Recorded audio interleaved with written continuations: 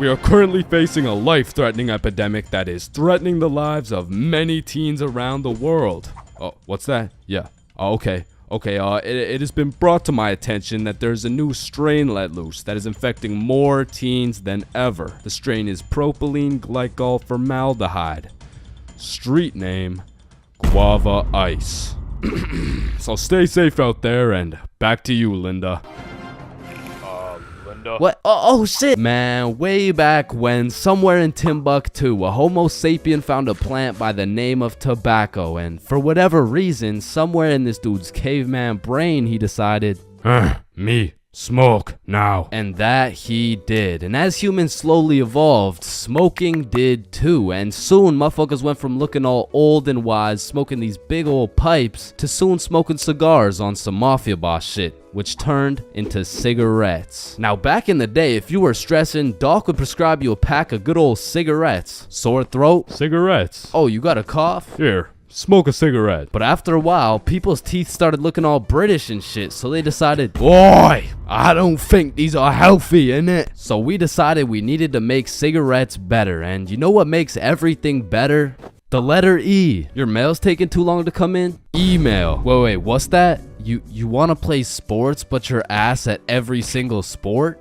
Esports. Oh, you got daddy issues? E-girl. So of course, when people realize cigarettes are killing them, E-cigarettes. man, one thing leads to another and shit. You got yourself a vaporizer Gen Y GTX box mod with 3 USB charging ports, a speaker, and a 6-inch LED touchscreen that can play Flappy Bird. Like, vaping is just getting a little too advanced, bro. Like, I remember one time I was chilling in the washroom with my homie Billy, and of course a motherfucker walks in with a vape. But this was no regular vape, no. This shit looked like a gadget straight out of fucking Star Wars. Yo, you want a hit? A hit? A hit of your iPhone? iPhone? This is that eSmoke FTX 763 3rd series, my boy. Watch this. Yo, did he just hotbox the whole bathroom in one hit? Yes the fuck I did. And this shit's 100 Nick. Holy shit, where did you find 100 Nick? I ended up mixing my 50 Nick guava juice with my 50 Nick blueberry ice, and it just kind of added up to 100. Bro, I don't think that's how it works. Shut up, my mom's calling me. Yo, fuck you, mom. And that was the moment I realized there really is levels to this shit. Level 1. Level 1 is the type of dude who isn't addicted, but he'll occasionally take a hit of somebody's device. But level 2, bro's borderline addicted, but he's still in the denial phase. Bro, are you addicted to vaping? Addicted? Nah, I don't even vape like that, bruh. Shit. Do 5 jumping jacks right now. Bro, what? That's easy. 1, 2, 3, 4. Oh shit. Level 3, the Fiend. This motherfucker is strapped up with some nicotine at all times, and even when he has a vape in his hand, this dude will ask for yours. And God forbid, if this Fiend loses his vape, this motherfucker will be stressing like he just lost his only child. A Fiend without a vape is the exact equivalent of one of these purple minions. Dude will be itching for that shit, and Lord knows what that man will do for a fix. Level 4, the Fiend who sells vapes. At this point, this dude's whole life revolves around vapes. In fact, I'm pretty sure they don't even breathe oxygen anymore. Like, in order to breathe, they need to inhale some chemicals that I can't even spell. Which honestly, it doesn't even say that much. Like, I can't spell a lot of shit, but what I'm trying to say is their bodies have just fully adapted in order to consume as much nicotine as possible. They breathe that shit, they drink the vape juice, and when they're hungry, shit, they just munch on the vape itself. And the worst part is they can't even run out of vapes. Like, shit, they are the plug. This motherfucker's just the CEO of getting high on his own supply. Like, dude is his own #1 customer. Level 5, this motherfucker, bro. Like, why do you need a LED touchscreen on your vape, bro? Like, you already have a phone. Wait. did you just order that pizza from your vape? Shit. Where'd you get this from? And don't get me started on these flavors, bro. Like, tell me why these motherfuckers can make a vape juice and call that shit early riser. And that shit literally tastes like a Wednesday at 6 a.m. Like, what the fuck type of ingredients mixed together to taste like a Wednesday at 6 a.m.? But early riser isn't even the weirdest flavor on the market, because if you're feeling the family dinner vibes, you can get a rotisserie chicken flavor. Or if your breath is smelling nice and fresh, you could fuck that shit up quick with some garlic flavor juice. And they even got bacon. Yeah, I'm not gonna lie, that shit sounds fire as fuck. And lastly, now I don't even know if I can say this on YouTube right now, but shit, you can even get yourself some Worcestershire. Worcestershire.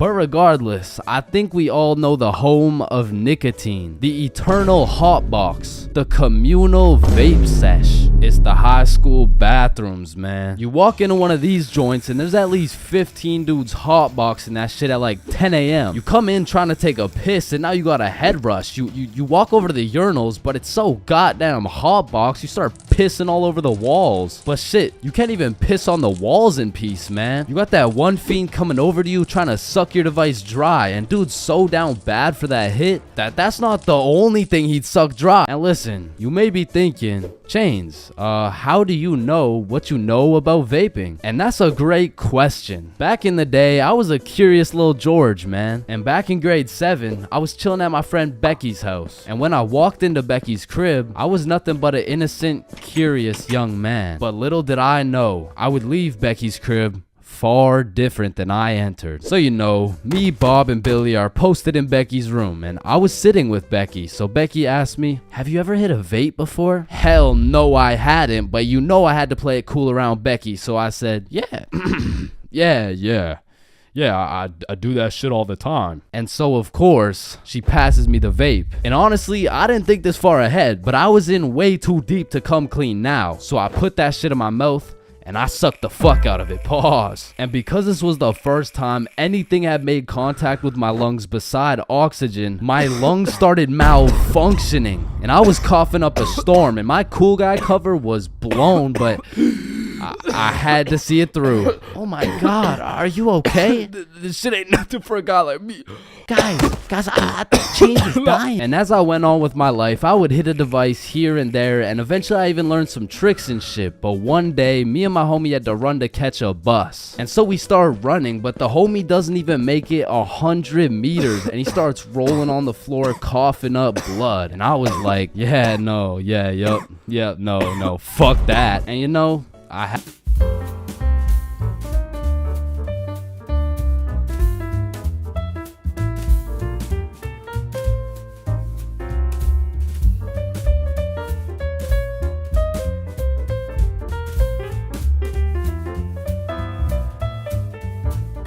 middle school is just an awkward place, bro. Like, middle school dances, awkward. Middle school speeches, awkward. And middle school relationships, in my experience, is the most awkward thing on the face of this planet. I mean, the girl's a whole foot taller, got a deeper voice, and shit, she could probably bench more than you, lil' bro. Like, I hate to break it to you, but you don't got a girlfriend. You are the girlfriend, bruh. Middle school just occurs at the craziest time in a teenager's life, because motherfuckers is just getting slapped by puberty out of nowhere. You'll be walking down the halls and see a bunch of kids who look fresh out of daycare. Then all of a sudden you'll see a grown-ass man built like Shaquille O'Neal thumping his way down to math class. And attendance in middle school was looking like, Matthew, here. George, present. Daisy, here.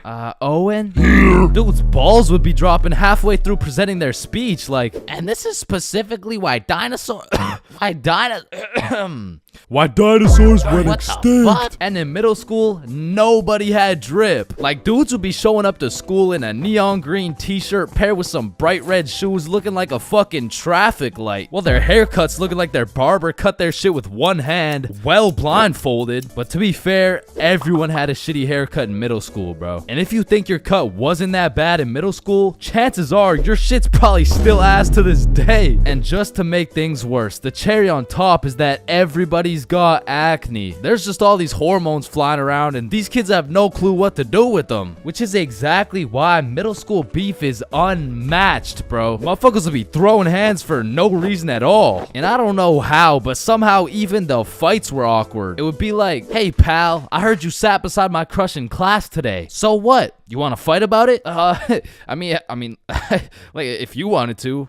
That like I'm not scared. Like yeah, we can fight. Okay, let's freaking go, pussy. Fuck, I wasn't ready. Sorry, was that too soon? No shit, Sherlock. Okay, you can hit me back so we're even. But if two dudes were throwing hands and their crush is watching, they're about to fight to the death. But the thing is about middle school fights, I didn't know this was possible, but somehow both motherfuckers end up losing the fight. I remember one lunch at my middle school, a dude whipped out some boxing gloves for no reason at all, and all of a sudden we're running a whole fight club. Kids would be betting their lunch money on who's gonna win and shit, but we never laid down any ground rules. So one day, JJ hit Timmy with a spinning back fist and put his ass to sleep. And I'm hyped because I just doubled my lunch money, but Mr. Principal didn't seem too hyped to see one of his students knocked out on the ground. So of course JJ gets in trouble because he's just that one kid who's always in trouble but never got expelled. Like I could have swore dude was on his third strike 5 strikes ago. But man, middle school had some characters, bro. There was that one guy that would walk through the halls, blast the music on his speaker. The kid who used to sit in his chair like this. The dude who hit puberty and midlife at the same time. Mr. Donaldson, can I get some help on the subtraction?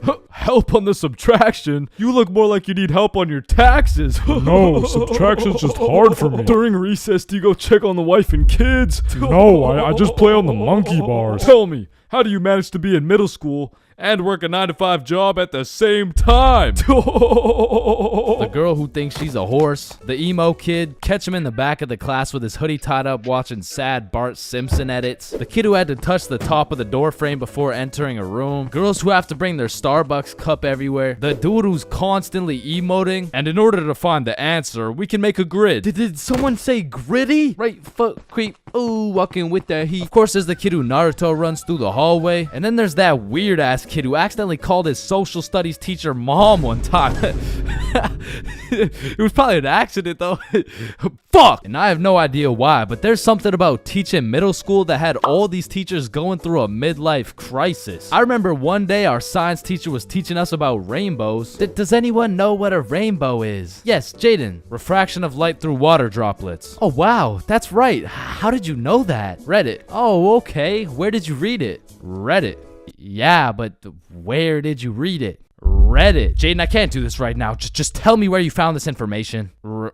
Reddit? God damn it, Jackson. You're the reason my children get their shit whooped every night. Now, I don't know what she had going on in her life, but the way she broke down talking about beating her children to a group of 12-year-olds really gave me the impression that she shouldn't be teaching middle schoolers, bro. And I don't know who was in charge of hiring these teachers, but I also had a deaf teacher, which, you know, it's cool and all, but it did make it a little bit harder considering the fact that, you know, she was the fucking music teacher, not to mention the fact that she was also half blind. And I think the idea there was that she could somehow feel the vibrations of the guitar or something, which didn't seem to work too well considering the fact that I got a fucking A in music and I can't play the guitar for shit, but I guess I just like I smelled good or something. I don't know. And I don't know about y'all's experiences, but I feel like kids were just mad touchy in middle school. Like you'd be sitting in math class minding your own business, then for no reason at all, a motherfucker would tase you in the side of the ribs. And I remember when kids first learned about these pressure points, it was all fun and games. Someone would just poke you in the ribs like,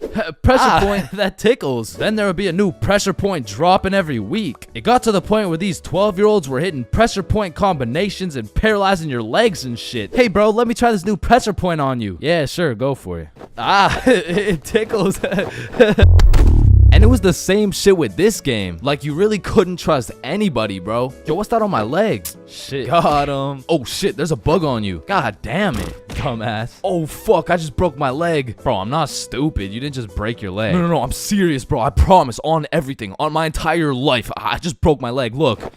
Bro, I remember I got punched so many times, my arm was on life support. It was about to fall off, like, And thinking back to middle school, there's just so many things that make me cringe, bro. But by far the cringiest of them all is the relationships, man. And believe it or not, I had my fair share of middle school relationships. I remember one day I was sitting in class and this girl came up to me and said, Chains, I have a crush on you. And that's really all it took to have a young Chains in love. Head over heels. We went to the movies together. We went to my house and watched movies. Well, we went to her house and we also watched movies. Now that I think about it, all we really did was watch movies. We didn't really talk that much. I mean, I didn't really have a way with my words at the age of 12.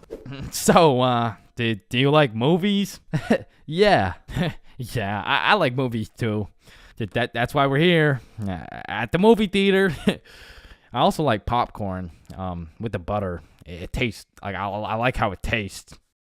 And one day we went to the mall and I took a good look at my girlfriend of 2 weeks and thought, man, I don't even know this girl. Like who are you? I remember we were inside Zoomies at the time and I said, hey, Jessica, you're a great person and all, but I don't really think we're compatible like that.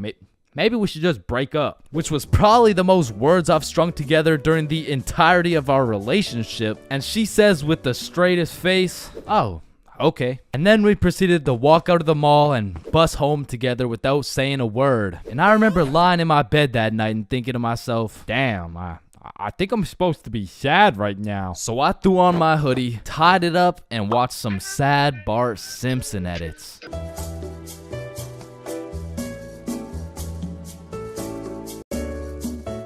Okay, Chains, welcome to your first day at Jim Jordan's. These are our new product, Bieber Bites. Just smile and remember. The customer is always right. Okay, yeah, nah, I could do that. All right, I'll leave you to it. Okay, yeah. Hey, sir, Hey what can there, can I get some Bieber bites? Yeah, how many? Right.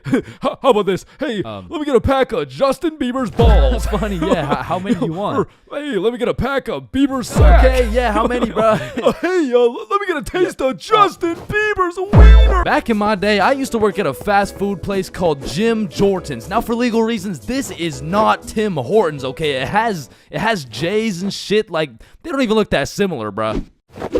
But honestly, working at Jim Jordan's, I felt like Johnny Sins, the way I'd put on my uniform and go to work just to get the soul sucked out of me, bruh. And instead of dealing with a bunch of fat asses, I'm dealing with a bunch of fat asses talking about... Alright, so I ordered an extra large BLT with ranch, extra bacon, no veggies, and I only got 5 strips of bacon. I want a new one. Okay, yeah. Where's the sandwich? I ate it. Of course you did, bruh. Like, you do not need more food. I don't think your arteries could compensate for any more bacon. No. My doctor said I'm in shape. I mean, yeah, bro. You're in the shape of a circle. I mean, I don't even know how you made it through the door. Oh, shit, damn. Now, believe it or not, I was a Jim Jordan's Hall of Fame employee. Shit, I was the best in that whole goddamn establishment, bro. And no, it's not because I was the sexiest, hardest working, strongest, most intelligent dude they'd ever seen. It's because everyone else was ass, bro. On the drive-thru, we had the Indian homie Dil Preet, and the only English he knew was the Jim Jordan's menu, bruh. Welcome to Jim Jordan's. What can I get for you? Hey, just give me a moment. I give you donut. No, I need time to think. You need chai, tea, drink. No, can you wait or not? Okay. 1 tater tot. No! Wait! You want 8? No! Okay, stop it. You know what? Okay. Chocolate donut. Then over making the food, we had this sweet 83-year-old lady Linda who was 20 years too old to be doing this shit. Okay, Chains, here's the cheese bagel. Thank you, Linda. But yeah, this is the 9th cheese bagel you've given me in 20 minutes. Oh my good gracious, I'm sorry. I'm sorry. Oh, what's that? Oh, cheese bagel coming right up. And overworking the counter, we had Sebastian. Now, don't get me wrong, Sebastian was a really nice guy, but he had a little hint of the tism, you know, like no, he had a lot of the tism. Like, it was more like the tism had a hint of Sebastian, which is cool, of course, but it did mean that he would absolutely yap at every single customer who came in the store. Shit, I'll never forget this one time a girl came in the store and just ordered a muffin, like, welcome to Jimmy's. What can I get for you? Hey, can I just get a fruit explosion muffin? Can you guess what Sebastian said next, bruh? Maybe your total is $175? Cash or card? For here or to to go? None of the above, bruh. The sentence that came out of this motherfucker's mouth was, A food explosion muffin? yes, please. That sounds an awful lot like a hate crime to me. Yeah, can I get my muffin, please? Do you get it? Yeah, You get it? yeah, I get it. Okay, listen. It's like You really okay, don't need to explain. Explosion, okay. Sir, you don't- It's you don't- like if you you don't took need- a bunch of gay people. So that's Sebastian. And over on drinks, we had this dumbass 15-year-old who's always spilling and shit. That was me. Yeah, that was me. I was ass too, but like I was still the best by default though. So the point is, our Jim Jordan's crew was looking like a group of clumsy villains from a Disney movie. But just because we were all really ass at our jobs doesn't mean we were useless. Cause if there's one thing we knew how to do, it was making people's days even worse than they already were. You pull up to our drive-thru all happy, just wanting a small coffee? Shit, you're leaving with a small hot tea and some suppressed anger you'll probably bring home and let out on your wife and children. You pull up to our drive-thru just wanting a breakfast sandwich? You're leaving with nothing because we ran out of eggs and cheese and bread and the breakfast and the sandwich. You pull up to our drive-thru pissed off, complaining about how there's not enough mayo in your wrap? Bro, you're leaving with a wrap filled with super special secret Sebastian sauce. So I'm sure you could probably tell, but we had to do a lot of customer service and talk our way out of a lot of mistakes. And by we, I mean me, bruh. I was the designated customer service dude, because before it was me, it was Dilpreet, and that shit would usually go something like, hey, I just took a bite out of my chicken wrap, and it literally tastes like someone busted a nut in that shit. A nut? Yes. Someone busted a nut in my goddamn food. You want a donut? No! And then before Dilpreet, it was Linda. Hey, I just took a bite out of my chicken wrap and it literally tastes like someone busted a nut in that shit. Oh my heavens, that's horrible. I'm sorry, I'll get you a refund right away. Thank you. Hello?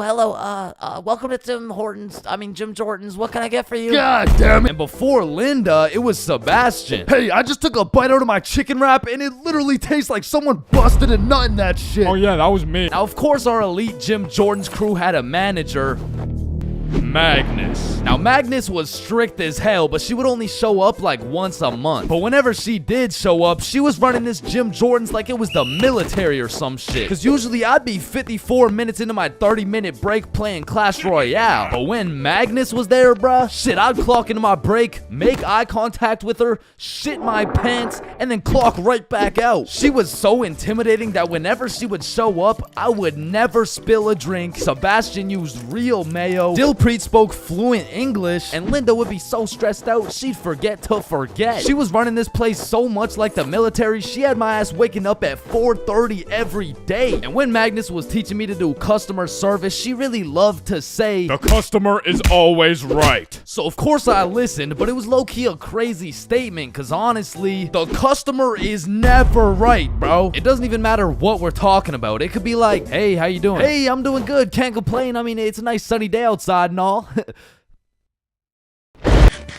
Damn, this chicken wrap is good as hell. I am 100% sure nobody busted a nut in this. And I don't know about you, but I personally have never complained about my fast food order ever. I usually just get my order, check the bag, realize instead of a Big Mac, they gave me a McChicken with a bite taken out of it, cut my losses, and I keep it pushing. But some of these motherfuckers in the Jim Jordan's drive-thru come in like you just murdered their entire family and then took a shit in their coffee. Oh, shit. Hey, you! There's not enough sugar in my fucking coffee! Oh, okay, yeah, sorry about that. Do you want me to add more sugar in? No, this is unbelievable! Now, I swear these angry customers love to throw around the word unbelievable. But I'm not gonna lie, we forgot to put sugar in your coffee. It's pretty fucking believable, bruh. I mean, look at the staff. We're getting paid minimum wage. The guy who took your order doesn't speak English. The guy who made your order's a 15-year-old running off 2 hours of sleep. And the rest of our staff is playing fucking patty cake. You're lucky we even had enough brain cells to get you the coffee. And I'ma be honest, it was a blessing that I was broke as shit and really needed that job, because if I didn't, I would have crashed out for sure. Hey, some dumbass forgot to put cheese in my fucking grilled cheese. Oh, hell no. Yo, Linda, you hear this ungrateful piece of shit? Oh, hell no! You keep running your mouth, I'm about to grill your cheese, bitch! What the fuck is your old ass gonna do? not talk shit about Linda. And I busted in your sandwich last week. Wait, what?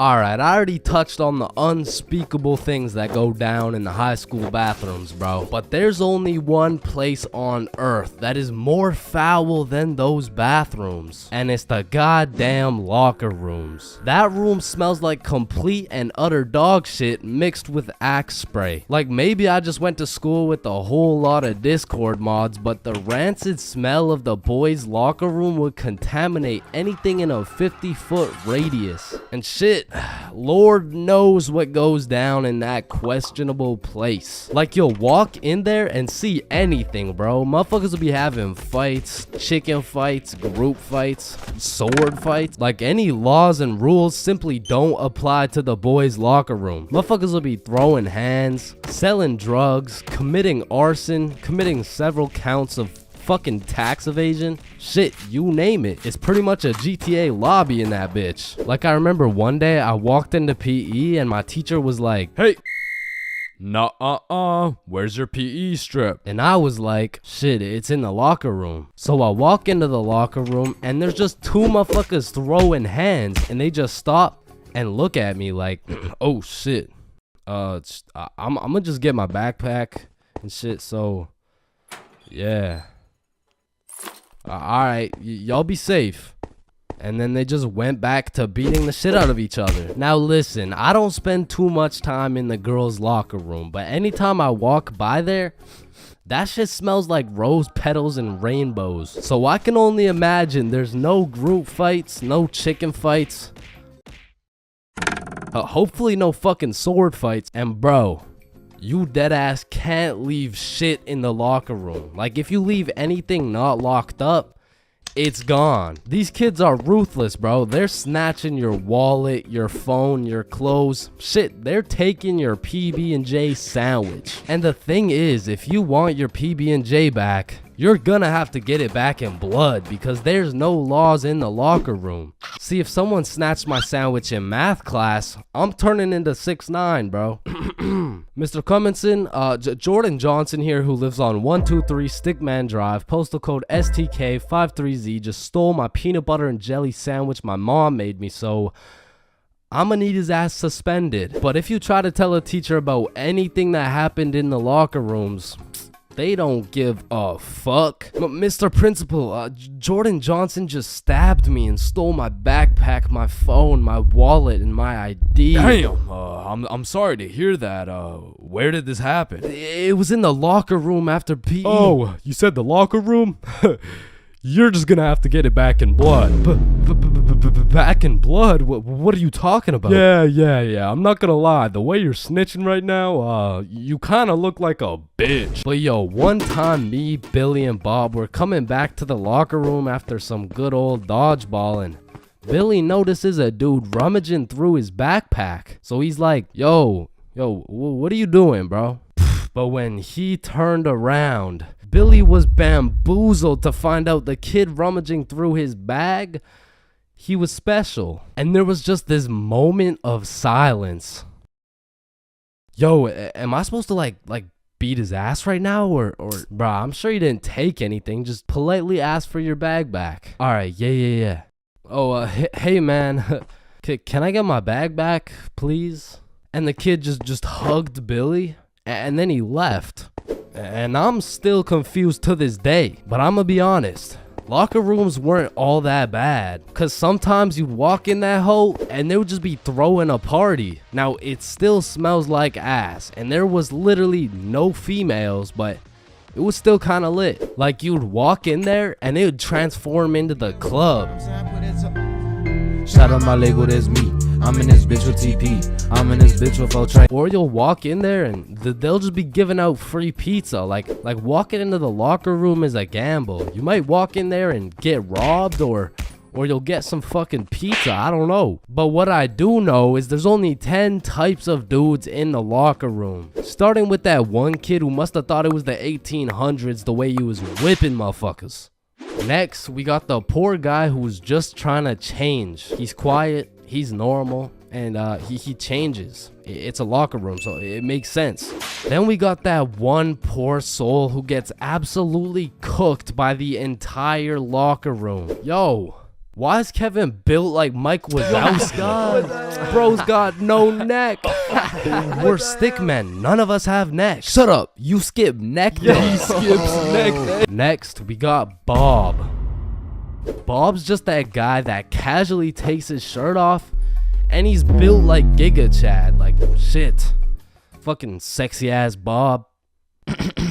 And I don't know why, but there was always that one guy who thought it was a good idea to just whip his nuts out. Unprovoked, uncalled for, completely out of pocket. Like, what do you look like with your nuts out in a room with 30 half-naked sweaty dudes? Like, personally in that situation, I'm keeping my balls in my boxers. Thank you very much. And bro, tell me why there was always one kid who was just dousing himself in Axe spray. And it's always the mustiest motherfucker doing it too. Like, who's gonna tell him that Axe spray doesn't replace taking showers, bruh? And I don't know about your locker room, but for mine, there was always a dude eating. Like, out of all the places on earth, why are you eating in the locker room? Like, for some reason, there's something about eating around a bunch of dudes in their boxers that just doesn't sit right with me. I mean, simply by bringing that sandwich into the locker room makes it contaminated. That sandwich will be tasting like wet dog and Axe spray. And next,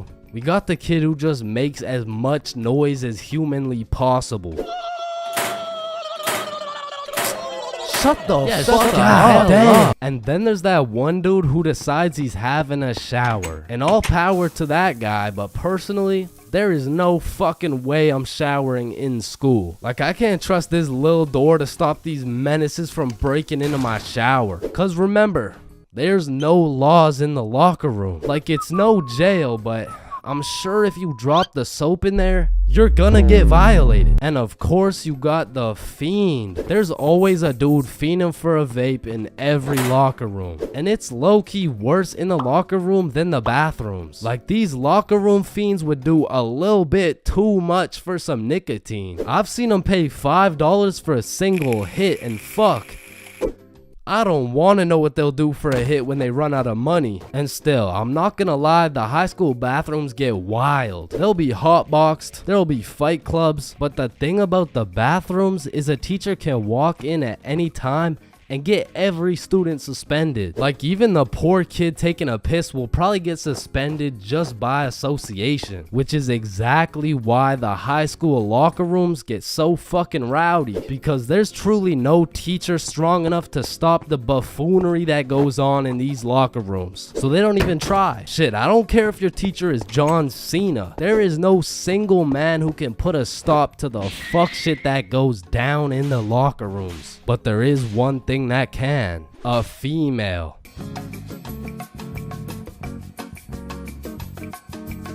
Man, way back when, there was a time when you couldn't catch anyone under the age of 30 chiefing a vape. Until one day at Vaporizer Laboratories, they were cooking up and made a flavor that would change the game forever. Cotton candy. Now, this revolutionary flavor forced these grown-ass 30-year-old men to take a good look in the mirror and ask themselves, Damn, what do I look like as a grown-ass man sucking on this goddamn cotton candy stick? so they do what any responsible adult would do. They give it to their children. I mean, shit, kids love cotton candy. All of a sudden, business is booming for Vaporizer Laboratories, so they start cooking up even harder. Boom, Sour Patch Kids juice. Boom, applesauce juice. And boom, baby food juice. These babies will be sucking that shit like a soother. Kids' first words will be looking like, yo. Oh my god, honey, Jackson's gonna say his first words. Yeah. Oh, let's hear it. Yo. Yo, Pops, well, let me bum a hit off that 50 Nick Guava Ice, G. Yo, just wait till they drop that breast milk flavor, bro. Shit, these newborn babies won't even know what hit them. They'll be returning customers for life, which will probably be like 12 years max. Now, the reason I say all this is to let you know that vaping not only intruded my high school years, but also my years in middle school. I was first introduced to these bad boys at the ripe age of 13. And with a little bit of that good old peer pressure, I folded, bro. Like, what was I supposed to do, bro? Like not take the hit? No, I probably should not have taken the hit. But from that point on, I started doing a little dabbling, you know. I mean, as a 13-year-old, there's only one answer to someone asking, yo, dude, you want to try a hit of this blueberry guacamole milkshake ice flavor, dude? And that answer is abso-fucking-lutely, dude. And I was never a fiend or anything, but I will say, I popped a few ghosts and blown a few O's back in my day, but it had never gotten to the point of me owning a vape. Until one day. This story takes place way back in grade 7. Me and the boys were posted in science class dissecting cow balls or some shit when Mr. Principal burst through the door like, Is Tessa here? Yeah, she's right there. and I look at Tessa and she just tosses her vape over to her homie Kate. And I seen that shit clear as day, but Mr. Principal's old ass must have forgot to wear his contacts or something, cause he runs a quick pat down on Tessa looking for said vape, but sure enough, he doesn't find it. Miss Rhodes told me you were vaping in her class. Is this true? No, I would never. Okay.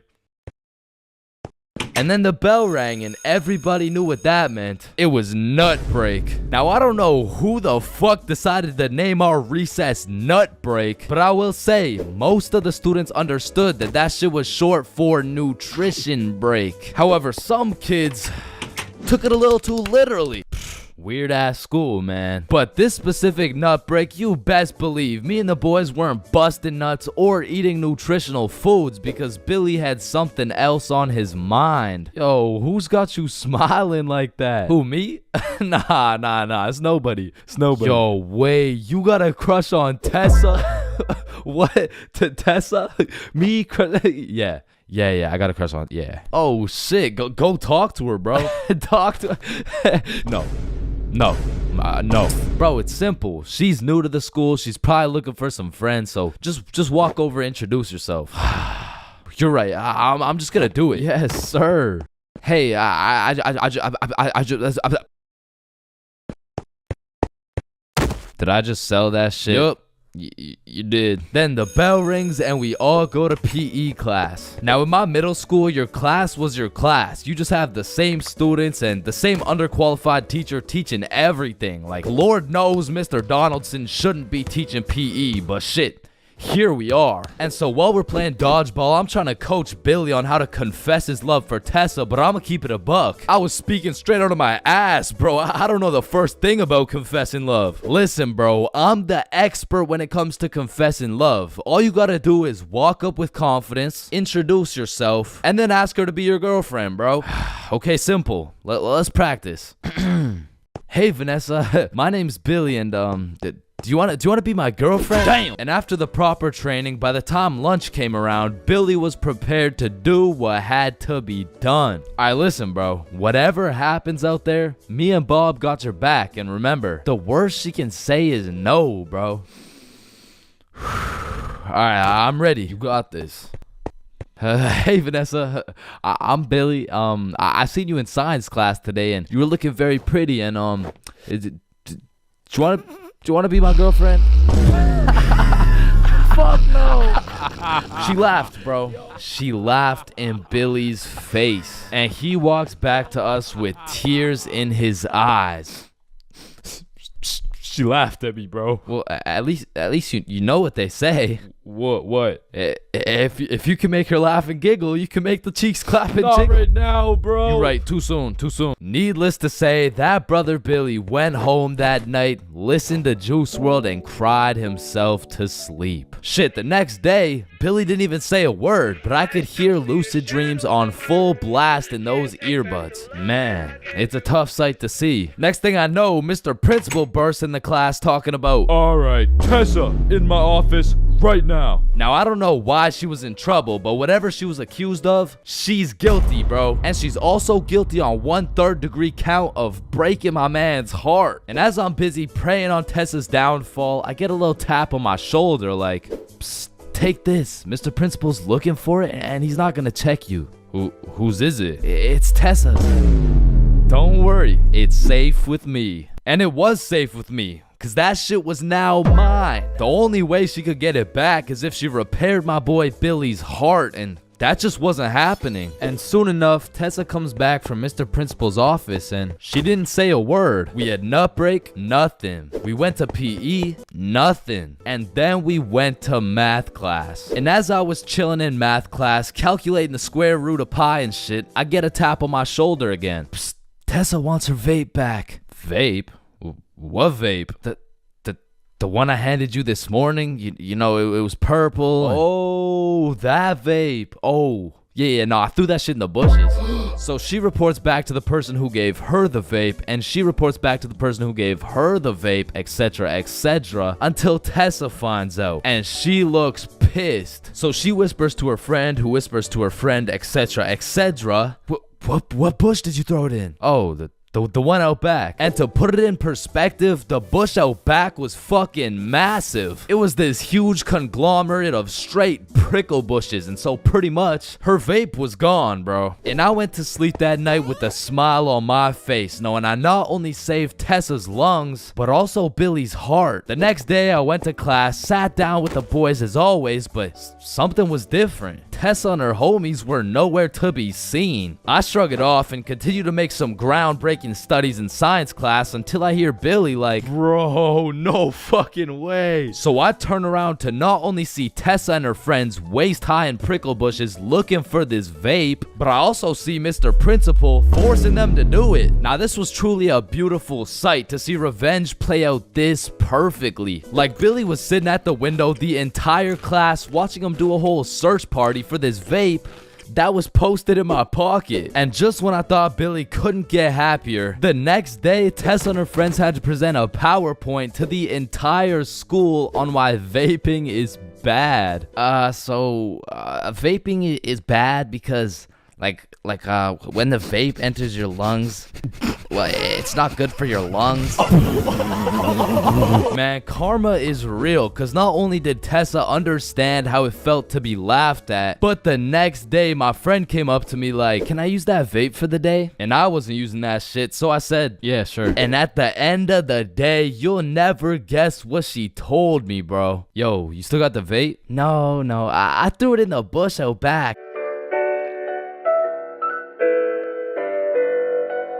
Alright, listen, I'm creating something I like to call the internet. Yo, what does it do? On the internet, people are going to be able to search up literally any question they have. They're going to be able to watch videos for educational purposes. And the craziest achievement yet, you can communicate with literally anyone across the entire world. Bro, this is going to change the world. Bruh, I'm not gonna lie, the internet is 100% one of the greatest inventions of all time. Like, that shit's up there with the light bulb, the airplane, the Testacuzzi. Like, they're all groundbreaking inventions, but the internet just has to be number one, bro. Like, imagine telling a caveman you had a magical box where you could make anything pop up in 2 seconds. Yo, Caveman Dave, I got a magical box where you can make anything pop up in 2 seconds. Oh, shit, cool. Do you know her or something? No, Dave, get the fuck. Now, Caveman Dave absolutely dicking down the computer monitor seems stupid, barbaric, uncivilized, you know? Like, who's gonna tell bro they're just pixels on a screen, am I right? Facts! Yo, Caveman Dave is a dumbass! Facts! Yeah, nah, don't let me see your search history. You know, we don't gotta do all that. You know, oh, okay. Monstrous KFC mukbang. I like KFC. Fat motherfuckers eating a lot of food. I was hungry. Yo, big butt booty Latina oiled up, shaking that diggity dump truck, dog. What are you searching? Okay, listen, like my finger slipped. Yeah, bro. 2025 is the weirdest time to have access to the internet, and that's just cause everybody has that shit. Like, I got it, you got it, my grandma's got it, Kanye's got it. Man, you and your grandma. Kanye still got it. And I fucking hate so every thing, and I'm done. Okay, yeah, well, not anymore, but I don't know if it's just me, but recently the internet has been getting more and more out of pocket, bro. Like, I'll be having a fantastic day, just chilling, until I pull up Instagram and see some shit talking about imagine your car declines at the abortion clinic and the doctor start nutting in you. Yeah, this motherfucker's never getting a job, bro. Like, his digital footprint's up there with fucking Kanye, bro. Ah, hell nah. alright, this isn't yay bad, but imagine dude trying to apply to a university like, yes sir, this has been a dream of mine since I was a little kid, and I've spent thousands of hours studying, and it would be an absolute pleasure to join your program. Wow, that's amazing. And it seems like your GPA is a perfect 4.0, and man, your volunteer work is nothing short of impressive. I mean, building an entire village in Africa with your bare hands, I mean, geez, that's good stuff. Yeah, thank you, sir. Yeah, now I do just have one last question. Yeah, anything. What would happen if your car got declined at an abortion clinic? Holy shit, is that girthy dishwasher 97? Yep. Yeah, that's me, bro. Yo, most relatable content on Instagram, I swear. Oh, actually, I really never get the credit that Yeah, just put the fries in the bag. Oh, okay. And speaking of getting a job, you ever seen a kid under 7 years old post literally anything on Instagram? Yo, the comment section has a field day, bro. Like, the video will be of a kid who's just barely on the brink of gaining consciousness, and the comments are talking about, Get a job, little motherfucker. Somebody get bro some fentanyl. I'm gonna touch you in places you ain't even know existed, little motherfucker. like, bro, stop touching these 6-year-old kids and touch some grass, dickhead. Yeah, but I'm not gonna lie, as a motherfucker who draws stickman for 16 hours a day, I really gotta start taking some of my own advice, bro. Wait, what's your advice? Oh, I mean, stop touching these 6-year-old kids. You touch No, wait, 6-year-old wait. kids? I'm talking about Gurgi Force. Chains, you know the drill. God damn. Bro. Even these motherfuckers have the internet, bro. Like, what could you even possibly be posting? Oh, shit. Yeah, nah. We gotta start banning motherfuckers from the internet, bro. And I think we should all do a poll for the first person to go. You know, like, take your time. And, oh, shit. Okay, never mind. Votes are in. Looks like we're banning Jack Doherty. Why in the fuckity shit did you just ban Jack Doherty? You know what? Ban his the last too, bro. Actually, ban every single kid on the internet. Like, put down the Instagram reels, go outside and eat rocks like a normal kid before Gurgi Foreskin 445 fucks around and finds your IP address, bro. Cause there's a lot of weird motherfuckers online, especially considering the impending gooner epidemic of 2025. Now, if you're unaware of this widespread epidemic, well, fucking good for you, but there's been a recent spike in the amount of gooners seen online. Like the type of motherfucker who'll be scrolling and see a video of a Cheeto that's kind of built somewhat like a Kardashian, and next thing you know, bro's got a DIY screen protector, bro. And I swear these gooners have no clue it's a problem either. Like, they probably show up to the doctor's office for a quick little checkup, and the doctor has to break the news to him like, Yeah, Mr. Gooningson? Yeah, I'm sorry, but you gotta stop masturbating. no, wait, what? No, wait, why? Because I'm trying to examine you, dumbass. Oh shit, like, it's honestly mind-blowing how having access to the internet with all its power and infinite knowledge just makes us more stupid, bro. Like, at any given moment, we have the resources to learn quantum physics or learn how we can watch Skibbity Toilet. What? No. Why the fuck would we watch Skibbity Toilet? Shit, man, this stuff's good. Just take a watch. No, I'm not watching that shit. Just real quick. Yo, why are you recording me, bro? We're filming a YouTube video, dumbass. Oh shit, yeah, you're right. So I was saying there's a lot of people nowadays addicted to the internet and shit, like that guy over there. Where?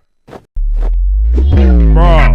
What? Oh shit, yeah, what I was saying was, back in the day, the internet was just for shit like cute cat videos and cool math games and shit, but nowadays, the internet has everything your brain craves. Like, it's got food for you, it's got friends for you, it's funny, it's educational, bro, it has Cheetos built like Kardashians, bro. And as if the internet having everything we ever needed wasn't enough, these motherfuckers invented AI, bruh. Now, maybe it's just me, but this AI shit is getting a little too good, bro. I mean, when ChatGPT first came out, I was using that bad boy for all kinds of shit. Whenever I couldn't do my homework, ChatGPT. When I forgot a recipe, ChatGPT. When I couldn't get a girlfriend, cry myself to sleep.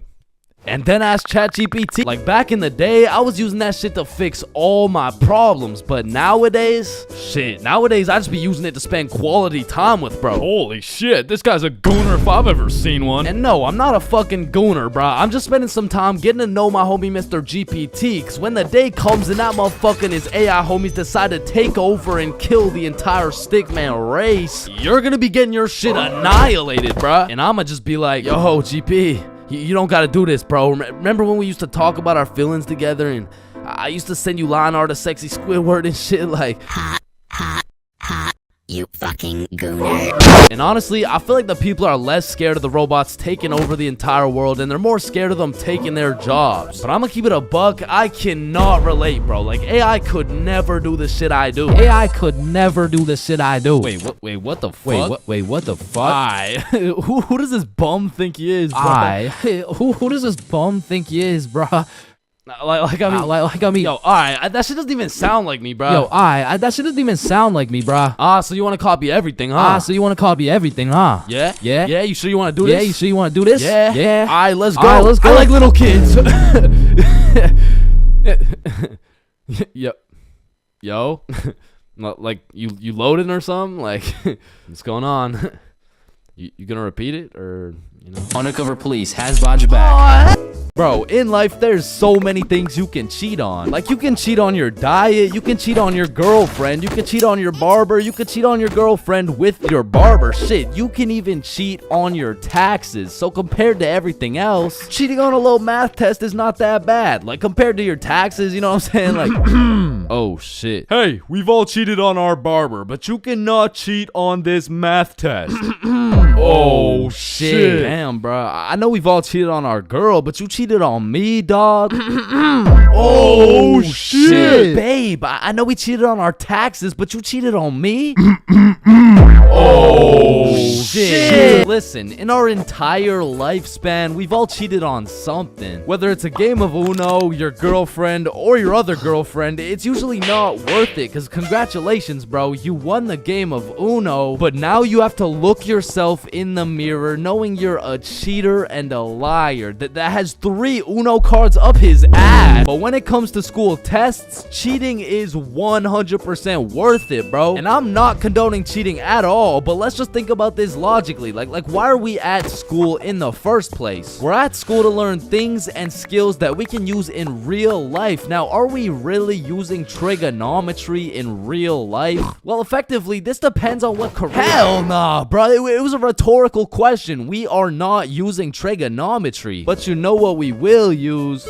Creative thinking, communication, social awareness, logic, and reasoning, and most definitely our fucking phones. All 5 of which are strongly developed through the act of cheating on a school test. And on top of becoming a better human, better grades, it's the ultimate win-win. Your teacher feels like they did a good job teaching, your parents think they didn't raise a dumbass, and if you're good enough at cheating, you might just fuck around and get into Harvard. But once again, I am not condoning cheating, you know, just throwing that out there, you know.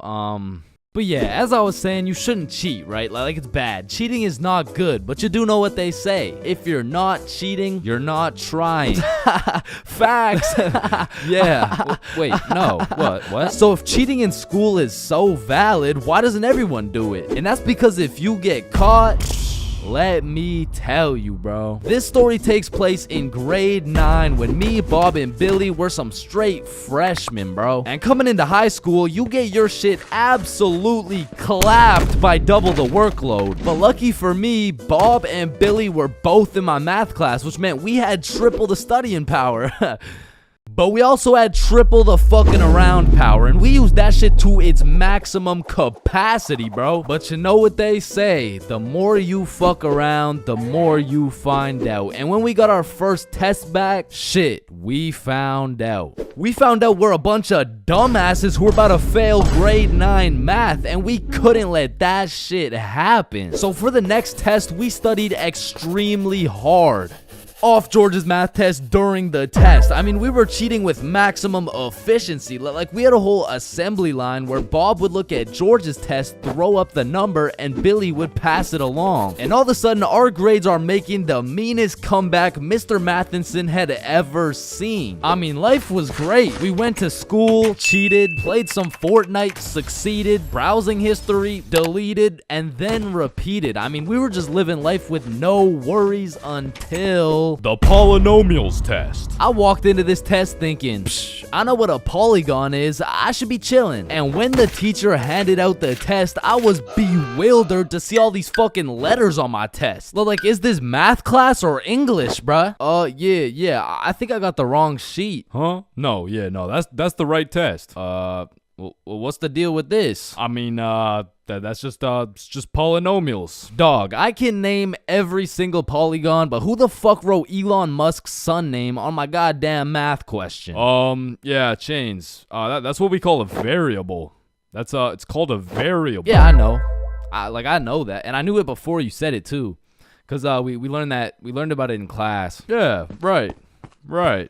Now, this would have been extremely bad if we didn't have the ultimate method we like to call George. Because George was one of those dudes who loved studying. Like, he'd wake up and go to school, then come home and study till he dropped, bro. Like, if you kidnapped George's whole family and told him you'd only give them back if he answered this equation, this motherfucker would just be happy he got more homework, bro. And cause of this, we had a little deal going with George. If he let us cheat off his math test, we would teach him how to be a normal dude. We were teaching this kid how to dap someone up, how to use slang, and all I'ma say is, this motherfucker should have just stuck to math, bro. Yo, Chains, sauce me a bite, big dog. I got you.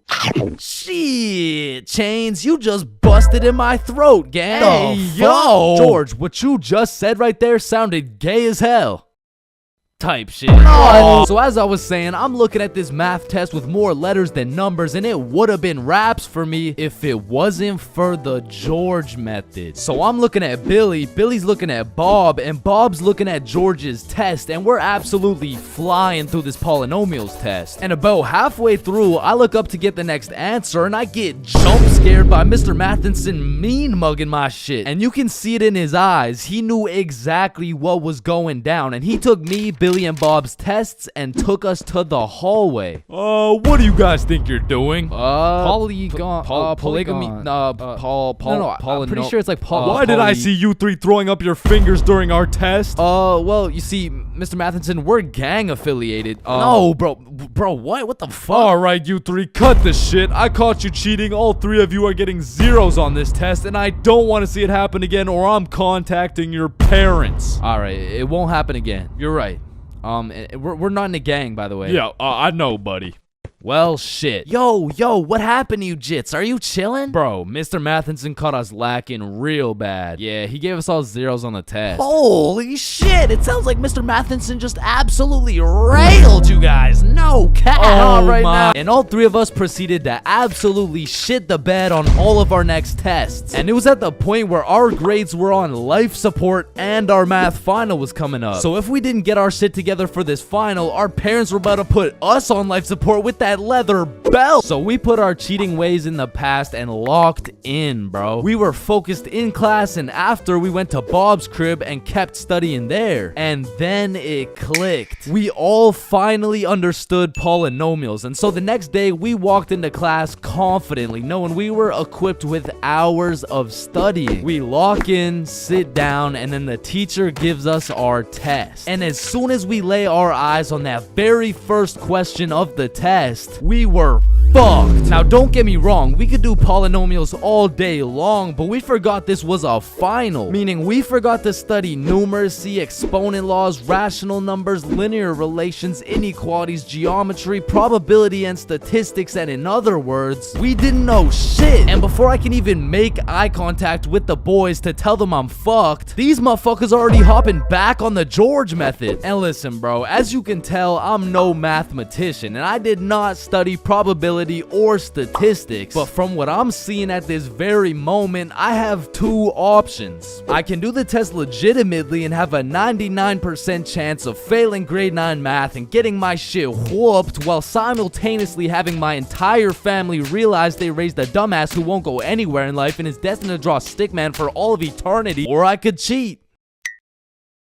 So we're out here hitting the George method, and I'm being extra careful, because if we get caught lacking twice, it's complete and utter raps for us, bro. So we're grinding out the method, then the teacher looks up, boom, we're locked in on our own tests. He puts his head down, back to the method. And there was a few times in there I thought we were cooked, but we just kept it pushing. But still, we were low-key running out of time, and I had a whole page to complete. And God bless this random ass dude's soul, because he raises his hand to ask a question, and as soon as the teacher turns his back on us, it's crunch time, bro. It's like double XP right now. Bob was out here throwing up these numbers so goddamn fast, I thought he turned Crip for a second. And then the bell went off, and we were all done, bro. We hand in our test, and then it was time to wait. A few classes go by, and then the teacher hands out our math finals alongside our report cards. And nervous as hell, we all check our report cards, and we all passed, bro. So we all go home happy as hell to show our parents our report cards and the fact that we passed. Chains, you got a 54 in math? Yup, Mom, I sure did. You raised one hell of a smarty pet. Oh, fuck. But at the end of the day, even if we all got our shit whooped, maybe the real treasure is the friends we made along the way. Yo, homies, I'm bricked up right now. Oh, no.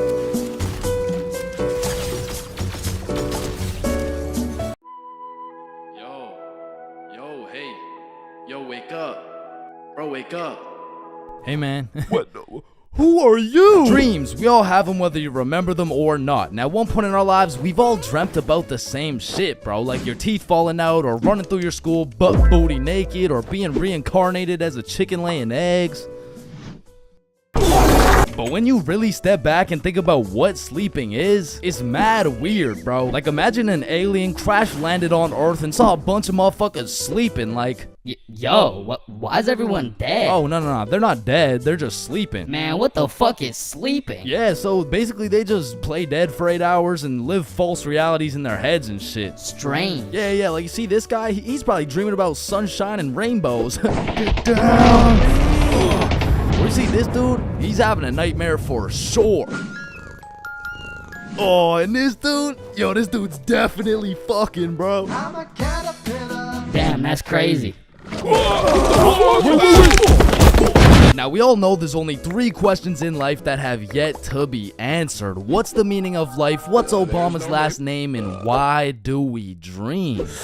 Dude, it's all your subconscious talking to you, man. You just gotta find the true meaning of each dream, dude. Bro, what the actual fuck could this possibly mean, bruh? You're autistic. Anyways, the craziest part about dreams is the fact you're the one telling the story and you're the one listening to that shit. My dumbass still falls for the plot twist every time, bruh. I'll never forget this one dream I had back in grade 6 where me and my 2 homies were walking. Don't know where, don't know why, but as we're walking, a dude in a big white van pulls up talking about, Hey, if you kids come in my van, I'll give you some candy.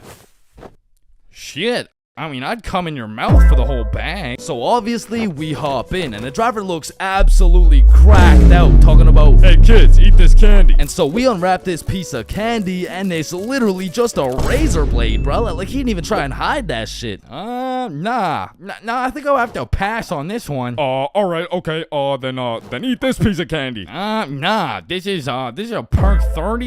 You got any Reese's cups? Yeah, nah, I got Reese's cups, here. Sir, this is just a Glock covered in peanut butter. Alright, fine, take this. Shit, okay. So we eat this unsuspicious looking candy and instantly start tripping balls, bruh. Like, the van is deforming, we're seeing rainbows and shit, and worst of all, we see this big ass grin on the driver's face. And I don't remember exactly what he said, but he said some crazy shit like, Get ready, I'm coming for them cheeks. It was more like Looks like your private square just went public. okay, no, that wasn't it either. It was it was something more like You boys ever had your buns stuffed like a meat mountain from Arby's? yeah, I can't remember exactly what he said, but all I know is if we didn't act fast, we were getting our cheeks snatched up, bro. So Billy's like, yo, quick, call your dad. So I'm rushing to start calling my dad, and this is the most dream logic shit ever, cause I don't even got a dad, bruh. And this is where my own brain hit me with the meanest plot twist I never saw coming. Cause as I'm calling my dad, the driver's phone starts ringing, bruh. Bomba Club. Now, I don't remember the rest, but the fact my own brain hit me with some Star Wars Darth Vader type plot twist, god damn, bro, that shit was a movie. But still, I I probably got my shit touched, so I'm gonna have to leave this as a B tier dream, bro. B tier? What the fuck could possibly be worse than a crackhead tickling your pickle, bro? Now those motherfuckers could be their own torture method, bro. These are dreams that just have you stuck in an infinite time loop doing the same shit over and over and over and over in C tier, bro. Now lucid dreams. Lucid dreams are deadass just playing life on creative mode, bro. Cause in my long life, I've only had 3 lucid dreams and every single one of them was lit as fuck, bruh. Now the problem is I can only start lucid dreaming when my original dream is just a little too strange. Like, hey, you're cute. Can I get your number? What? You want my number? Yeah. Yo, I must be lucid dreaming. Ow, what the fuck? Shit, it's so real, bro. I can do anything. I can probably fucking fly. Alright, Chains, this is not a dream. You're under arrest for battery and assault. But for real, my first lucid dream started when I was posted up in a basement with Michael Jackson. Yo, aren't you supposed to be, like, dead and shit? Oh shit, I must be dreaming. And so to test the waters, I start spawning in random shit on the spot, and this is the moment I realized the possibilities were endless, bruh. I could do whatever I wanted, and so I spawned in a honey pack, and I spawned in Lola Bunny, and I S tier. Lucid dreams are S tier, bruh. Wet dreams are too. Now we got a few popular reoccurring dreams on our hands, like running through your school butt booty naked. Now back in the day, this dream used to have me scared shitless, bro. I was like, oh shit, where's my pants? Yo, what's my crush gonna think? What are the boys gonna say? But ever since graduating high school, that dream has me scared even more shitless, bro. Cause now it's like, oh shit, yo, what's the police gonna think? Let's punch your back. Bro, what's the judge gonna say, bro? Shut the fuck up. fucking C tier. Teeth falling out, B tier. random adventures with your homies, A tier, bro. Me, Bob, and Billy have fought bears together. We've been to the nether. We've even fucked around and ran a 3-man on the Totally Spies cast. Like, these dreams are so lit that when I wake up in my raggedy old lonely ass bed, I be trying to go back to sleep to continue the plot, bruh. Look who came back for that meat mountain, boy. Oh, hell no. You better run. Bruh, I'm trying. Now trying to run in your dreams, man, this shit really pisses me off, bro. Cause I never told anybody this, but I was the fastest kid in my elementary school. So when I'm dreaming and I got 2 hordes of zombies, Michael Myers and fucking Diddy himself chasing after me, tell me why my ass starts running like the fastest kid in the special needs class, bruh. So trying to run in your dreams has got to be C tier, right next to all the common shit like falling, drowning, losing your phone, explosive diarrhea all over your bed. Damn, bruh, shitting your pants, fever dreams, and being butt booty naked around a bunch of minors is C tier. What the hell is D tier, bro? Sleep paralysis. This might be the scariest thing that can possibly exist, bruh. You're telling me at 4 a.m. I could open my eyes, unable to move, while struggling to breathe, and start seeing demon shadow figures while hearing screams in the distance, bruh. Fucking Z tier, bro. What the fuck? Now I'm grateful I never had to experience that shit, cause the fact that while you're paralyzed, you'll start to see the scariest thing your brain could possibly imagine is beyond me, bro. Knowing me, I'd be there enjoying my beauty sleep, dreaming of me and the boys playing fucking Mario Kart or some shit, and I would open my eyes stunned, unable to move, when slowly a devious creature begins revealing itself out of the closet, casting a shadow over top of me until I can see exactly what it is. Looks like someone ordered a meat mountain.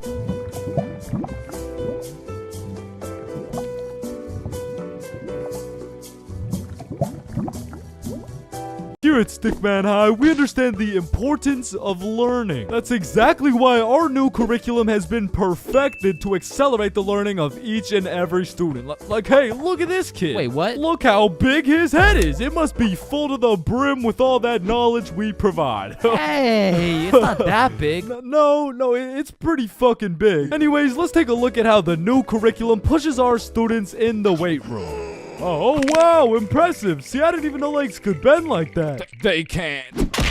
All right, stop recording.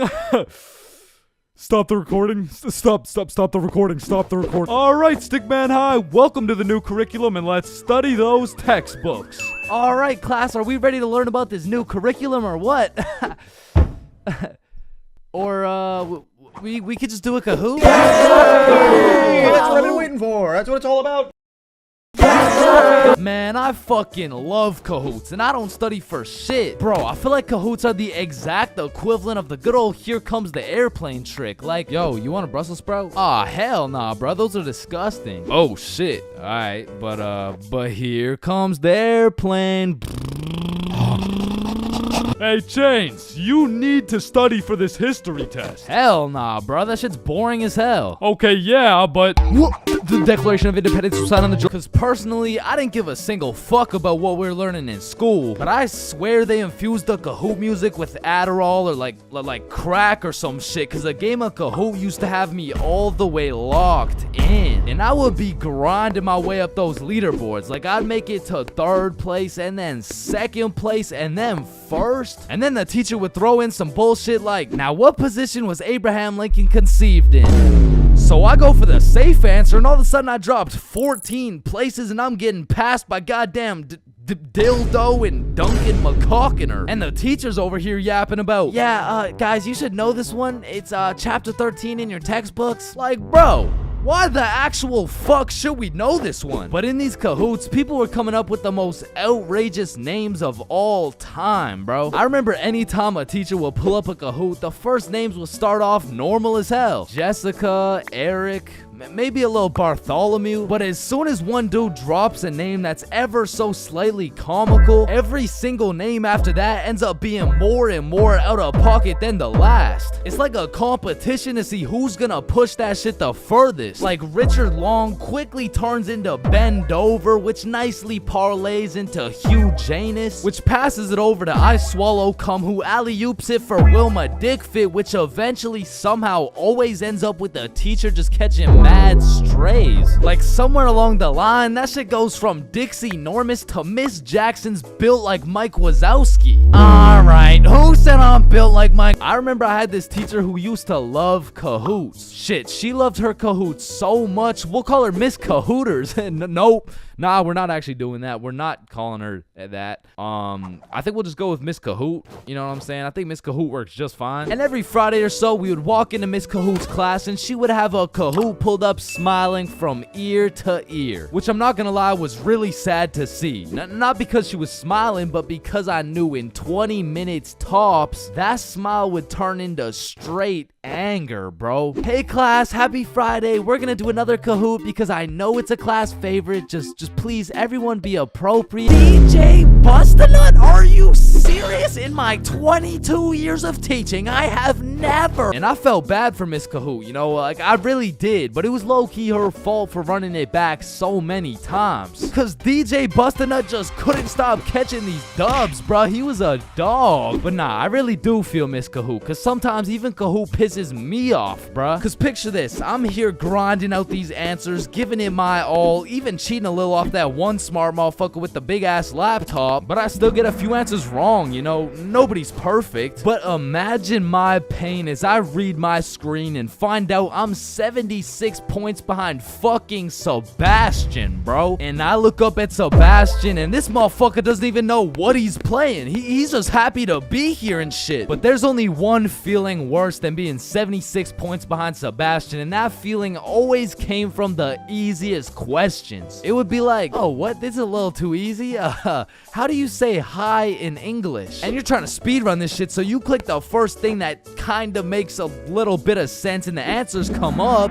and you're the only motherfucker to get that shit wrong. No, dumbass was a Konnichiwa. And everyone's looking around for who got it wrong, like, yo, whose dumbass got that shit wrong, bruh?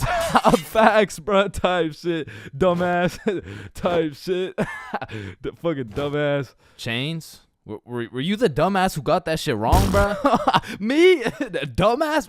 Nah, shut up. Shut the fuck up. Nah. It was probably it was probably Sebastian, bro. Just look at that one.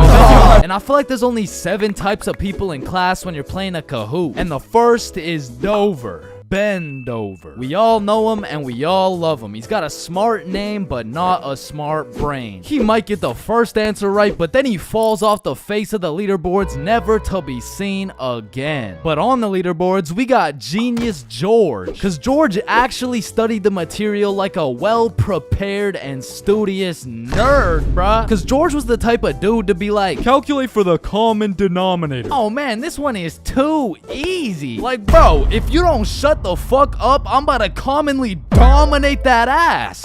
No, it's called a denominator. Oh, I know. And I swear every game of Kahoot had that one person who took their sweet time to answer every single question. Like, it could be 1 + 1, and this motherfucker would be 30 seconds deep into the question. Like, okay, 1 + 1. Is it a trick question? No, just answer the question. Oh, okay. 1 + 1 equals... The answer's 2, dumbass. Okay, can I use a lifeline and phone a friend? All right, chat. How do we kick Jasmine out of the lobby? And then we got Flying Fuck Frederick. And Flying Fuck Frederick doesn't give a flying fuck. Dude will give his best shot at the first question, and then he's aborting mission and playing some goddamn Clash Royale. And then there's always that one dude yelling out the wrong answers. All right, what's the biggest mountain in the world? Ooh, I know this one. Chains. It's blue, bro. Trust.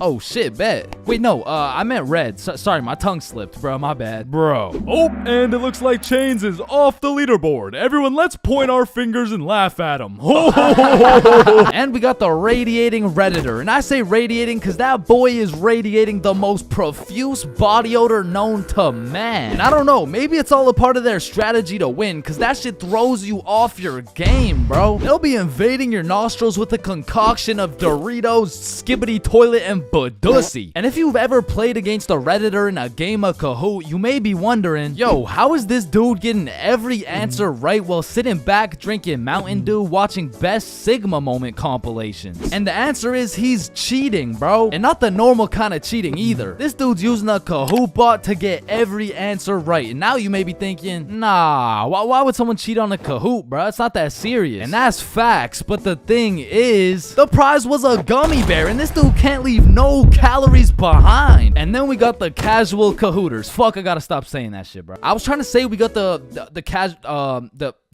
people who just play the game. They got normal names, they guess some right, they guess some wrong, but at the end of the day, they probably still get their shit yelled at, all because DJ Bustinut couldn't stop catching these dubs.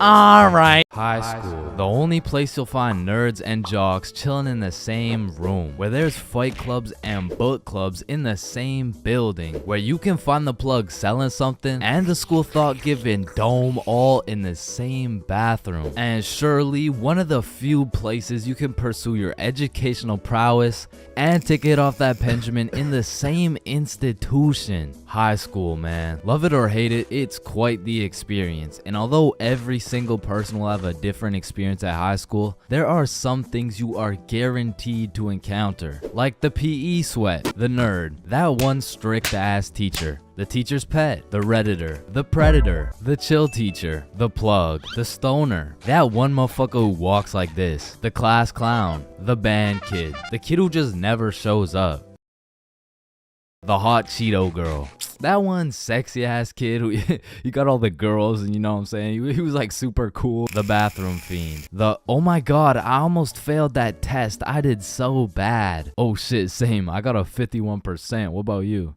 Oh my god, I only got a 98.5. The fighter, the anime kid, and the NPCs. Every single one of these individuals make up the magical place we call high school. You come into high school merely a young, innocent, and clueless child.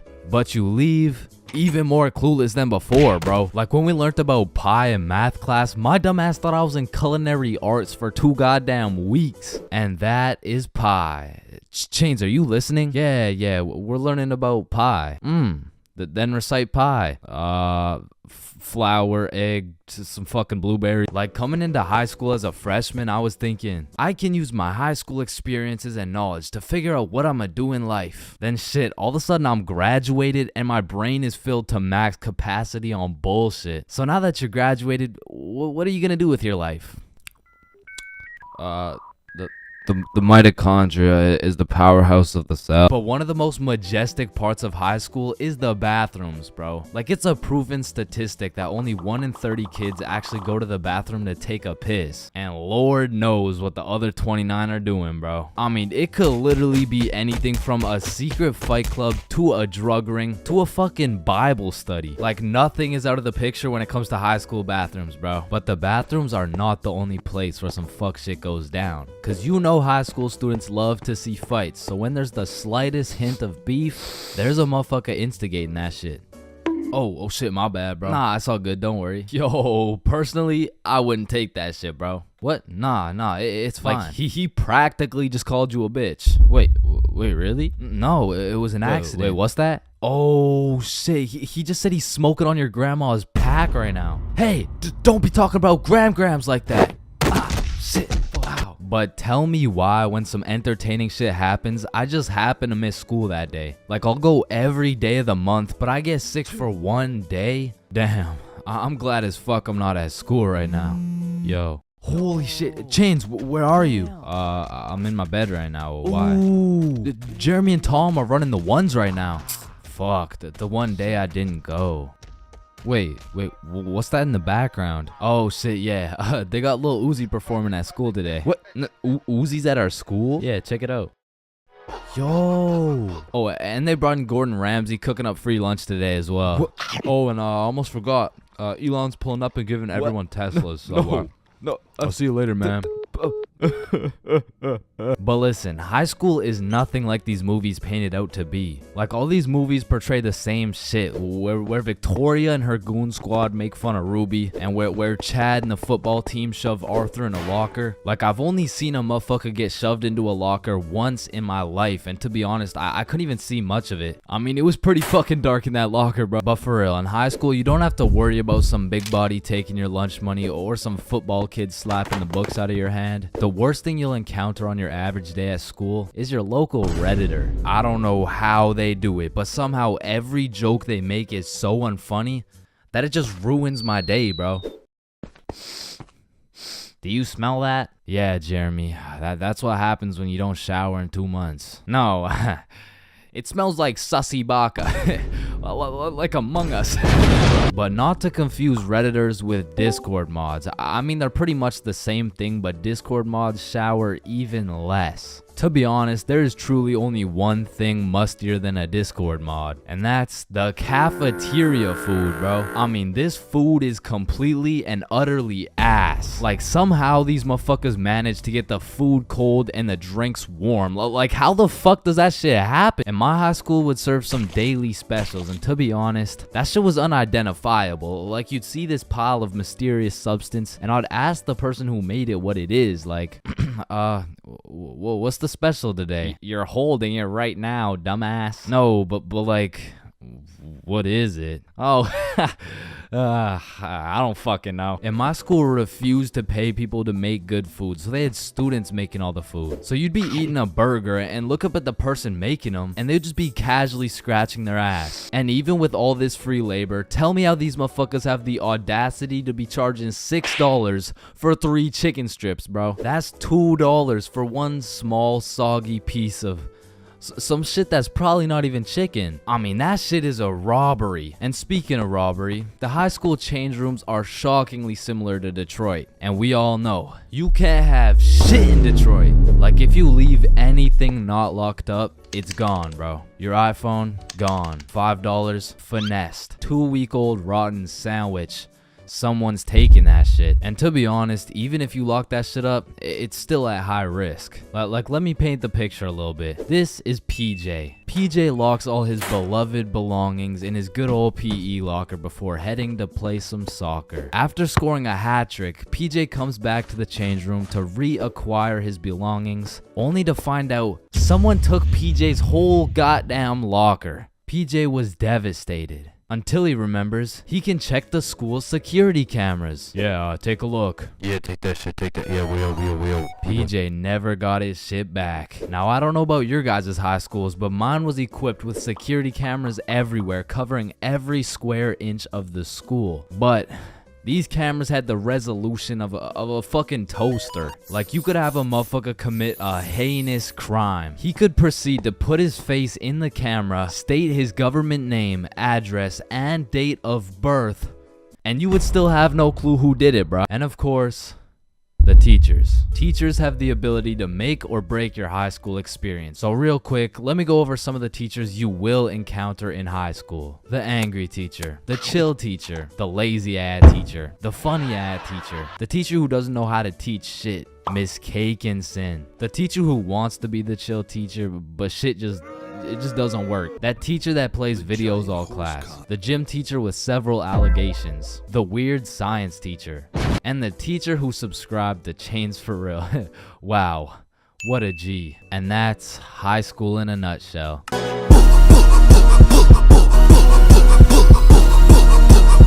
Halloween is the spookiest time of the year. Everywhere you look, it's vampires, killer clowns, old dudes in white vans trying to steal some children, which are all very scary things, especially killer clowns. But none of these spooky things scare me more than my worst fear. Going to jail, dropping the soap, and getting my booty snatched up. Now that's some real spooky shit right there. And I know some people are going to be thinking, oh, that's just a myth. It's a stereotype. Nobody actually gets their booty snatched up for dropping some soap. But when it comes to my booty, I don't want to fuck around, and I sure as hell don't want to find out. But everyone knows drinking can heavily influence your judgment, and on one specific day, my judgment was affected and I found myself fucking around. And everyone knows what the chart depicts. The more you fuck around, the more you find out. This story takes place in grade 10. It was a crisp Halloween night. The houses were decorated, the leaves had fallen, and the jackos were lanterned.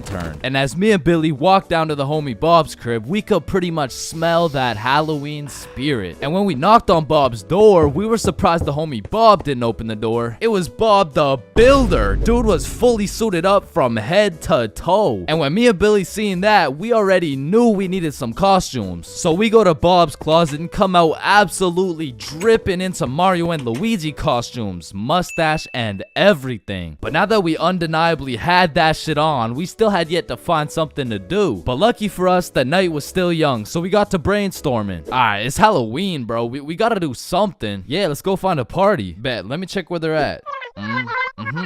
Okay. Yeah, there's no parties, bro. Fuck. I mean, we could trick or treat. Shit, we might have to, bruh. And just as 3 15-year-olds decided we would knock on strangers' doors asking for candy, our Halloween was looking grim. And not in a good way. But you know what they say. Can we fix it? Yes, we can. Because Bob pulls through and sets up a goddamn 3-man mission. And just like that, Halloween goes from an L to a W night. And I thought the homies and I couldn't get more hype, that is, until Bob pulls out a bottle of Hennessy. And you would have thought Peach took the kids the way I was abusing that bottle. And we passed it around until we were all tipsy. Then we started walking to Chloe's house for the little Halloween 3-man. And it was already 9 p.m. at this point, so we're walking through the neighborhood admiring these decorations when we see the creepiest house of them all. It was Chloe's crib. So we walked through a whole graveyard just to knock on the door, and Chloe opens it looking like a whole angel. I mean like literally, like she had the halo and the wings and shit. So we go up to her room where her 2 friends Lucy and Mia were, and we sit on her bed. And I'm not gonna lie,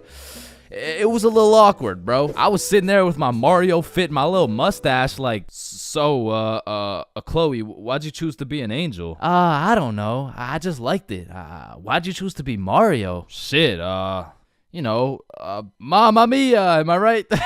Shit. Fuck. Then Chloe whips out some tequila and all of a sudden we're playing drinking games and shit. But honestly, I was just trying to get drunk, so it'd be like, haha, drink up. Oh no. Alright, it's your turn. Wait, you're supposed to get it in my cup. What the fuck? And after purposely selling multiple games of tequila pong, I was feeling what some would call completely and utterly drunk as fuck. And next thing I know, we're playing spin the bottle. And I was up, so I spin the bottle and it spins and spins and lands on Chloe. And in my head, I'm thinking, And just as Mario's about to get some peaches, we hear the door open downstairs and Chloe's like, oh shit, my parents are home, hide. So me and the homies run into her closet with a bottle of tequila and we can hear her dad come into the room. Hey, what's going on up here? Oh, you know, we're just watching scary movies. All right, I'll be downstairs watching TV. Let me know if you need anything. Thanks, Dad. And once her dad went downstairs, we all came out of the we exited the closet and Chloe said, you guys gotta sneak out through the front door. Just be super quiet. And so we creep down the stairs and peek around the corner and Chloe's parents are right there with a clear sight of the door. So we know what we have to do. We take a shot for good measure and then run to the door. And my drunk ass couldn't even figure out how to unlock this fucking door. Hey, who is that? It's me, I'm Mario. Then we ran out that joint and we didn't stop running until I got a call from one of my homies named Dave. He was like, yo, what are you doing right now? Oh, nothing really, just drunk as hell running from Chloe's angry ass dad. Yo, that's what's up. Come link me and Joe at Stickman Elementary. And we had nothing else to do, so we pull up and it's Dave, Dave's girlfriend, Joe, and Joe's girlfriend. And they got some couples costumes going, but I couldn't help but notice Dave and Joe were shiestied up. What are you? If the Simpsons grew up in Chicago? Nah, I'm just Homer. Yeah, but I mean, Homer doesn't usually wear a fucking ski mask. Oh, yeah, no, I just wore this because we graffitied the hell out of this school. What? Joe was here and Dave was too? Bro, what the fuck were you thinking? What? Oh, you want me to include your name too? No, hell no. And just as we become guilty by association, 4 cop cars come zooming down the street. Oh shit, it's the cops, run! And the cops hop out of their cars and start running at us with flashlights. So we head for the forest, but to get to the forest, we had to run across this long ass muddy field. And in the middle of this field, there was a huge pothole. And how did I know that? Because I seen Marge absolutely eat shit right in front of me. And don't get me wrong, I was absolutely plastered, but as the cops got closer and closer, I could practically see myself getting caught and dropping the soap, and you know I wasn't gonna let that happen. And so with all that adrenaline, I Mario jumped that fucking pothole and hauled ass into the forest. And right when you get into the forest, there was this deep creek with a log going across it. But when I look back, I see the cops' flashlight getting brighter and brighter, so I say fuck it and take a run at this log. I get a good 2 steps and then my drunk ass slips. Boom, right into the muddy creek. But I don't have time to give a single fuck. So I run through this waist-high muddy water and then we regroup and check who made it. I see Bob, Joe, Dave, and Dave's girl. Yo, where the fuck is Billy? No, where's my girlfriend, bro? Oh, she ate shit a few yards back. Wait, what? Is she okay? Did she get caught? Wait, shut up. Billy's calling. Yo, where are you? I'm hiding behind a tree right now. In the middle of the field. The cops are looking for me. I bet we're coming. I gotta go. Fuck no, bro. If you go, you're gonna get caught. Listen, bro, I have to. He's the Luigi to my Mario. So I go back in to save Billy and my main man Bob comes with me. So we get to the edge of the forest and see Billy absolutely shitting his pants trying to hide from these cops, but they keep getting closer and closer. So Bob turns on his flashlight and both cops look at him. He's right there. Get over here. And while the cops were looking for Bob, me and Billy both run for the street and we ran and ran, but once we were at least 5 blocks away, we text Bob like, bro, we both made it, are you good? And Bob's like, so Bob makes it out of the forest and we all link up. And we take a moment to appreciate the fact that none of us went to jail. And more importantly, none of us got our booty snatched up. And after our moment of appreciation, we were like, yo, maybe we should have just went trick-or-treating. Yeah, bro, some Reese's Pieces would hit right now. I mean, it's not too late to buy some candy. So we all go to the store and cop the biggest packs of candy we could find. Then we walked back to Bob's crib and enjoyed the rest of our night while fucking up some Halloween candy.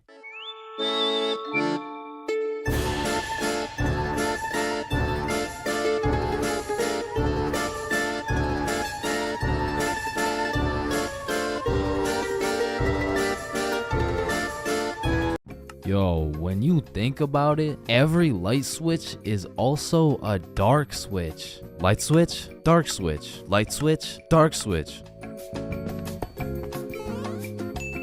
Okay, class, sound it out with me. Ball. When you really think about it, we learn to read, and then we read to learn. Teacher, yeah, I think change is high. What the fuck? This is kindergarten.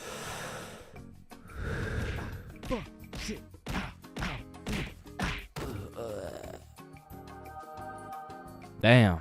any staircase can be a staircase to heaven if you're not careful enough. Baby, I've spent the best 4 years of my life with you, and I can't imagine my life without you. You're a 1 in a million, so will you marry me? So 1 in a million, huh? That means there's 8,017 people just like you. How does that make you feel?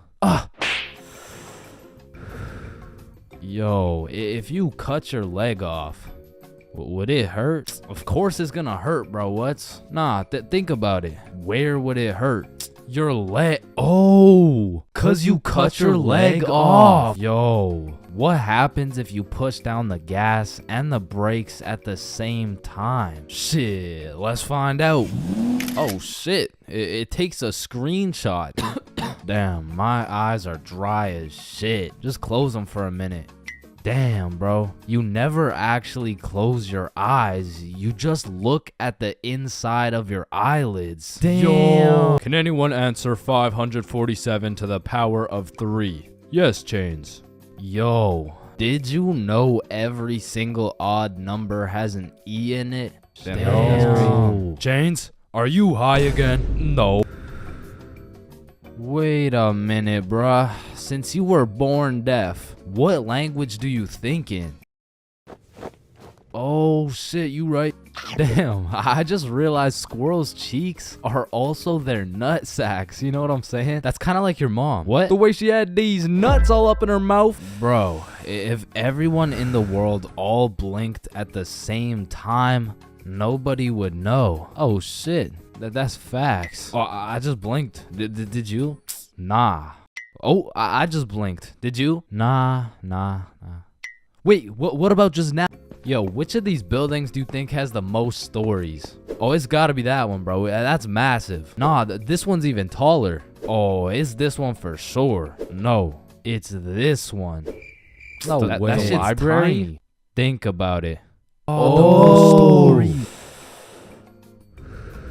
How are you supposed to get clothes? What are you talking about, bruh? Okay, imagine you had no clothes, right? How are you supposed to get some clothes? You go to the store and purchase that shit. Bro, they're not about to let you buy some clothes while your meat's hanging out. Nah, you just cop some clothes real fast. It's simple. Bruh, a young kid walks by and it's raps. So you guys both have the power to read minds? Yep, yes, that's sir. Right. Then if you both read each other's minds, whose mind are you reading? Oh, I don't know. We could try. All right, yeah, sure. Nah, that was not me. That was you for sure, dude. Damn, bro. When you think about it, the hospital is the only building you leave without entering. Damn. And people are having the worst day of their life, the best day of their life, the last day of their life, and the first day of their life, all in one building. Damn. Bro, I'm kind of scared down here. What? Why? Because I'm scared a shark's finna eat my ass. Well, when you think about it, there's more people eating sharks in the world than sharks eating people. Damn. That's actually really crazy to think about. Fuck, yo, every single day there's some random motherfucker out there who took the biggest shit for that day. Yeah, he's in this room. Bro, it's literally just you and me in the room. Yo, this Taco Bell is busting. So he incorrectly assumed his position. You spelled that incorrectly. Spelled what incorrectly? Incorrectly. Yeah, but what's incorrect? Incorrectly. Wait, what? Wait, guys. When you really think about it, the only time incorrectly isn't spelled incorrectly is when it's spelled incorrectly. Shut the hell up. Yeah, shut the fuck up. You know, the number of people older than you never increases. It only gets smaller and smaller. Damn. What? It just got smaller. Yeah, pizza's here. Shit, I got the munchies. I'm about to fuck this shit up. Wait, I ordered a mushroom pizza. Why'd they give us cheese? Hey, any pizza can be a mushroom pizza if you're patient enough. Damn, I guess you're right.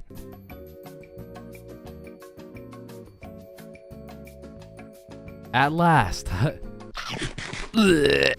Damn, you know what I just realized? What? A pregnant woman swimming is pretty much a submarine. Are you just always this high, bruh? Yo, did you boys know your last name comes from what your ancestor used to do back in the day? Oh shit, mine's Baker. Yo, mine's Carpenter. Oh, mine's Smith for blacksmith. Well, what's yours, Johnny? It's Donald. Well, wait a minute. Your last name isn't Donald. It's Dickinson. Guys, chill. I can explain.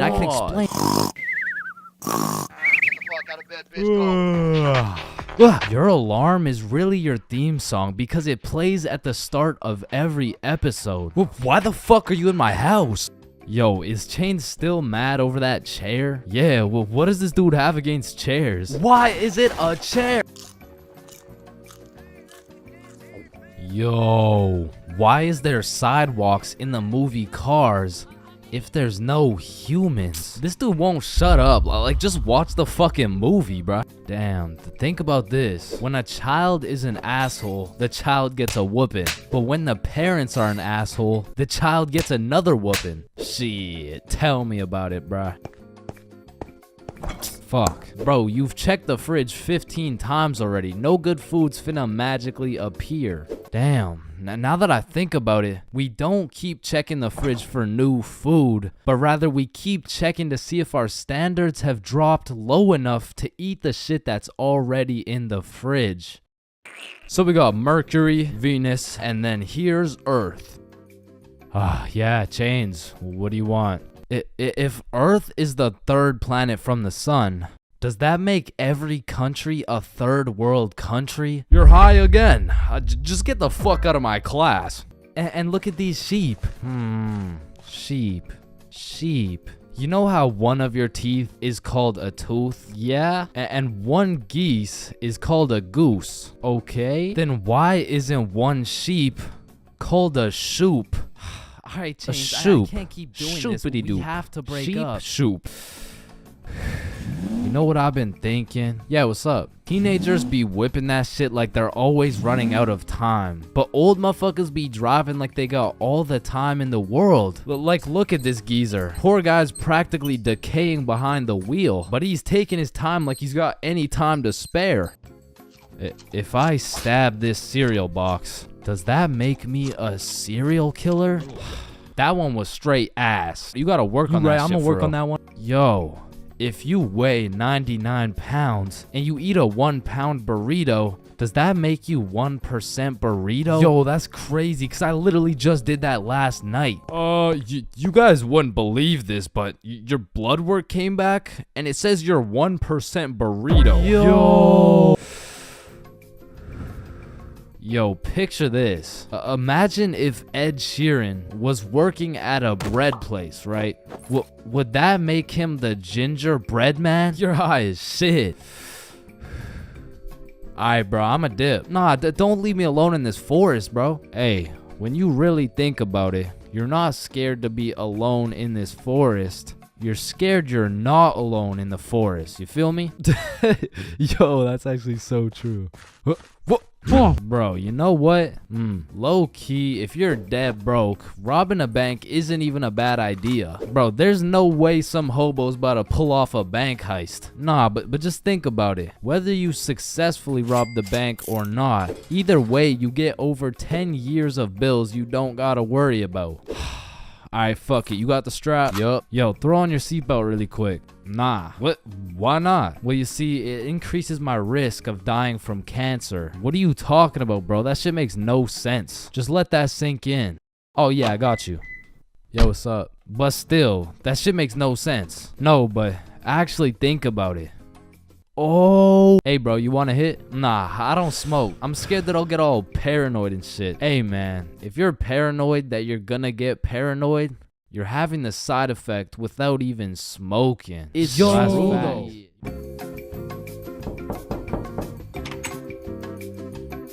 Man, sometimes this world can be a little cold. It can get a little gray, but there is nothing that can bring more excitement and vibrance to your life than having a crush. I mean, it gives you something to wake up for, something to smile for, someone to impress, and someone to be absolutely crushed by, leaving you more depressed than ever before. Which is when you get a new crush. I mean, crushes make the world go around. Everyone's had a crush at some point in time, and sometimes that shit gets too serious. I mean, I've had homies prepared to throw away their entire lives just to impress their crush, bro. Oh my god, look at these big weights. I wonder if anyone's strong enough to lift these.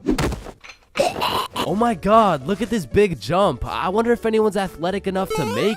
Oh my god, look how creepy this cave is. I wonder if anyone's brave enough. Oh my god, look how tall this building is. I wonder if anyone could stick the landing.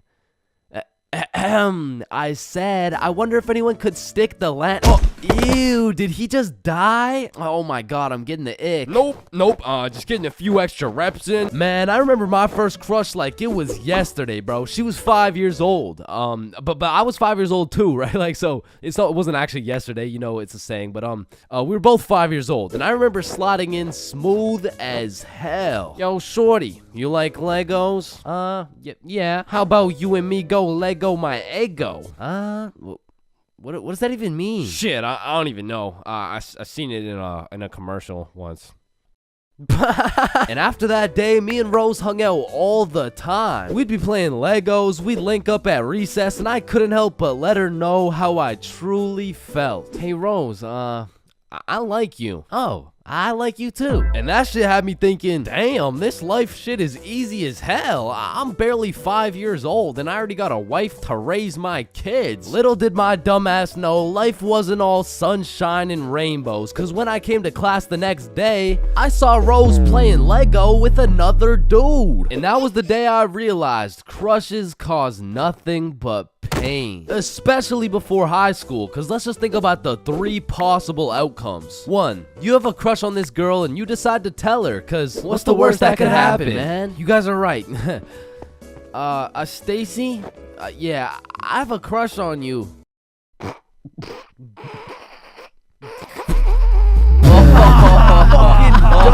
Ugly as fuck. Or 2, you never build up the courage to tell her and end up watching your crush sit in a tree with the faster kid who had the light up Skechers and the Charizard EX. And we all know what happens when Stacy and Jimmy are sitting in a tree. Or outcome 3, you confess to your crush and it's the perfect scenario. I like you too. Now you've officially started your first middle school relationship, which is probably the worst outcome of all, bro. Cause now you've been sentenced to 14 days of relentless cringe and countless awkward scenarios. And I say 14 days because that shit's lasting 14 days max, bro. Hey Stacy, do you want to be my girlfriend? Yeah, okay. Oh, yeah, awesome. Yeah, awesome. Woohoo. So do you want to hold hands or something? Yeah, sure. So, Stacy, I've been thinking. I don't think this whole thing's gonna work out. Oh, okay. It's not me, it's you. Oh. Wait, what? Yo, fuck my ass, bro. Or what's even more tough than having a crush in middle school is having a crush on a fictional character, bruh. Cause it's like you'll just be chilling, watching some Teen Titans eating cereal or whatever. All of a sudden your crush is kissing other dudes right in front of you and you can't even do shit about it. I remember back in my day, I was down horrendous for Lola Bunny, bruh. And I really don't know how I feel about admitting my attraction towards a 2D cartoon bunny, but you gotta remember, this was in the past. Like, this was at least at least 2 months ago. And maybe I'm tweaking on this one, but the red fish from Shark Tale, bruh, she was different, bro. And her name, I think it was Lola as well. Shit, maybe I just like cartoon girls named Lola or something. That's exactly what I want to hear. No. And I don't know about you, but for some reason, whenever I would talk to my crush, it was like I got an instant nerf, bro. I'm talking minus 10 charisma, plus 15 stutter, minus 5 strength, and plus 350% chance of getting put in a random ass headlock. Like, I could be in the worst scenario of all time with a girl who has 5 kids and is married to a member of the cartel. And just cause she's not my type, I'll get an instant stat boost that'll have me pulling like Mr. Duke Dennis himself. But put me in a room with my crush and all of a sudden I got the same charisma as fucking McLovin. Hi. Hey, it's 10:33. What? a.m. like in the morning. Like I'm saying, it's 10:33 in the morning. Fuck. And on top of your crush turning you into McLovin, it also leaves you open to the inevitable pain of being embarrassed in front of your crush. And man, let me tell you, there is nothing quite like it. It was a beautiful sunny day and I was in grade 2 wearing my favorite bright blue basketball shorts in math class, gazing out the window at those shiny old monkey bars, excited for recess. And when the bell rang, I hauled my little ass over to those bars and I was swinging like there was no tomorrow. And before I knew it, the whole class was on these monkey bars, which quickly turned into chicken fights, and I wasn't complaining. I mean, hanging from a bar and kicking the living shit out of some toddlers? Sign me up, you know what I'm saying? So I'm in line watching these grade 2 gladiator battles go down until it was my turn, and when I step up to those bars, I look into the crowd and see my crush of 2 weeks, Lexi. And now that Lexi was watching, there was no chance I was about to lose this fight in front of her. But as I look over to see who my opponent is, I realize it's Axel. And Axel was known for being the undisputed chicken fight champion. Legend had it he once took on 3 dudes at once, pause. So I knew going into this, I had to lock the fuck in, bro. So we climb over to each other and he's kicking my shit in off rip until I hit his ass with my specialty move, the Python squeeze. And in 10 seconds flat, let's just say I folded that motherfucker's clothes. With him still in him, and everyone was hyping me up because I just did the exact equivalent of dunking on Michael Jordan in his prime with Beyonce watching. So of course Axel's pissed. Hey Chains, you, me, rematch now. And I look over at Lexi and she looks over at me, and now I can't back down. So we get back in position, climb over to each other, and I go for the Python squeeze again, and this motherfucker Axel just winds up and kicks me in the balls. And I'm not gonna lie, that hefty kick to the dick accessories was the worst pain I had ever felt in my 7-year-old life. But I couldn't just drop and lose to Axel in front of Lexi, so with all the pain and anger I feel radiating from my nuts, I hit Axel with the meanest 20-piece combo in chicken fight history, and he drops. And then he pantsed my shit, bro. And embarrassed, I drop and try to run away, but the shorts around my ankles trip me and I face plant. Face down, tighty whities up, balls in shambles in front of everyone, including Lexi. And some people like to say, oh, it could always be worse, but this time, I don't know, man. I don't know. So the moral of the story is, man, fuck Axel, bro.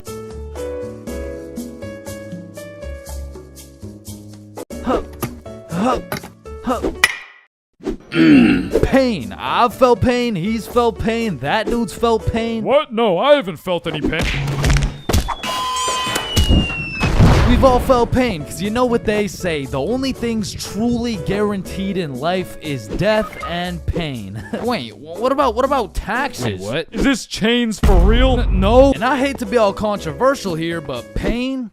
That shit hurts, bro. Specifically, the little shit that just does 1 damage has no business hurting so bad. Like stubbing your toe or biting your tongue or fucking paper cuts. Like that shit shouldn't even hurt, bro. It's paper. It's not scary. Oh, shit. And I still remember the first time in my life I ever took some real damage and felt some real pain. And it was back when I was 4 years old. Which meant I was still learning the controls of life and shit. Like, yeah, I could run, but it was low-key like watching a dude play Fall Guys. If he was drunk and fried and asleep. But regardless, one day I was bored doing 4-year-old shit, and then I seen my arch nemesis, a fucking chair. and I instantly knew what had to be done. I had to assert my athletic dominance by running and jumping over this chair. So I take a deep breath, I run up, jump, and clear this chair clean as hell. Now keep in mind, I was 4 years old, so that was probably the coolest shit I'd ever done in my entire life. So you know I had to show my mom to make her proud of the man I've become. Hey mom, watch this. What the hell are you doing, Chains? Hey man, just watch and learn. Oh shit. I fucking ate it, bro. Like, that was the type of pain that hits so hard you can fucking taste it, and damn, that shit tasted ass, bruh. Like, have you ever taken a soccer ball straight to the schnoz? Cause that shit will have you smelling pain, tasting pennies, and seeing tears. Which is bad, but like, who the fuck invented the funny bone, bruh? Cause that shit ain't funny. Like, bro, you can't just call some painful ass shit funny and expect it to be humorous. No, the bone is called a humorous. Yeah, shut up. How humorous is this, buddy? Not humorous. Yeah, that's what I thought. And in fact, I think it's the opposite of humorous. Like, yo, did you guys know 1 in 4 dudes is gay? Wait a minute. Gee, I sure hope it's Owen, cause he's sexy as hell. Yeah. Y'all hit the funny bone too? Yeah, I did. If I had a pain tier list that went from shit ain't nothing to... I'd probably rate hitting your funny bone a solid.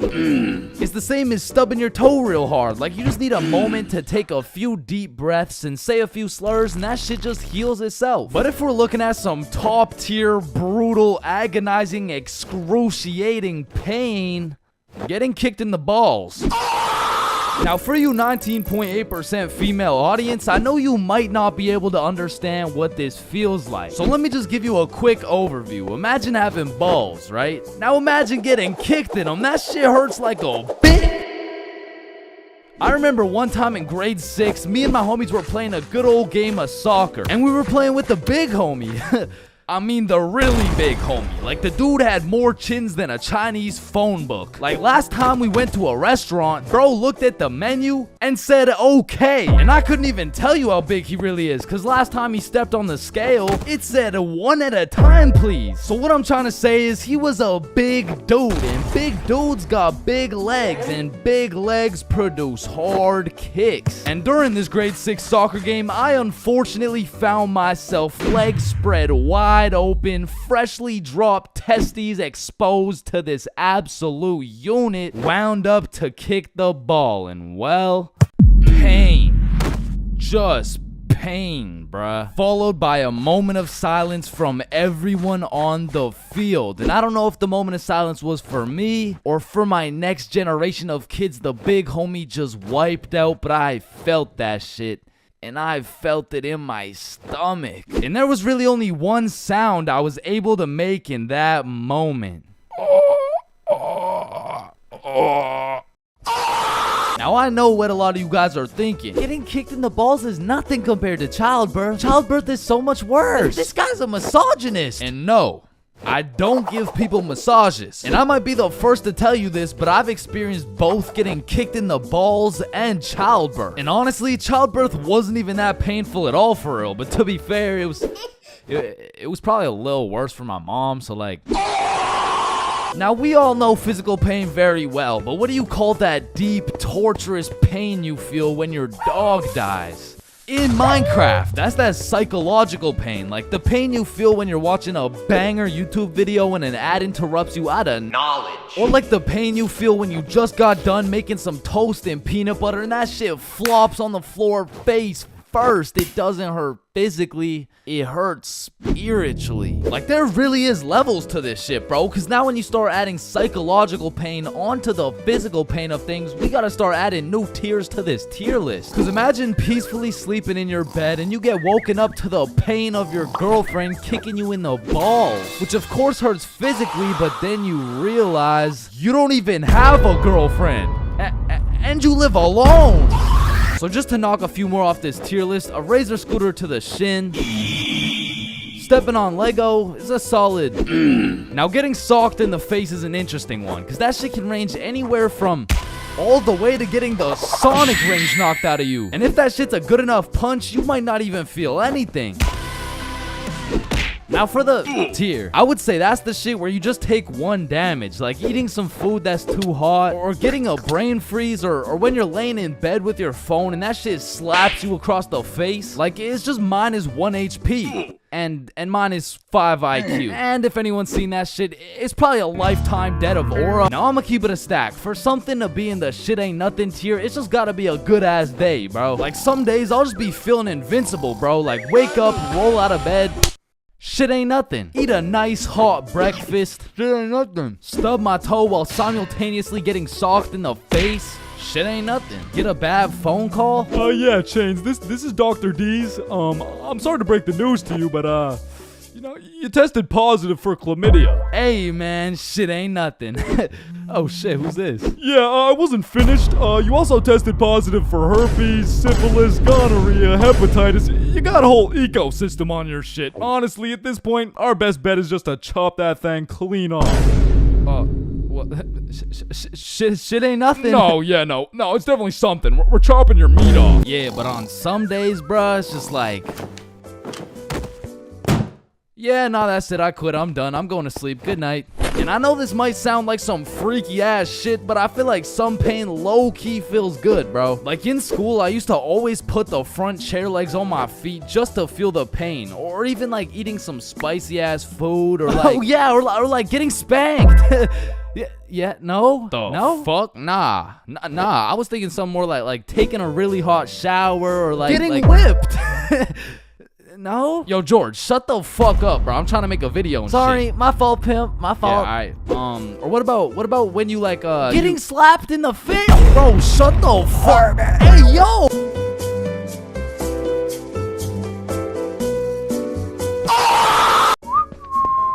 Aw, can I pet your dog? Yeah, for sure. Aw, what's your name, little guy? His name's Ben. Bang. Aw, he's so cute. I just wanna punt that motherfucker.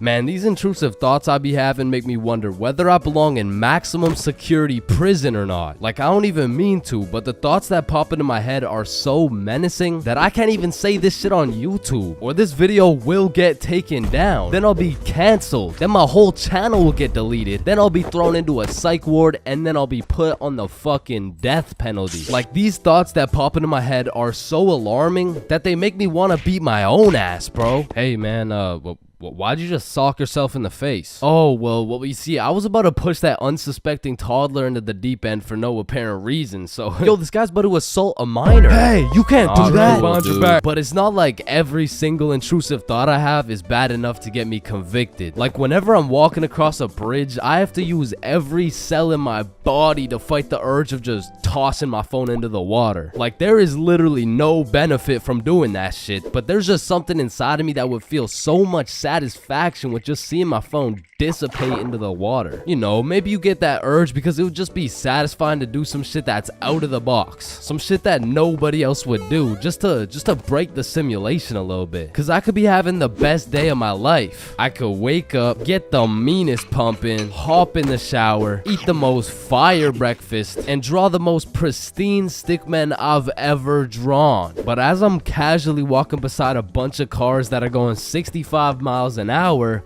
I'm still gonna have the urge to just throw myself in front of a car, bro. And it's not even on some emo shit. Like, I want to live, but I also want to dive into some oncoming traffic. But at least I'm not the only one who does this. Like, other people do this.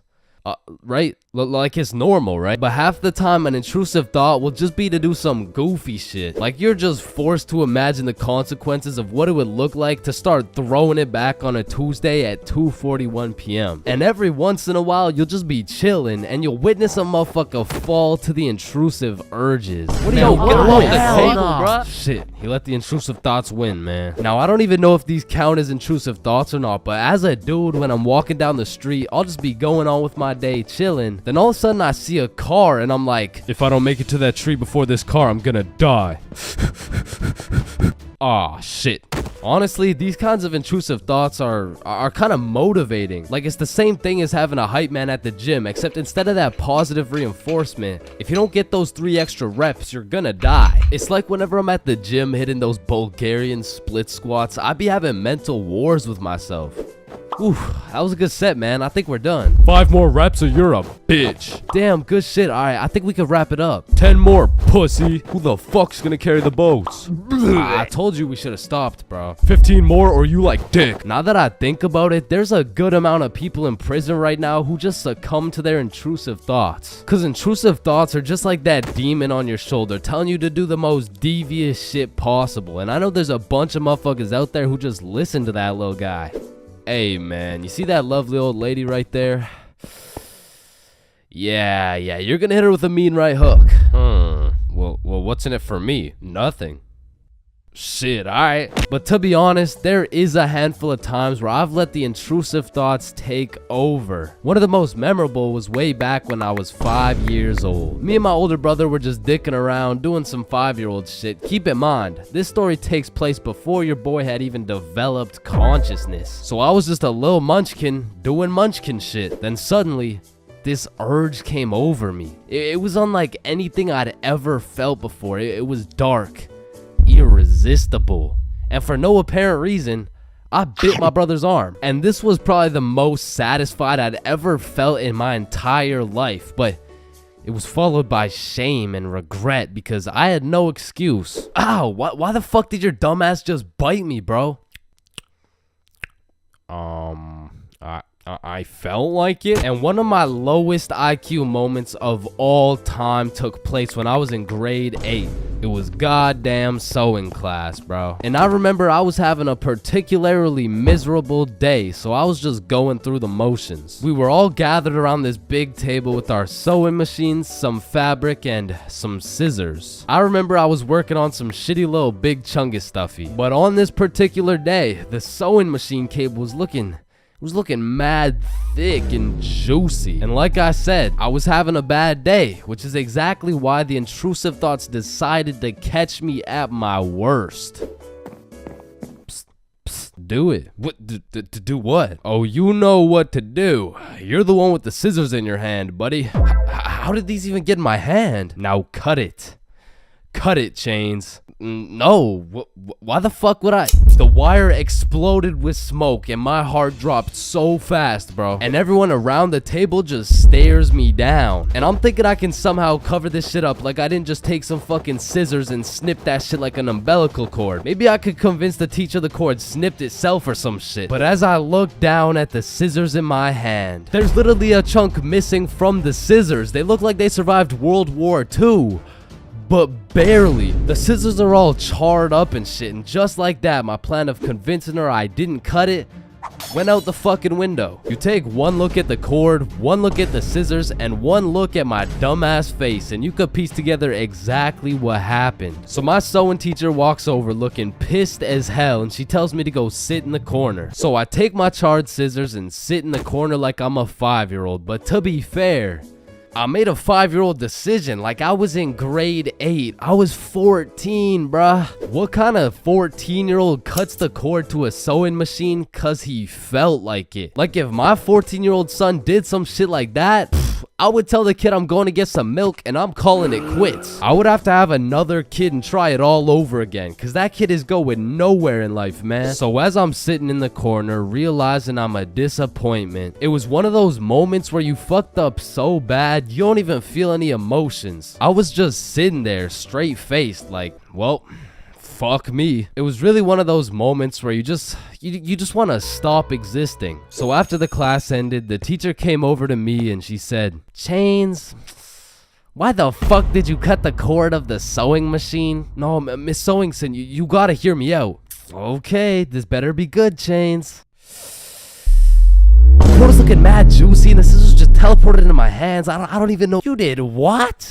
Mom, it was the intrusive thoughts that they told me to do. Oh, I'm about to intrude that ass. The fuck?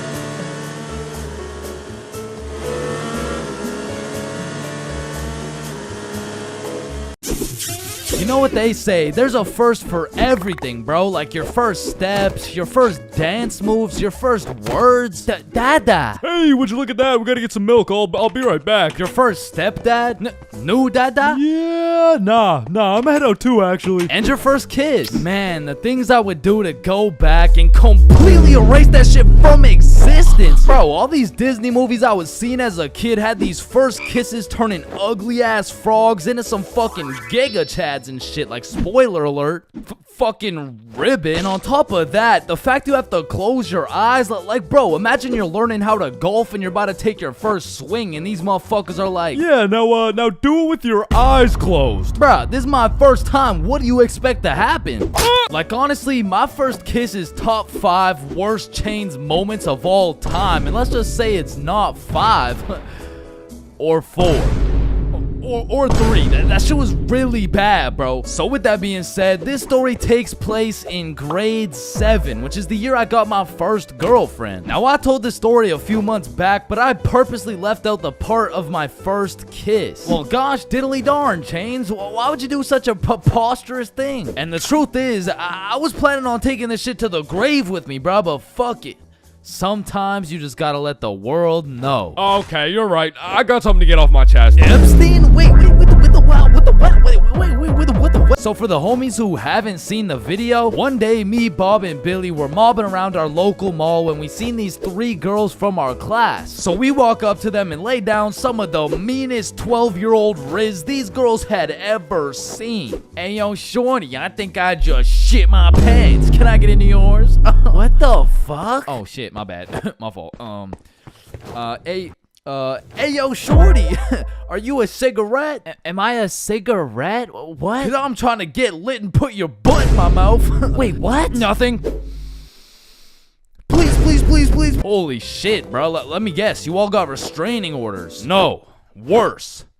We got fucking girlfriends. And 12-year-old me had no business dating nobody, bruh. Like, my dumbass could barely even handle playing Fortnite with a girl. Like, oh, hey, Gamer Girl 97, I'm kind of low. Can I chug on your jugs? Oh, no, sorry. Whoa, I mean, I just want to slurp on your juice. No, I'm sorry. I mean, like, I need heels. Can I trade you? What do you need? Oh, yeah. Is there any way you can get me some mats? Oh, yeah, no, I'd love to give you my wood.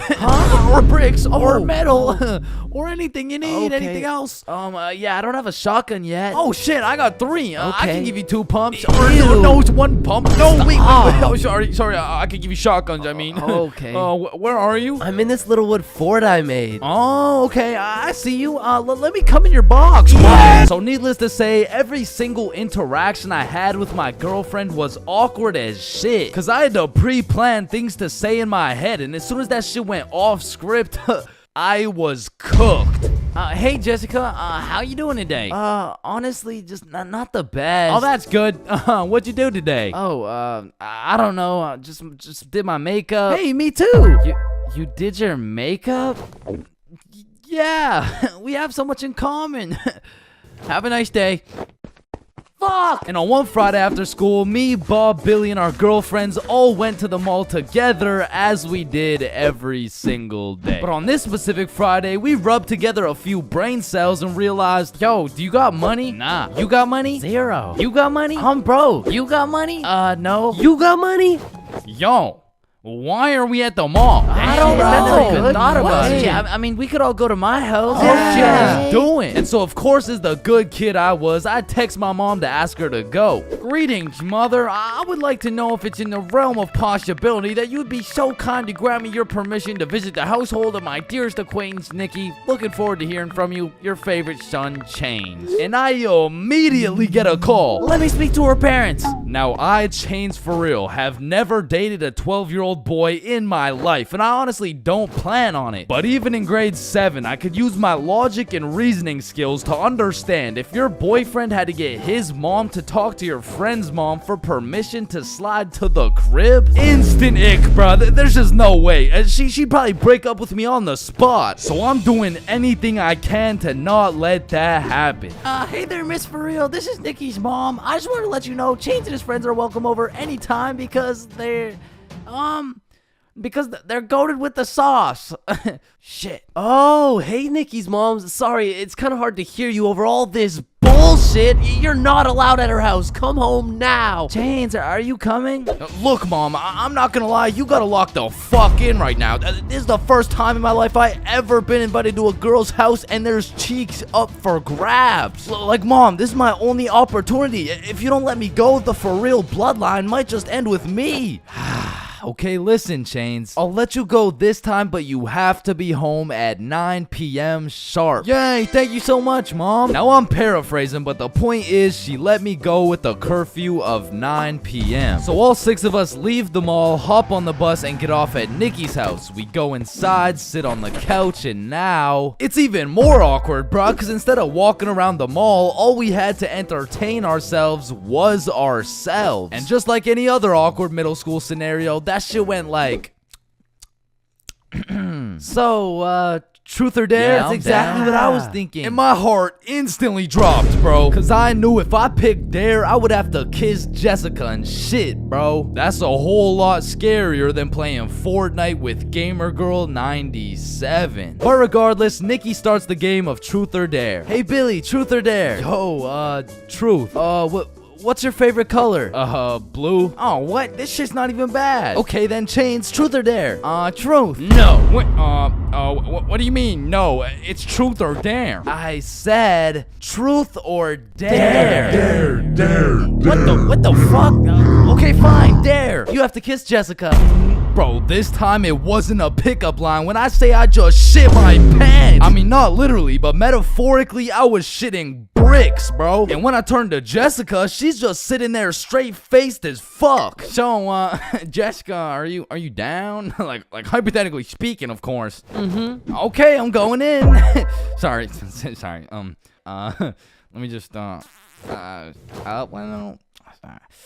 Hey, bro, I'm not gonna lie, this is fucking weird. You guys are just watching and shit. Like, I don't know, it's just kind of. Oh, so if we weren't watching you do it? I mean, yeah, I would actually. Wait, what the fuck? Every single one of these motherfuckers ran to the corner and started staring at the wall. Like, did you do it yet? We're not looking till you do it. Yo, hurry up, dumbass. So now I got all this pressure on me to do this shit, but Jessica's out here looking at me like.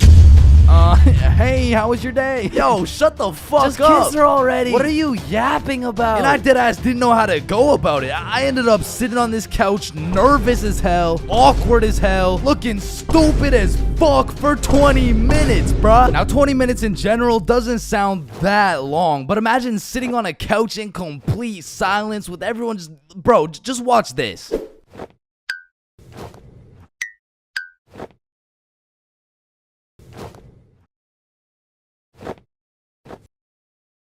My brother in Christ. That was 10 seconds, bruh. Imagine doing that times 120. So after the second longest 20 minutes of my life, I say, you know what? Fuck it. And Nikki's mom walks in the room. Hey, who wants snacks? Oh. And at this point, I checked my shitty-ass Samsung Galaxy 3 and it was already 8:50 p.m. And with the curfew at 9, I had no choice but to lock in. So I lick my lips, close my eyes, and real quick, I smash our mouths together. And when I turn around, not a single motherfucker is facing the wall. I look the other way and Nikki's mom is peeking around the corner with her fucking mac and cheese and shit. So I made like my pops and I was out that hoe. Pleasure doing business, Jessica. Wait, what? Where are you going? Thanks for having me, Nikki's mom. What the hell was that? And I proceeded to sprint home, making it home at 8:59, exactly 1 minute before my curfew. And that night, when I went to bed, I couldn't sleep, bro. I haven't been able to sleep since. Damn, I should have taken this shit to the grave with me. Fuck.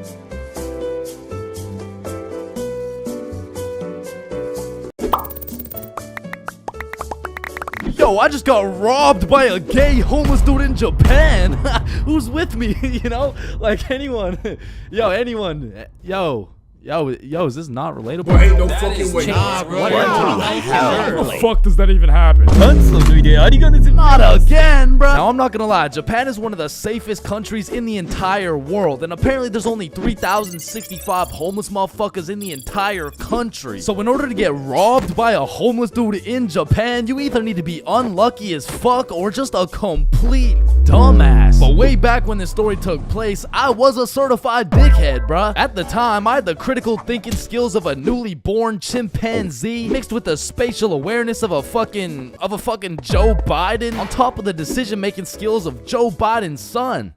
So with that being said, this story takes place way back a few weeks ago when me, Bob, and Billy hopped on a flight to Tokyo. And as soon as we arrived in the city, we started absorbing all that food, bro. Sushi, ramen, fucking cow testicles, you name it, we ate it. And after an entire week of decimating every last crumb of food in Tokyo, we thought, well, that was fun. I guess it's time to go home. Yeah, I guess so. And as we're ready to pack it up, we overhear a few people talking. Oh, hey, konnichiwa. we come from the United States of America. How do we go to Osaka? Yeah, man, Osaka has some of the best food in Japan. Just take this train right here and you're there. Wow, you're English. Very good. I'm from Washington, dipshit. Oh, I see. Washington dipshit. Is that Chinese or? Holy shit, did you hear that? Yeah, no, that guy's fucking clueless. No, I'm talking about Osaka. Apparently the food's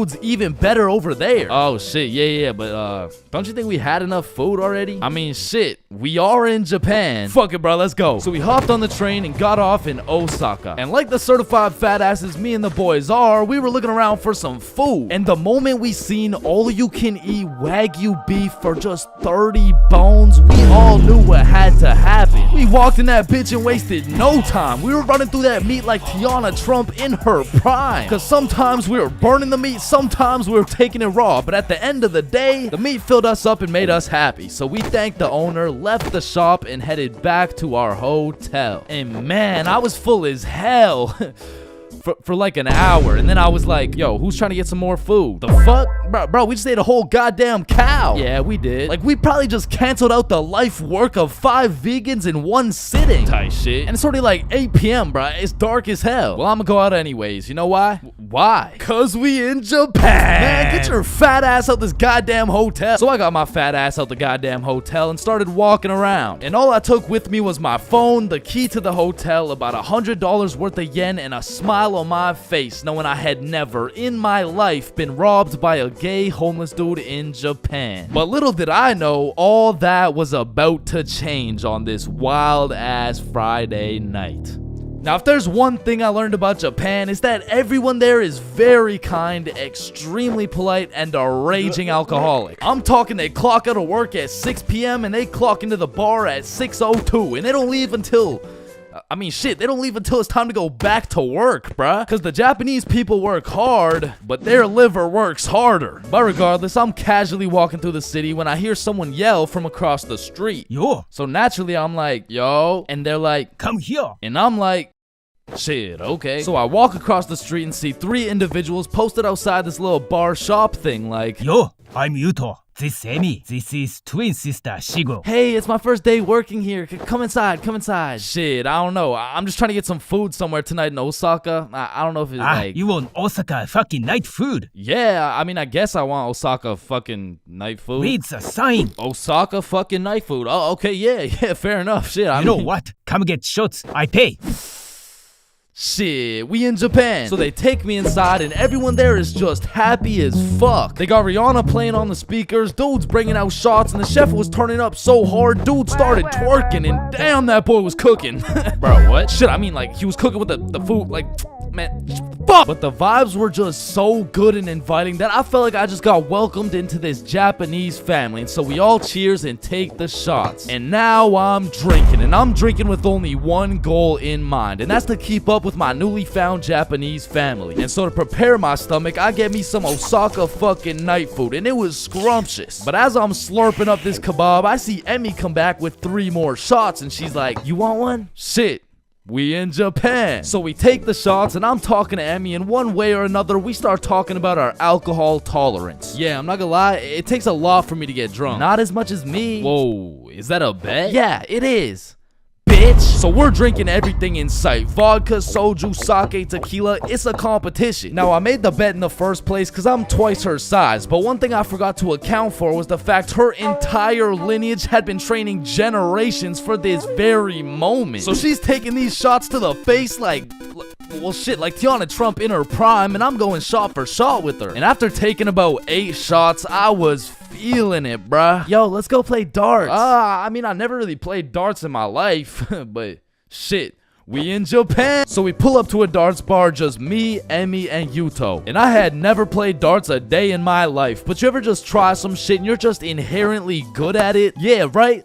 Yeah, that shit was not me, bro. I was dog shit. I was out there looking like I was drunk as hell.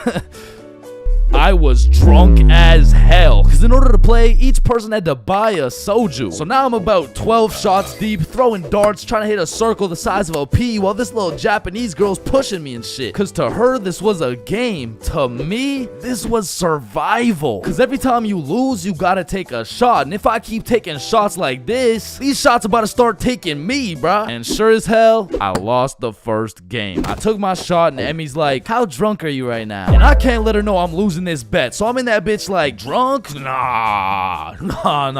Shit, where I'm from, we brush our teeth with a bottle of Jack. Ah, okay, then loser takes 2 shots. Yeah, let's do it. So one thing leads to another. Now I'm 16 shots deep, and Emmy's like, I'm gonna go to the washroom. I'll be right back. And then Yuto's like, Yo, Chains, we must talk. Oh shit, yeah, what's up? Now Yuto had a strong accent and very limited English, so it really went some like, Emmy, bomburu. Huh? Emmy, have bomburu. Yo, Yuto, no, I don't speak Japanese, dog. No, Emmy, use bomburu. Swipe left, swipe right. Bumble. Oh shit, Emmy uses Bumble. Okay. Yes, and she texts the Bumble guy. Come here. Oh hell nah, bro. I'ma have to abort mission. Me too. You too? Hi, Emmy, do you daddy? Fuck Emmy. Oh shit, facts, let's dip. So we sneak away to the elevator and we're spamming the up button trying to leave, and this shit is just not coming, bruh. So we both peek around the corner to see if she's coming, and she notices us. Oh shit, guys, we're leaving? Yeah, we are leaving. Fuck. So we all get in the elevator and Yuto whispers in my ear like, when the elevator open, we run. And I'm drunk as shit, but I was the fastest kid in my elementary school, so as soon as the doors open, we hauled ass, bro. And I just kept running till Yuto was like, stop, we go to bar. And I'm just having a great time existing at this point, so I walk into this bar all drunk like, where the hoes at? Oh shit. Oh shit. Where the bros at? Yuto took me to a gay bar, bruh. Now, of course, there's nothing wrong with the gay bar, but it was the fact that after drinking 16 shots, I just sprinted full speed away from a cute Japanese girl to run straight into a room filled with a bunch of sweaty gay dudes. And these motherfuckers were looking at me like I'm some fresh meat or some shit. And it really just had me questioning my entire life. I was in that bitch confused, frustrated, drunk as hell, ready to crash out. I was gonna leave that bar looking like like a fruit explosion. No, Sebastian, what the wrong video? What the fuck? Oh, hey, is that Diddy? So you're trying to see a fruit explosion, huh? No. So I left the gay bar, called up Emmy, we link back up, and the first thing she says to me is, fuck you. Fuck me? What? Nah, fuck you. Why'd you run from me? Bruh, you were inviting Bumble dudes and shit. What? No, what are you even talking about? I mean, Yuto said, like, you know what? Don't even worry about it. Okay. Well, let's go to the club. And I'm like, shit, we in Japan. So we're at the club doing club shit, and after an hour or so, she's like, let's take some shots. And I'm like, shit, we in Japan. I am blackout drunk, bro. I don't even know how many shots deep I am at this point, but all I know is I'm so drunk, I gained the ability to fucking teleport. So I'm in the club, and as soon as I blink, I'm in a bar. Then I'm in a club, back to a bar, to a new club, McDonald's, bar, karaoke club, bar, love hotel. Love hotel? Man, what the fuck? You said you wanted to sleep. Damn. Yeah, nah, I probably said some shit like that. I don't fucking know. So we walk into our room, and the very first thing I notice, the hub on the TV, vibration devices on the bed, protection everywhere. Shorty just lured me to the Japanese freak chamber, bruh. I blink, and we teleport to the bed, but we were just talking like, yo, Yuto said you were inviting dudes from Bumble. Oh my god, okay, Yuto's a liar. Listen, I gotta tell you something, but you can't tell anyone. Nah, I won't tell a soul, you know. I will not post this on YouTube, clip it up, post it on TikTok, Facebook, LinkedIn, Instagram, Reels, or anything like that, you know, like, Yeah, that'd be weird. Okay. Okay. So Yuto's homeless. Wait, what? Yeah, like he just goes to the gay bar and then goes back to a dude's house and sleeps there. Damn. Oh man, I didn't even know. And then he steals their money. Wait, he what? Yeah, he just steals their money. Wait, but it's just the gay dudes, right? Yeah, it's mostly just the gay dudes. I check my pockets. The money's gone. Fuck. You said it's only the gay dudes. Yeah, nah, he just steals from the gay dudes. Fuck, I want to go home, bro. So I leave the Love Hotel, and at this point, the sun is coming up, and I'm still drunk as hell, walking like a zombie. I pull out my phone to go use Google Maps, and that shit dies, bro. So now it's just me and my last few brain cells trying to make it to my hotel before I pass out. And I'm stepping over Japanese motherfuckers blackout drunk sleeping on the sidewalks, thinking I can't end up like them, but honestly, I have no clue where I am, no clue where the hotel is, and no clue what time it is. And after what felt like hours of aimlessly walking around, I blinked and I fell asleep, bruh. And when I woke up, I was in my bed. I genuinely don't know how, who, what, when, or why, but shit, I wasn't complaining. But by the time I got out of bed, it was 6 p.m. and I didn't remember shit. I had to go through my camera roll and piece everything together like The Hangover. But at least that Friday night, I learned a very valuable lesson. Don't try to outdrink the Japanese motherfuckers, bro. You'll lose every time.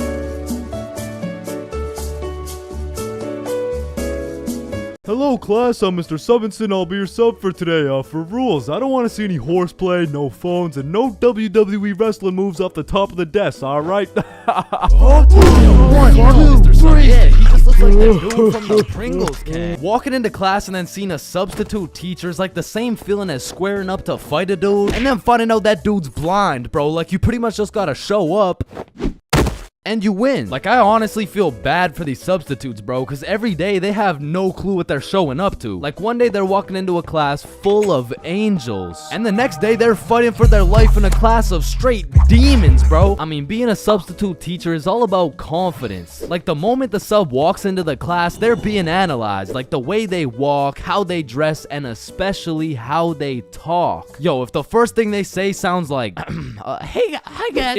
It's raps, bro. If you start the class sounding like an intro to an 8-year-old's Minecraft Let's Play, paper's gonna be thrown, pencils are gonna be thrown, fucking dudes are gonna be thrown, like, it's gonna be straight anarchy, bro. But when the sub walks in the room with a little pep in his step, a little drip in his fit, and most importantly, he starts the class sounding like he's done this shit before. Hey guys, I'm Mr. Peppinson, and today we mean business. All of a sudden, people are listening. Everyone except for one man, the class clown. He's gonna see that confidence as a challenge, and bro's gonna start testing the waters to see if this sub is really about it. And that is how Y equals MC squared. Any questions? Yeah, blue hat. Yeah, Mr. Peppinson, why are you built like that? Oh, you mean built like The Rock? Yeah, these are called muscles. You learn about them when you hit puberty. But bro, I'm in grade 11. I've already hit puberty. Yeah, nah. That's not what your peach fuzz mustache is telling me, buddy. Okay, well, your hairline is telling me it's going on a vacation, bruh. Alright, let's see your shit then. Yeah, like, it's not bad. Like, some substitutes are so good, you just wish they were your real teacher. Like, I remember one time in grade 10, I had this math class with one of those teachers who used to yap the whole time and then assign a bunch of homework with 5 minutes left in class. And then one day, a goat walked into our class. A goat who went by the name of Mr. G, or more formally, G-Dog. Now, G-Dog was packing a mean 68 years in his lifespan. However, he had the utmost pep in his step, paired with the drippiest of fits. And he was the type of dude who would lay down some respectable rules, and if anyone broke them, he wouldn't get mad. He would just simply flame the living shit out of you in front of everybody. And that's how you calculate the surface area of... no text while I'm talking, please. I'm just texting my mom. Oh wow, that's crazy. How's she doing? Psh, wouldn't you like to know?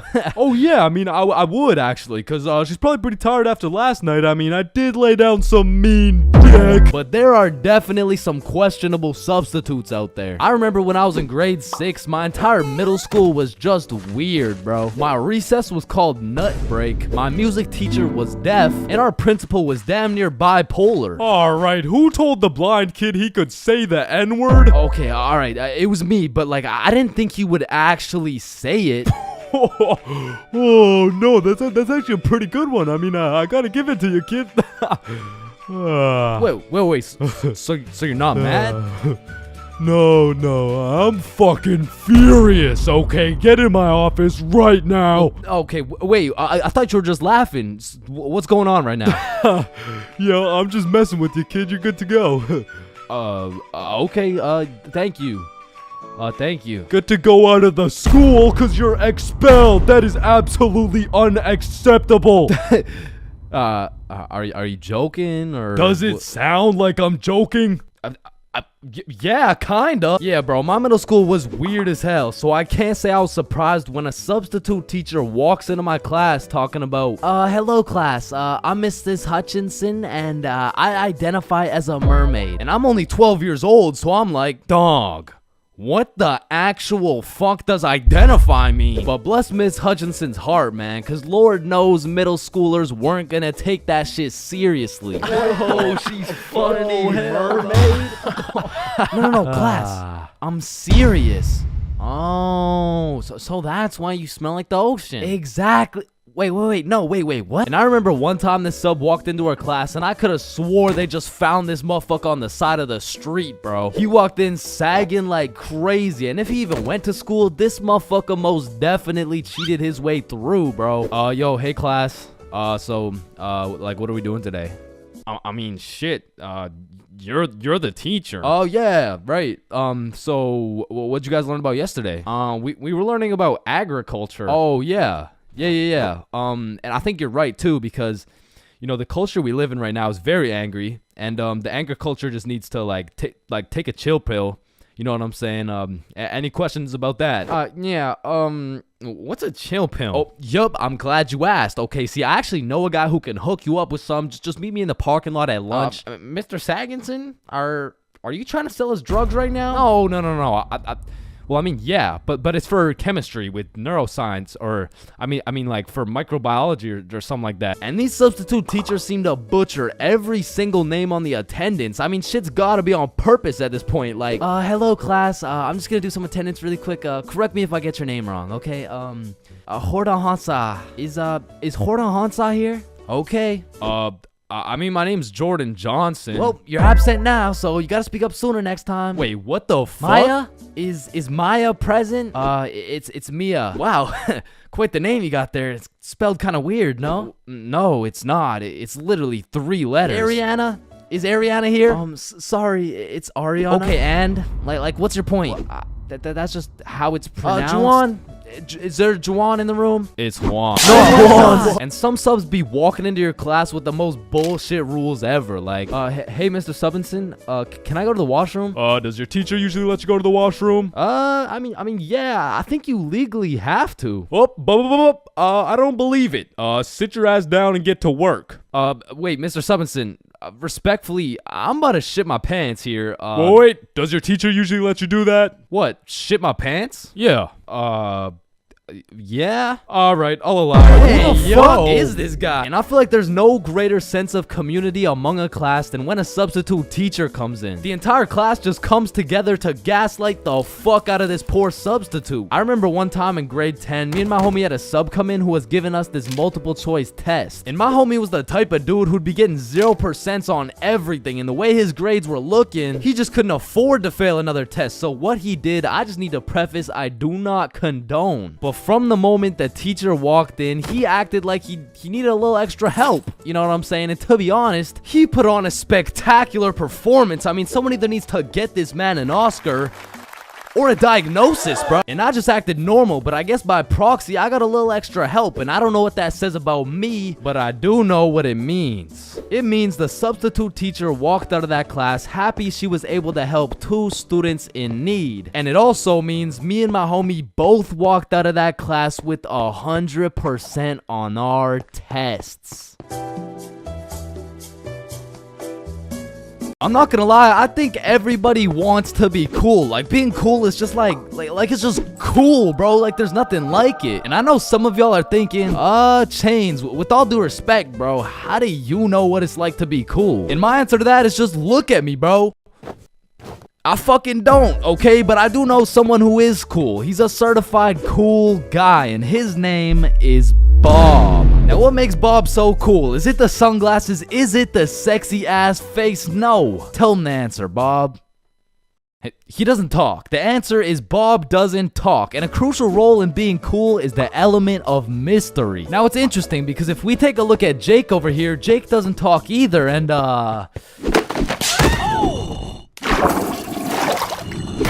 I don't think, I mean, like, me personally, you know, I don't really think Jake's that cool. So that means to be cool, you can't just stop talking. I mean, I remember one time, I thought if I threw in some earbuds and stopped talking to motherfuckers, everyone would see me as some cool, mysterious guy in the shadows. And I'm not even gonna lie, I was walking through the halls feeling like Batman. I could even see the people talking about how cool I was. Come to find out, it was more like, does this kid even talk? Nah, I don't think so. Yo, what's up with this kid? I'm pretty sure he's autistic or something. Because the truth is, there's a very distinct difference between Bob's silence and Jake's silence. I mean, Jake didn't talk because he would probably get his ass beat for literally anything that comes out of his mouth. But Bob, on the other hand, doesn't talk because he doesn't have to talk. Like, watch this. Oh my god, Bob. I love you, Bob. Now, just for science reasons, let's just see what happens when I do the same thing, you know? Why not? What's the worst that could happen? Hello? Can I help you? Oh my god, help. There's this creepy guy. At least she did. Get on the ground. Hands behind your back, buddy. Now, it's important to note that being cool is subjective. Like, for example, some people think I'm cool, you know? Like, in this big-ass world, surely there's someone out there. No, there isn't. Nobody thinks you're cool. Shut up, loser. Okay, well, what I was trying to say is you're gonna find someone cool who I don't find cool, and I'm gonna find someone cool who you don't find cool, and that just leaves us with the question, what is cool? So to answer this question, I need you to think of the coolest dude on the earth, and I'm about to guess, okay? You got it?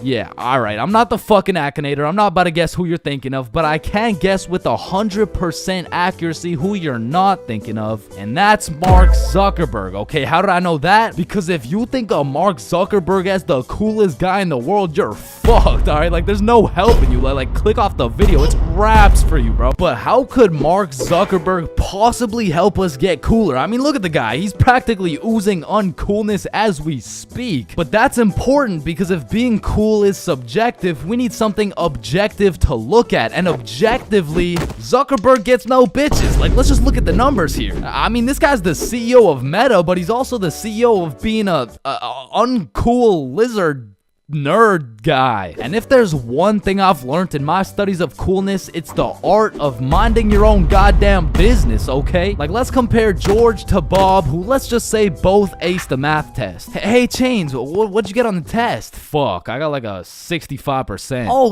that's really good for you. That's good for you, yeah. I actually got 100% plus the bonus question. Oh, wow, nice, bro. Billy, what'd you get on the math test? Math test? The dog. I could have swore that shit was chemistry. Nope, it was math, and I got 103%. Bob, what'd you get? Oh, 110. There was only one bonus question. That's impossible. Oh, kissy face. Bob, did you pipe the teacher? And that's probably why Zuck over here is so uncool. He's minding a million people's businesses, probably looking through their cameras and shit like, yeah, fuck you, Mark. And the most important trait for being cool is having confidence. You just can't be cool while shivering your timbers, bro. And I know some of you are thinking, oh, well, I guess it's over for me then. And no, it's not over for you, bro, because confidence is the most fake it till you make it shit ever. Like, you're not gonna say the perfect thing every time. Lord knows I don't. I'm pretty sure I say the wrong thing every time, but if you say that shit with your chest, people let it slide, bro. And I said, no, I wouldn't suck your dick for $20. Oh, well, that makes one of us.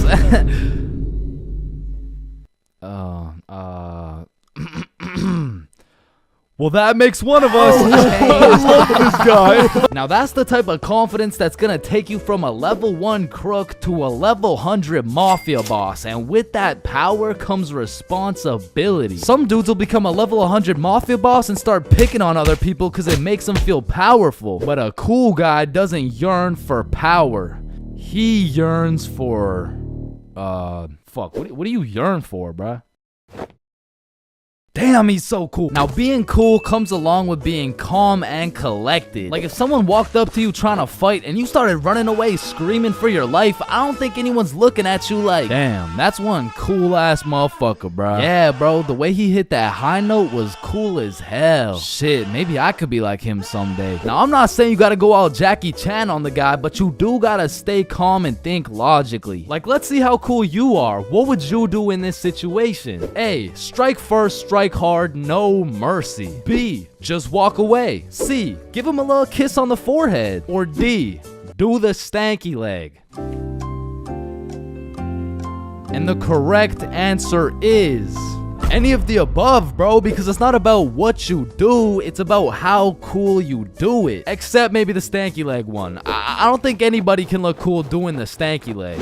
But doing any of the other options, you could look cool as hell. Like, A, strike first, strike hard. Boom, one punch knockout. That's cold. But if you throw first, miss, eat shit, not cool. B, walking away. You're cool as hell, unfazed. Unless you get jumped from behind and get your ass beat. Not cool. C, give him a little kiss on the forehead. Assert your dominance. You pretty much just made him your son. But if you miss, well, now you're just kissing a dude, so yeah. Now, even though being cool is all about how you do things, there's a few things that nobody can look cool doing, like riding a scooter, chasing a bus, taking pictures with an iPad, chasing paper in the wind, using VR, washing a cucumber, waving.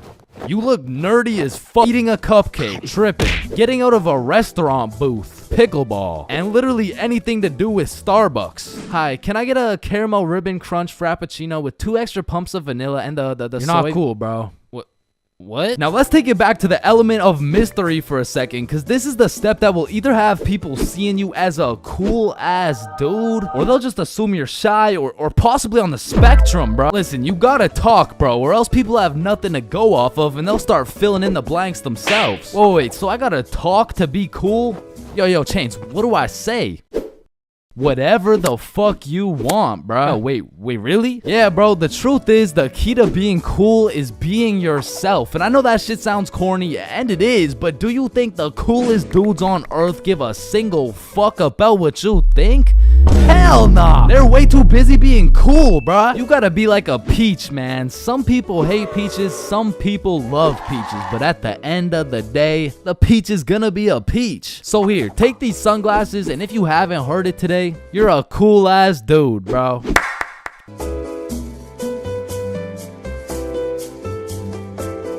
Listen, bro, in this world, there's levels to clout. You could get yourself some Instagram followers, you could stack up a few bands, you could even be famous, but there's only one spot in life that is superior to the rest. A spot so glorious and sought after that they are idolized like no other. It's me, I've got the infinite money glitch. Come on, Jimmy, you know it's me. I need a max win. Man, shut the fuck up, Drizzy. I'm literally Kanye West. Nah, but I'm the top G. Alright, low bro, let's go band for band then. It's me. But I'm the fastest kid in my school. Bro, I don't know who decided speed would be the deciding factor for who's the king of the school, but all I'ma say is that motherfucker's the GOAT, bro, because I was the fastest kid in my school. I was clapping everyone in races, I was breaking track records, and I had all the 9-year-old baddies, man. I wish I could still pull like that.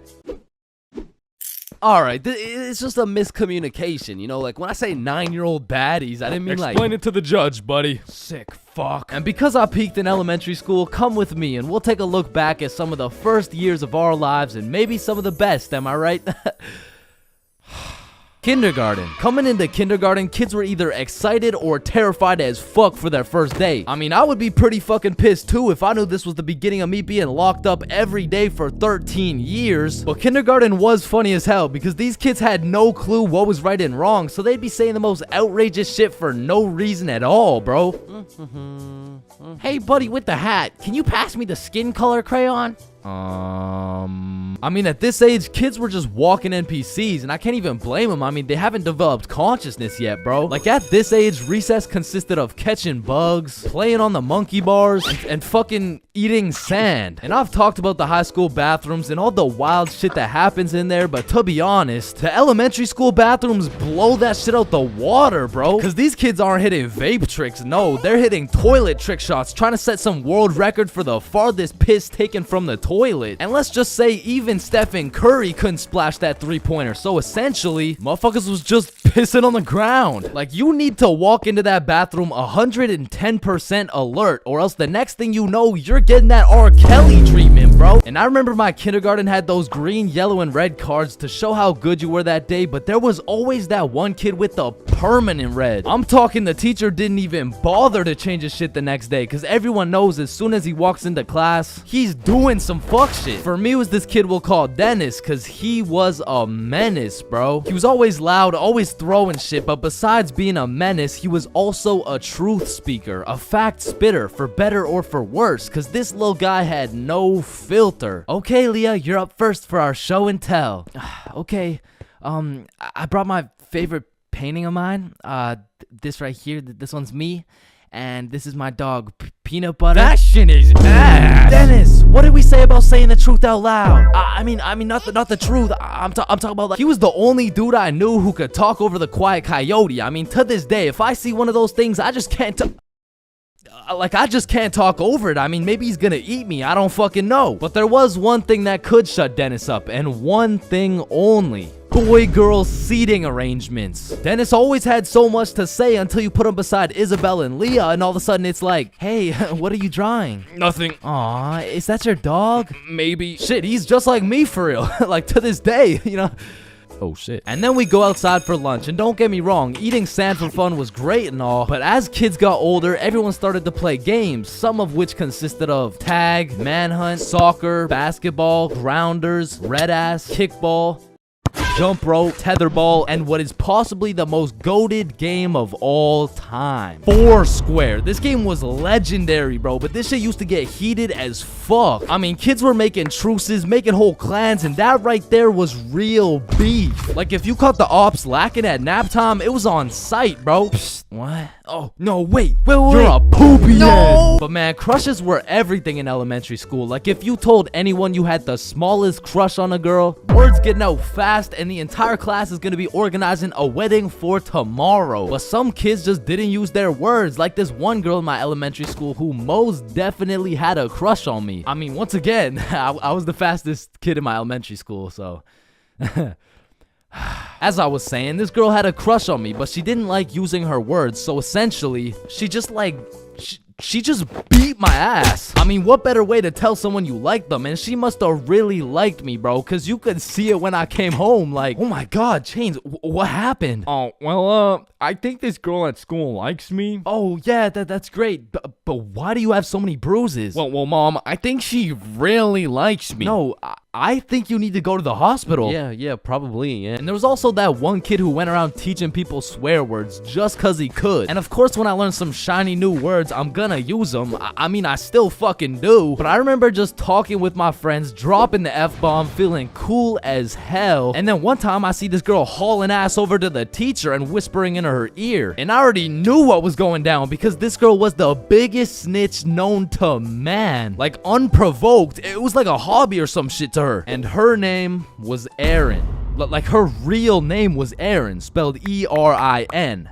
Yeah, how's it feel to get snitched on, buddy? But getting in trouble in elementary school was tough because they would act like you were committing war crimes for the smallest things. Like, when I got snitched on for swearing, I was in grade 4. I was a big boy, you know what I'm saying? But my teacher was pissed, bro. Chains, you can never say that word. It's horrendous. What does horrendous mean? It's not good, okay? Aw, shit, my bad. Chains! Oh, sorry, it's just stuck in my fucking brain. Chains, cut it out right now or you get detention. Okay, I'm sorry. I'm sorry, motherfucker. What? And I'm not gonna lie, the most cursed part of elementary school was the talent shows, bro. Because the teachers expect you to be all quiet and serious and shit, but it was literally a real life try not to laugh. Like, how am I supposed to be serious when Jimmy's up there shitting out Minecraft parodies like it's comedy gold? I mean, at my my school, it was less of a talent show and more of a come on stage in front of the entire school and do whatever the fuck you want for 10 minutes type of show. And man, that shit was brutal. It was like watching paint dry. But if the paint was 7 years old and standing on a stage in front of the entire school, nervous as hell, shitting his pants. Cause elementary school had some weird kids, bro. Like those kids who used to put glue on their hands to let it dry so they could peel it off. Or the kid who would just straight up eat the glue. Or the weird kid who would secretly take a bite out of every single foam football. Like, how are you that hungry? The kid who only wore shorts through rain and snow. The kid who was mad at everyone for no reason. The kid who wouldn't stop yapping. The kid who always had to flex how strong their dad is. My dad is so much stronger than yours. He can beat up your dad with his pinky finger. He can bench press 625 pounds. Wait, what even is that? You don't know what a bench press is? No. What the fuck is a dad? The kid who thought he was Albert Einstein. The snitch named Aaron lives at 354 Stickman Way. The fake snitch. Bro, you won't believe what I just did. What'd you do? I just put my juice box in the recycling. Get this? With the straw inside. I'm telling the teacher. Bro, chill. Teacher. Jackson. Yeah, can I go to the bathroom? The teacher's pet named Aaron, ERIN, postal code 3310. And of course, the fastest kid in the school. You know what I'm saying? That was me. I was him. I was the fastest kid in my... Man, I don't know about y'all, but for me, having an older brother is like... Oh, chin check. Damn, bro. L chin, am I right? Nah, I got you a gift, though. Damn, for real? Yeah, open them up. Oh, these are tough. Let me try them on. Yup. You know what these are good for, bro? Yeah, what is it? I'm not gonna lie, bro. I still love having a big brother. Like, yeah, you get your ass beat bi-weekly. Yeah, these motherfuckers will steal your food. And they be frying your shit for no reason whatsoever. Chains for real, not as Chipotle for real. Because he's wrapped like a burrito. But let's think about it, bro. What is the alternative? A big sister, bro? Hell nah. These motherfuckers will force you to do your makeup and shit. Alright, yeah, pull the plug. But it looks good. Pull that shit. Like, pull the plug. So I don't think we can do that. Pull the plug. Pull the fucking plug. Like, having a brother's an interesting situation. Because I would trust this motherfucker with my life. No questions asked. But I'm not trusting him with my Chipotle for a second, bro. Like, I was born with my very own #1 hater and my #1 supporter who just happens to have the same mom as me, bro. But listen, nowadays, I'm a grown-ass man. My brother, a grown-ass man. Now that we're both grown, we get along like PB and J. Yo, that's what I was about to say, bro. For real, though. We get along like chicken and waffles. Okay. Yes, sir, bro. We get along like Salt and Vic. Nah, I don't get it, bro. I don't know what you're trying to say. Nah, I mean, what I'm trying to say is if I'm eating, worried, if he gets into a fight, we get into a fight, if someone reads my search history, we searched up Lola Bunny furry buns, looped up, shaking it wild style, Nah, hell nah. What are you doing, bro? We didn't do that? Fuck no. Okay, yep, no, that's fine. But a lot of shit has changed throughout the years, man. Back in the day, me and my brother were ops, bro, because this motherfucker's sole reason for living and breathing was to rage bait my ass. And I was like 5 years old, still figuring out who's milking the chocolate cows and shit. And big bros hit me with shit like, yo, what's 9 plus 10? It's 19. Get a load of this dipshit. Bro, it's literally 19. Man, what the fuck? Okay, why are you so mad, bro? Bro, you literally Tired, relax, bro. Just sit down, take a deep breath. Who's a good boy? Yeah, man, now, me and my homies used to wrestle all the time, and my record was decent. We're talking like 50-10, and at the time, my signature go-to finisher move was the guillotine choke. It had seriously never let me down once until I tried that shit with Big Bro, and I started guillotining my ass beat, dog. My brother's 3 years older than me, so that shit was like a boss battle that you just don't have enough XP for, bruh. Like, when I would pull up on him, I hear boss battle music, my health bar pops up, and I start unloading the clip on this motherfucker, but he's done beat my ass so many times. He's got my moveset memorized and shit, bro. Like, this motherfucker's the Picasso of beating my ass specifically. Like, every time, I was getting folded like an omelet, folded like origami. I was getting folded like I was playing poker, the way he just dealt me these hands, bro. And maybe you're thinking, Big Bro got the strong genes, so I got the smart genes type shit. Nope. Nope, not. This motherfucker took those genes too, bro, and he put them to use. Cause he used to manipulate the shit out of me, bro. Like, I remember one Halloween a long time ago when I was like 4. My mom came up to us with 2 costumes, right? One was Spider-Man with the fake muscles and everything, and the other was Shrek. It was Shrek. Yo, I call Spider-Man. No, but I want Spider-Man. Actually, you know what? I want Shrek, man. Shrek is cool as hell. Like, what'd he say? What'd he say? What are you doing in my swamp? Wait, no, I want Shrek. Oh, you think he's supposed to be like Mike Wazowski or some shit? I don't even know. What are you doing in my swamp? And this can't just be me, bro. But when we were younger, my brother would teach me some lingo or advanced intellectual informational shit. And I would go around school just spewing out words I don't even understand, bro. Damn, what y'all got for lunch? Shit, it's just a little PB&J. That's savage. Yeah, yeet. Yeah, man, I guess. I mean, my mom made Okay, it. Bob, I see some pizza. YOLO. What about Bevs? Bevs, what are we saying? I got some apple juice. Okay. Yeah, man, I love apple juice. I don't. Bro, what? Who doesn't love apple juice? Yeah, well, it's because my brother says that juice has a secret society where all the juices, I'm talking apple, orange, fucking pineapple, get together and they control the bank. Shit! Now, me and my brother would go at it, bro. It was a seemingly never-ending rivalry between us of me getting my ass beat, him beating my ass. Okay, maybe it wasn't a rivalry.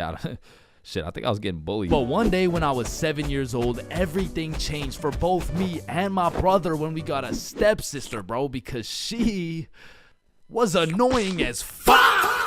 Her name was Alicia, and she was spoiled, bro. Every time she didn't have her way, she would just call up her pops, and it was raps for me and bro. Alicia was getting the princess treatment, and we were getting the fucking peasant treatment, dog. Like, let me tell you a story from my childhood, bro. I was 7 years old, and me and Alicia shared a small room, and it was split right down the middle. The left side was blue, Spider-Man bed, teddy bear, boy shit, right? And the right side was pink, Disney princess posters, Barbie dolls, all the girl shit. And one night, I was in dreamland, counting sheep, having a wonderful time, and when I woke up, I realized I done pissed the bed, bro. Grown-ass man at the big age of 6 pissing in the sheets. Hell nah. I was like, shit, man, I gotta get my act together, bro. So throughout that day, I drank a little bit less water, hopped into my cozy Spider-Man bed sheets, and went to sleep.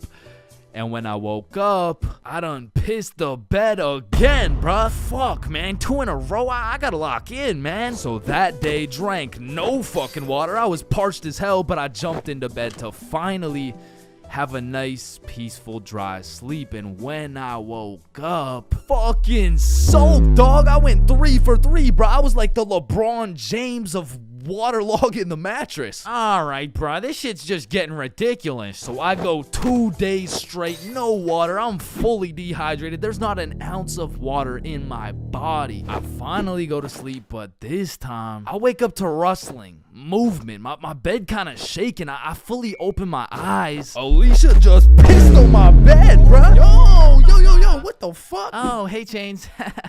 They will never believe you. Bro, I hop off the DIY water mattress, run over to my mom's room, and you gotta think about how guilty and schizophrenic I sounded, bro. Mom, Alicia's pissing on my bed. Chains, it's possible you wet your own bed while you were sleeping. No, come here. Look, she's probably doing it right now. Chains.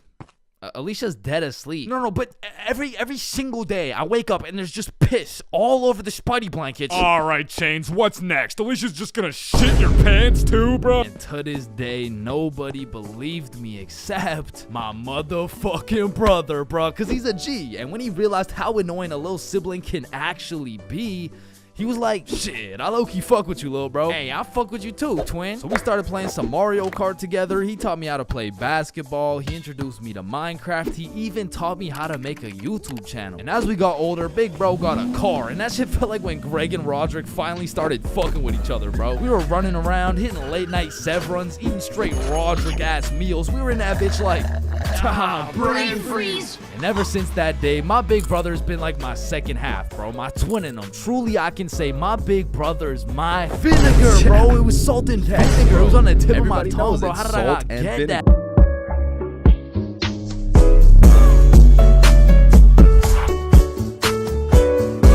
What are you doing in my swamp? Billy is one of my closest homies, and we've been friends ever since we were little kids, and for as long as I can remember. But Billy's been a dumbass, bro. I'm talking he's slightly retarded, you know what I mean? And everyone knows Billy for just two things: always making the absolute worst decision possible, and always having the best stories, bro. Like, statistically, this motherfucker should have died 61 different times already, bro. Nah, I got plot armor, bro. Bro, no you don't. I do. Man, shut the fuck.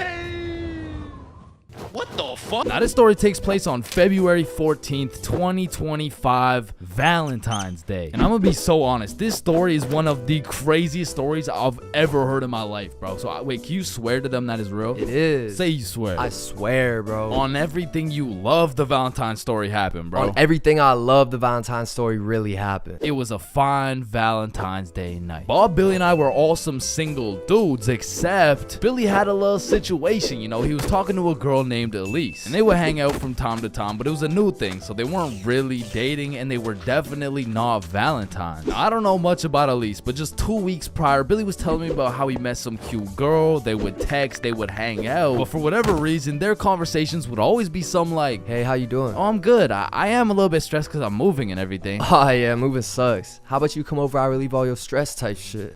Billy, I really like you. I like you too, Elise. But I think you might be a whore. Wait, what? Like, you're most likely a bop. Okay, wait, I mean, you're like, definitely a fuckboy. Okay, chill now. I've never fucked a boy in my life. So keeping that in mind, we were all single, and this Valentine's happened to land on a Friday, and because of this, we going to the club. yeah. Yeah.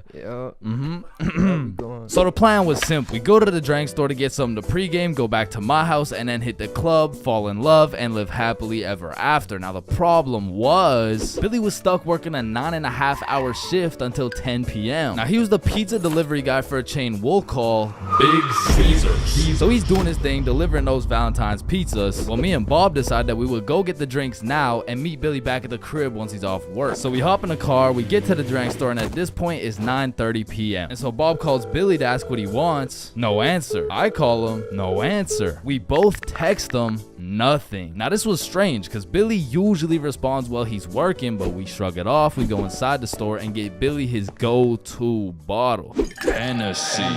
So we go back to my house and get to my room at about 10 p.m. and still no word from Billy. So we're waiting for a good 20 minutes, and then I get a text message from Billy. The craziest shit ever just happened. So I'm like, what happened? Bro, it's so crazy, I need to tell you in person. So Billy whips it over to my house, kicks down the door, and instantly starts breaking down the craziest plot I've ever heard, bruh. Yo, listen, this story takes place 1 hour ago. It was 9:30 p.m. and Billy was finishing up a long 9.5-hour shift with his very last delivery of the night, but the problem was his phone was on 1% and he didn't even have a charger. So Billy locks in and memorizes all the directions to get there right before his phone dies. So from one side of the city, Billy goes 100% straight off the dome to the other side of the city for his last delivery on this fine Valentine's Day night. Billy hops out the car, walks up to the house, knocks,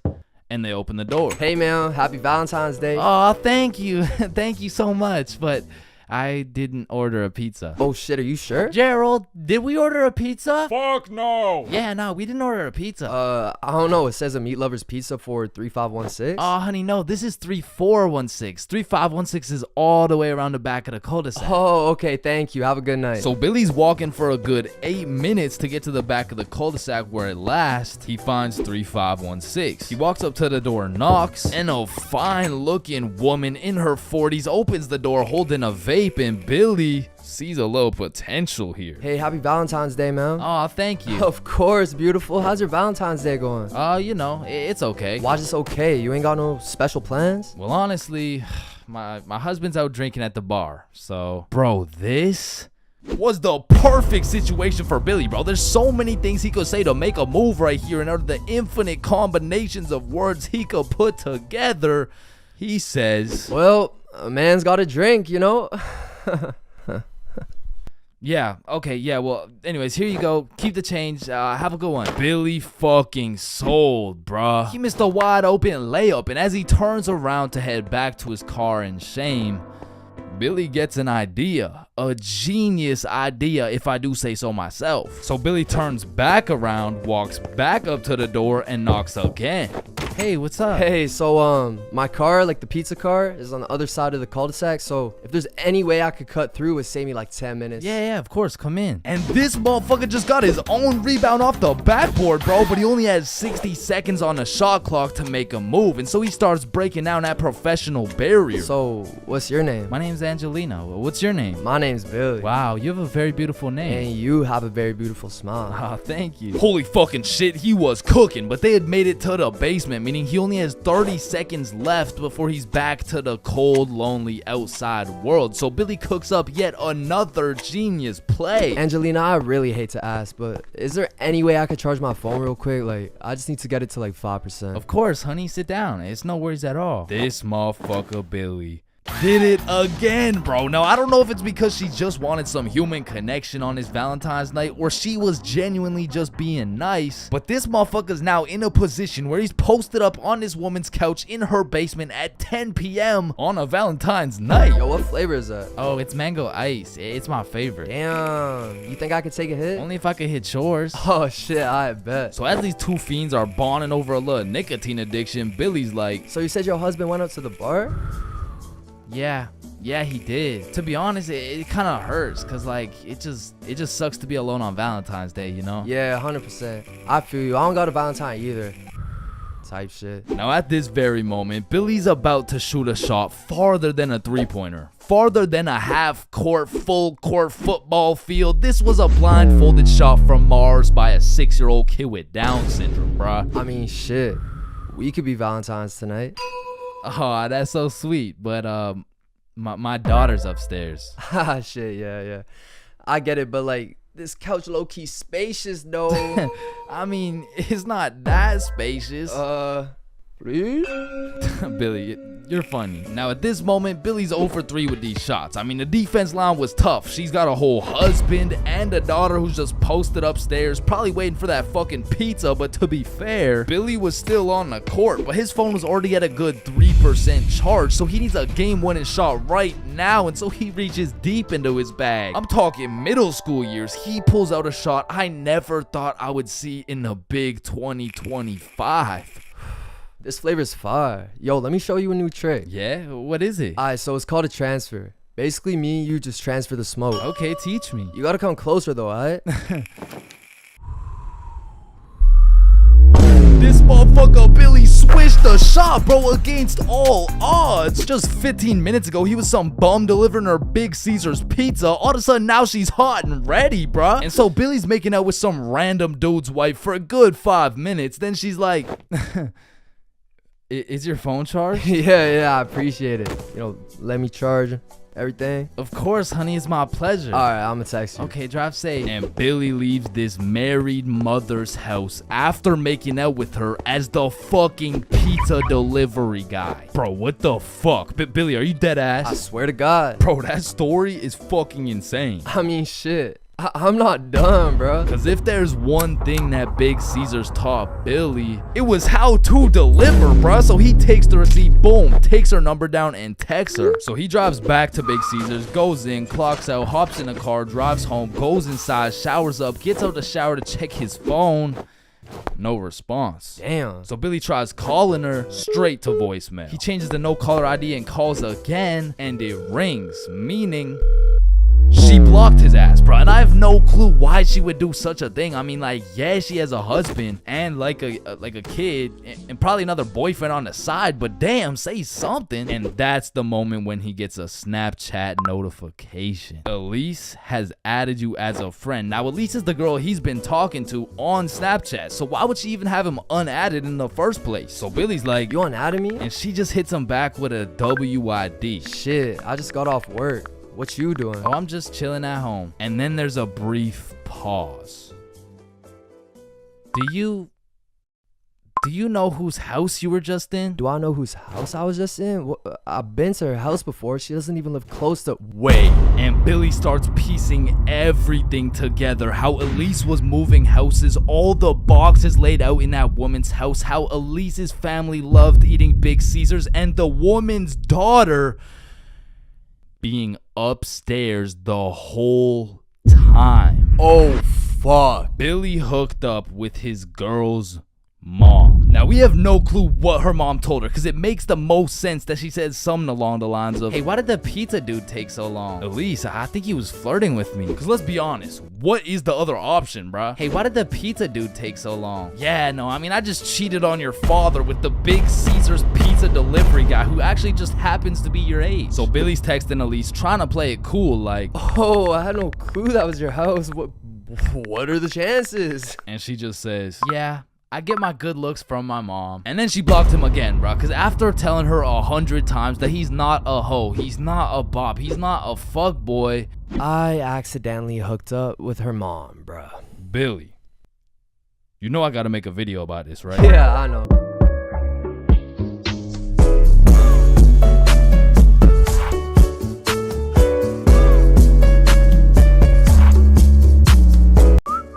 Hello, can I get a green apple and bubblegum, please? Of course, that'll be 25 cents. Oh, gee, what a deal. Life sure is good, huh? Oh, it sure is. Hey, yo, Unc, pass me that green apple and bubblegum, gang. Oh, wow. I remember when I was your age, I used Didn't to... ask plus ratio, all right? Just give me the vape juice, bro. Vape juice? I thought we were talking about real green apple and bubblegum. Of fucking course, dude. These fucking old heads nowadays, right, guys? Just give me the vape juice, please. All right, well, in that case, I need to see some ID. Yeah, I got you, Unc. Your ID says you just turned 11 years old. Type shit.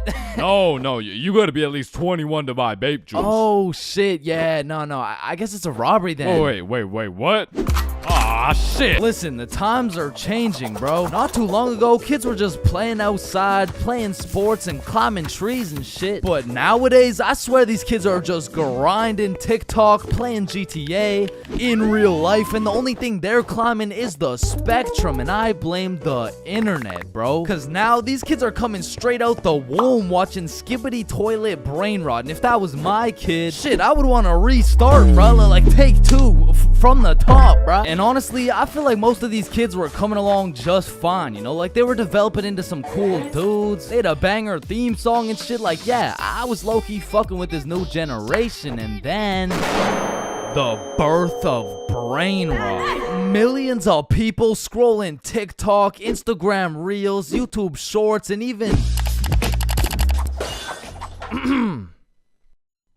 It was great. I mean, we had all the free time in the world to fill up our brains with dog shit, and it didn't even matter until we had to talk to each other again. Like, Oh, shit. hey, oh, hi, oh, what's up? What? Hi. Oh, what's poppin'? Brand new whip just hopped. Oh, yeah, I know that I song. got options. What I about could pass that bitch like stock. Roxanne. Like shit, even now in 2024, I feel like half the motherfuckers my age still haven't mentally recovered. Like ever since the great brain rotting, I've unfortunately witnessed some of my closest homies get NPC-ified, and there's really no bringing them back. Yo, bro, you've been watching a lot of TikTok recently, huh? Oh, yeah, nah. I mean, this shit's fire, bro. Just look at this one. We can go get for gut. Fuck that, we can go Riz for Riz.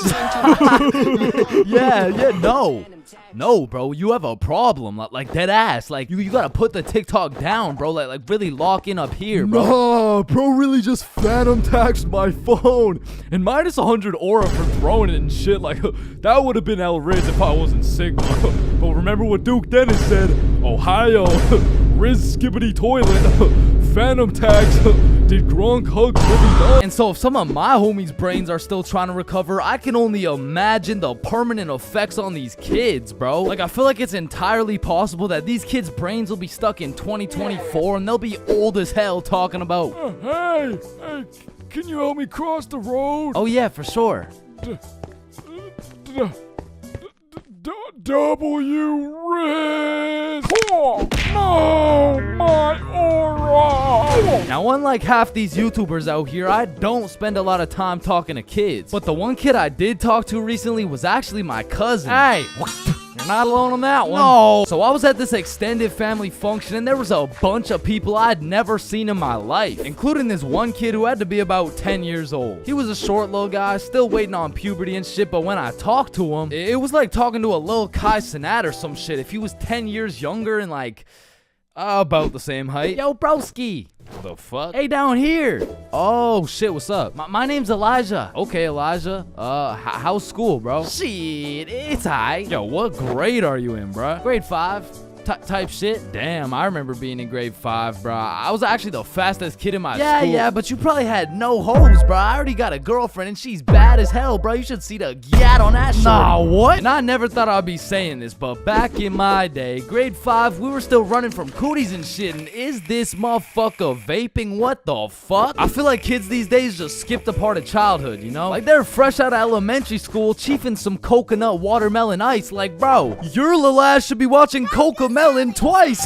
Chat, did that hit? Yeah? No.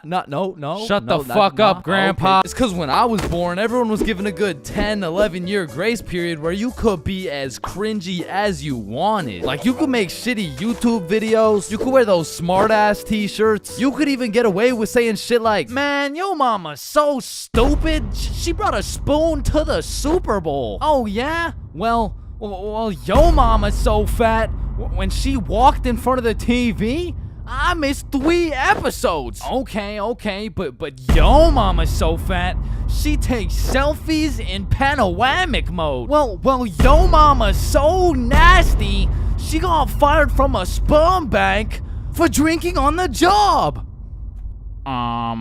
What's a sperm bank? Shit, I don't even know. And I feel bad for this new generation because they don't got no cringe grace period or anything, bro. They just pop straight out the womb like, and it's a boy. Yeah, I'm a dude, whatever. Now snip me up, bro. I can't have the host seeing my foreskin, dog. And maybe I'm just jealous, but to me, it's wild that these kids are getting new-ass phones in elementary and middle school. Because they'll never understand the absolute crucifixion I would get every single time I whipped out my phone, bro. Like, that shit was staying in my pocket unless it was 100% necessary. All right, class, everyone get your phones out for our end-of-year Kahoot. Oh, let's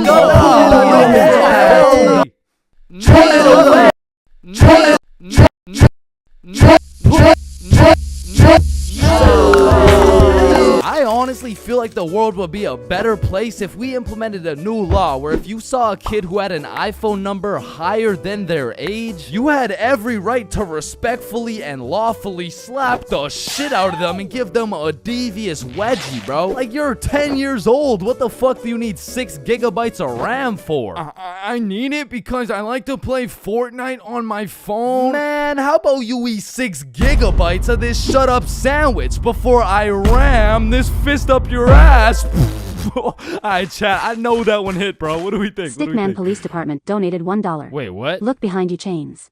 Oh my. And it's the same with these kids' fits, bro. Like, whatever happened to wearing neon shirts and light up Skechers? Like, why am I seeing literal children walking around in Jordans, bro? Like, I didn't even know what Michael Jordans were until I was getting my shit cooked for walking around in some Michelle Gordons, bro. But I mean, that shit was necessary for my character development. And that's what's wrong with these kids, man. They're straight up skipping out on some of the most crucial moments of their lives. I feel like we could low-key do them a favor. Next time you see a kid walking around on the street thinking life is all sunshine and rainbows and shit, you could just give him a little character development and like maybe roast his cut or something, you know? Like, hey kid, you look like you cut your hair with a fucking pencil sharpener. or no, you look like Peter Griffin if he never hit puberty. You look like... Yo, we giving kids some character development? Did he? Now, I don't know why I'm talking like I was born in the 1900s or something, because for the homies who are around my age, we were low-key in the same boat as these kids, bro. They're growing up on some skibbity toilet brain rot. We had MLG brain rot. They're always scrolling TikTok. We had Vine. These motherfuckers are out here looking up to iShowSpeed, bro. We had fucking Jake Paul. So the moral of the story is, even if these kids nowadays are absolutely cooked, I was once cooked too, bro. So worst comes to worst, these kids will just end up like me. Oh, fuck no, please, no.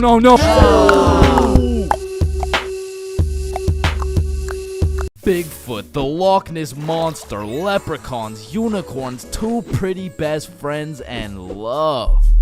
They don't exist, bro. I've looked far and wide. I've searched the depths of the valleys and the highs of the mountains. And yet still, One of the friends always gotta be chopped, bro. But love too, though, man. I've searched everywhere. I've scoured my hometown. I've gone from the coast of Mexico to the cities of Japan. But one way or another, I always just end up with nobody to love. Or I end up getting robbed by a gay homeless dude. I mean, I was down bad, bruh. It got to the point I thought maybe I just wasn't meant to find a girlfriend. Maybe this was just a face only a mother could love.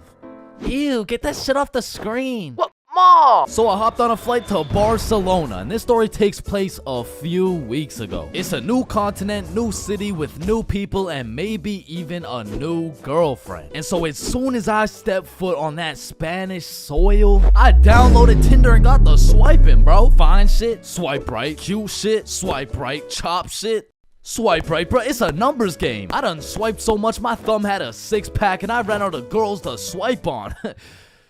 But shit, I mean, it's a numbers game. And since I pulled up solo dolo, I went and checked into a hostel. Now, if you don't know what a hostel is, it's pretty much like a little hotel, except you share your room with like 6 other motherfuckers. But to be fair, you save a lot of money. And I low-key don't mind sleeping with some random dudes if it means I get some extra change in my pocket. You know what I'm saying? Is 15 enough? Nah, the hostel was like 30-something. Oh, nah, I don't need a hostel. What?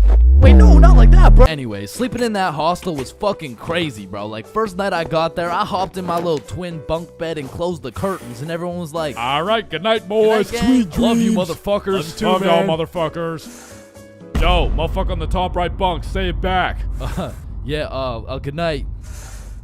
And? I love you. Love you too, bro. Lights out. So the sun came up and my ass didn't get a drop of sleep. But regardless, I got out of bed, got some coffee, explored the city, hit the beach, got some food, all the normal shit you do when you're in a new city. But after a long day of tourist shit, I went back to my room. I went back to our room. I hopped in my little bunk bed and prepared myself to open up Tinder after letting that shit cook for a solid 24 hours. And when I opened that shit up, yo, I got 28 matches. Yeah. Thank you, bro. Thank you, man. Yeah. Oh, hell no. Now I'm gonna keep it a buck. Initially, that number 28 was looking mad nice until I clicked that shit and started looking through my matches and realized, yo, this shit is not a numbers game, bro. Like, you know you're cooked when the chuds are sliding on you, saying shit like, hey, yo, I'm trying to put you in chains for real, and then touch your stick, man.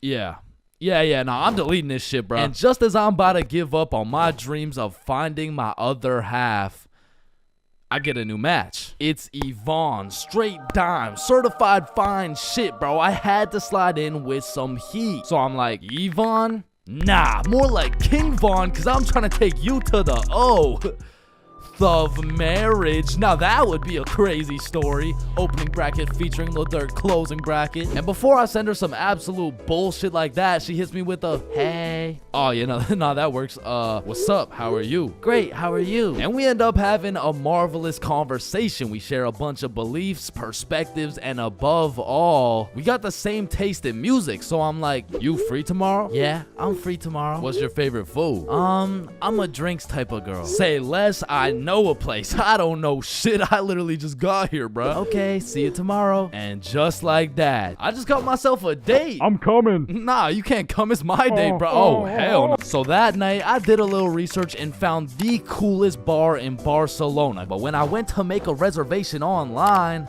they only do in-person virtual queues. So instead, I went to sleep. So the next day, I woke up with some pep in my goddamn step. I looked at some fire architecture. I hit a mean leg day, ate some gas Spanish food, and before I knew it, it was time to get ready for my date. So I hopped in the shower, put on my toughest fit, sprayed on a little Valentino, hopped into Uber, and arrived at the bar 30 minutes early. So this way, I could join the virtual queue in order to get into the bar at 9 p.m. sharp. So I'm waiting outside and find shit messages me like, yo, I'm gonna be a little bit late. I'm still doing my hair. And I'm all like, that's no problem. I know some people. I can make some calls. Don't worry about it. So I walk up to the security out front like, yo, so Fine Shit says she's gonna be a little bit late. Can I change the time or something? Nah, bro, just rejoin. I bet. So I rejoin, go sit outside and wait, and then I get another text message. I'm so sorry, but my makeup took longer than I thought, so I'm gonna be a little extra late. So I walk up, rejoin the queue, and security's like, yo, what's going on? It's nothing. Fine Shit's makeup took a little longer than expected, you know. Hey, listen, man. This Fine Shit of yours, you sure she's even coming? Nah, yeah, nah, of course, that's Fine Shit, she's coming. So I go back and sit down outside, but looking back, I definitely gave her the benefit of the doubt, but that was her first red flag. So now it's about 9:40 p.m. and I get a text message from Yvonne that reads, I'm here. So I go to link with Yvonne for the moment of truth, whether or not I'm about to go on a date with Fine Shit or 50-year-old and neck-bearded catfish shit. And fortunately for me, no catfish. Chains. Yo. Hey. What's up? Now the virtual queue still had 10 minutes before we could get in, so we go and sit down outside and have a little chat. And it's a great conversation. We got a lot to talk about and the vibes are there. So you could travel to Barcelona alone. What do you do? Is it daddy's money? Yeah, it's daddy's money. Ah, okay, interesting. But I'm daddy. Yeah, no, I need to drink some alcohol. Yeah, nah, me too. me too. My phone beeps and it's our turn to go inside, but this is no regular bar. So I'm like, yo, just follow me. So we enter this pastrami shop. I open the fridge, we go inside, and we go through this tunnel that leads us to the bar. We order our drinks and continue talking. Okay, so if it's not daddy's money, then what do you do? And so obviously, I just told her, like, OnlyFans. You're lying. I am dead ass serious. My meat is all over the worldwide net. What? No way. Show me. Oh, shit. Like, nah, shit. Maybe after a few drinks, you know what I'm saying? And right on time, our drinks showed up, and my shit was radioactive, bro. Like, here's a picture. There are no filters or effects on that shit. And I'm not gonna lie, it tasted exactly how it looked. But regardless, I'm tanking that shit, and I don't know what it is, but that shitty ass drink was giving me superpowers, bruh. That shit had me cooking up the greatest answers to her questions possible, bruh. Okay, so if you had one wish, what would it be? Damn, that's a good question. Shit. Okay, if I had one wish, period cramps. What? I would rid the world of period cramps, man. I hate the fact that they exist. Just even thinking about it, like, ooh, they sure do get me riled up, man. I hate them. Wait. Me too. Nah, that's crazy. We have so much in common. And from that moment on, I could tell she took down her guard and got comfortable, because she started saying shit like, this guy from my school is obsessed with me and he won't stop snapping me. Damn, maybe you should stop responding or some shit. She snaps a picture of us and captions that shit. He getting it and you not. Lol. Red flag number 2. What kind of anime villain origin story are you trying to create for this motherfucker, bro? But I digress. We order the second round of drinks, but as she's sipping that shit, I can hear an accent starting to form in her speech. So I'm like, yo, where's this accent coming from? Oh yeah, nah, when I drink, my French accent starts coming out. And I kid you not, she went from one drink sounding like, yeah, so my favorite food is pasta, to drink 4 dead ass talking like, actually I changed my mind. My favorite food is croissant. Shawty turned from Fine Shit to French shit so fast, I didn't even know who I was on a date with at this point. And then she hits me with a, I'll be right back. She grabs my face and hits my ass with a big ass smooch. Now that shit took me aback. I was not expecting it. However, maybe it's just a culture thing. Maybe it's normal for her. So I can't say that it's a real red flag. So she's still in the game. And when she comes back, she's like, yo, Chains, let's go to the beach. Say less. So we're walking down to the beach and she says some shit like, so when's the next date? Oh, it's on Saturday at 6 p.m. Oh no, I'm not free on Saturday. Oh, you mean date with you? Yeah, nah, this is the last one. Now I said it as a joke, but she wanted to get all mad and shit and storm off. Now in this situation, I have 2 options. Option A is chase after her and beg her to stay. And option B is standing there like an absolute peak male specimen to the point the gravitational pull of my testosterone retrieves her back to the very location she left. And I went with option B. And she came back, bruh. You're supposed to chase after me. It's like a French thing. Ah, okay. I'm not French, bruh. So we continue with our walk, and I'm cracking jokes, entertaining her and shit, but honestly, that little stunt shorty pulled back there was red flag number 3 for me, bro. So at this point, I'm not in it for the game of love. I am simply just in it for the love of the game, bruh. So we arrive at Barceloneta Beach. We sit down, and at this point, it's about 1 a.m., but we're still chatting, having a good time. But out of the corner of my eye, I see a man hooded up walking towards us from the darkness. And as bro's approaching, I'm ready for anything. I'm getting ready to take a stand, throw some hands, get in the sand. Shit, I'd even go band for band. But if this dude gets any closer, I'd be damned. And this motherfucker hits us with a drive-by compliment. You have a very beautiful girlfriend. Oh, thank you. Thank you. Damn, do you think he'll find a girlfriend beautiful like me? Yeah, nah, he seems like a great dude. I'm sure he could find somebody. What? I said, yeah, nah, he seems like a nice fella.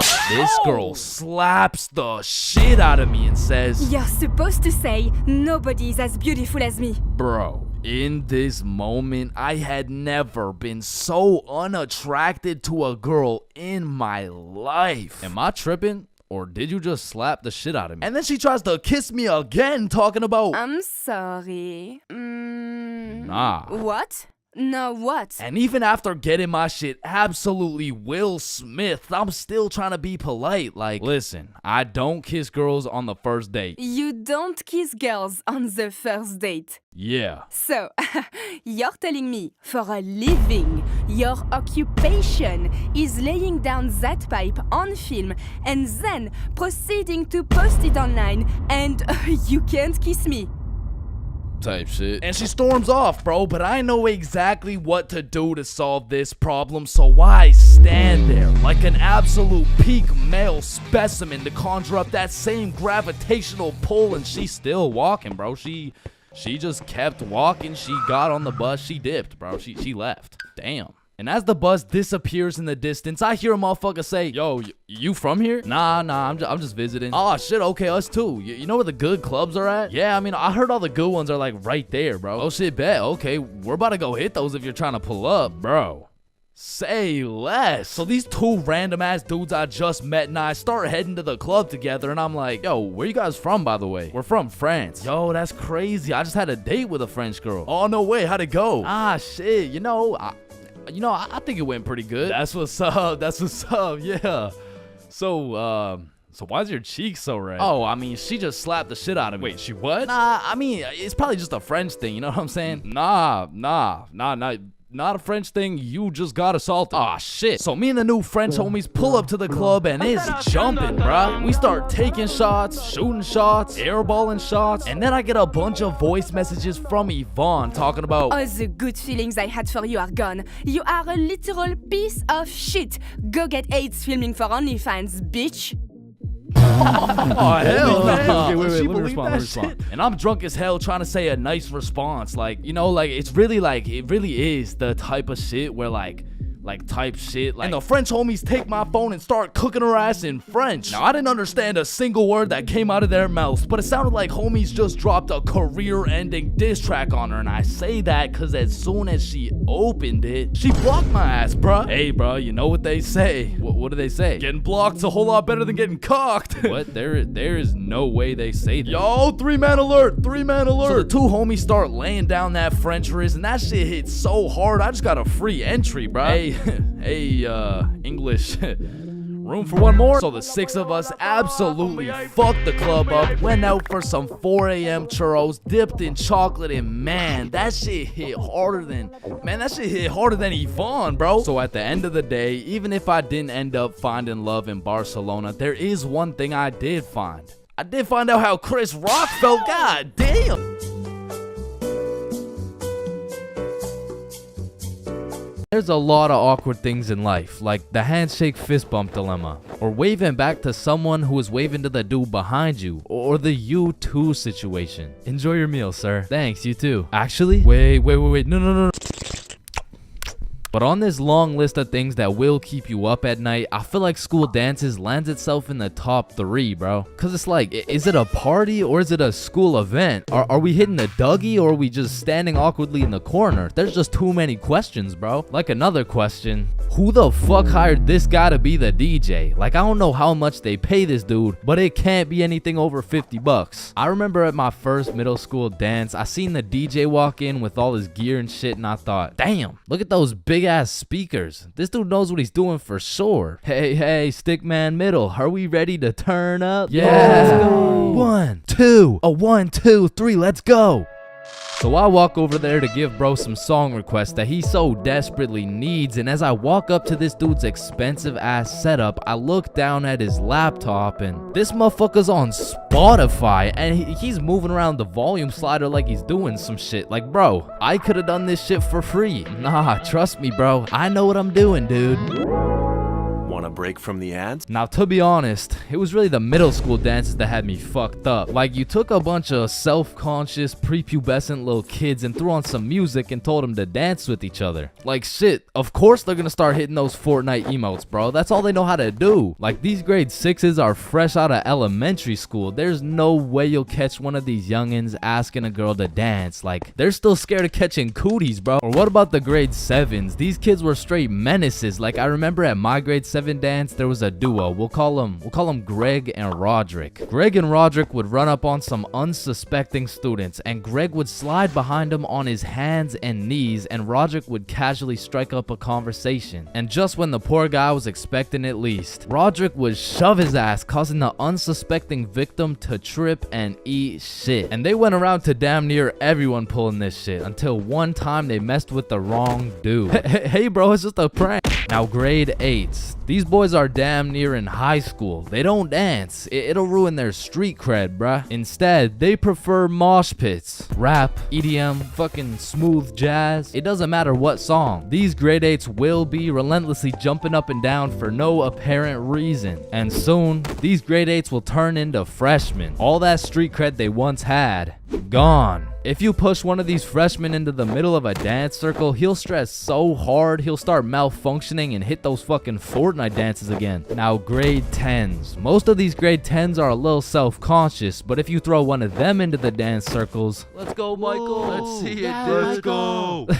Guys, what? I don't know how to dance. Fucking Michael. Let's go, Michael. Well, I guess I can bust out a few dance moves. All of a sudden, dude's got moves like Jagger. Come to find out, bro's been practicing for this moment in his room for months. So once these grade 10s soon become sophomores, those YouTube tutorials start paying off for real. And if they're lucky, they might even catch some cooties, bro. And these seniors just simply don't give a fuck. Bro, watch this. I'm about to hit the worm. What? You know how to hit the worm? No. Damn. And I'm not done flaming this fucking DJ. Like, this dude be leaving my balls more blue than Squidward. Pause.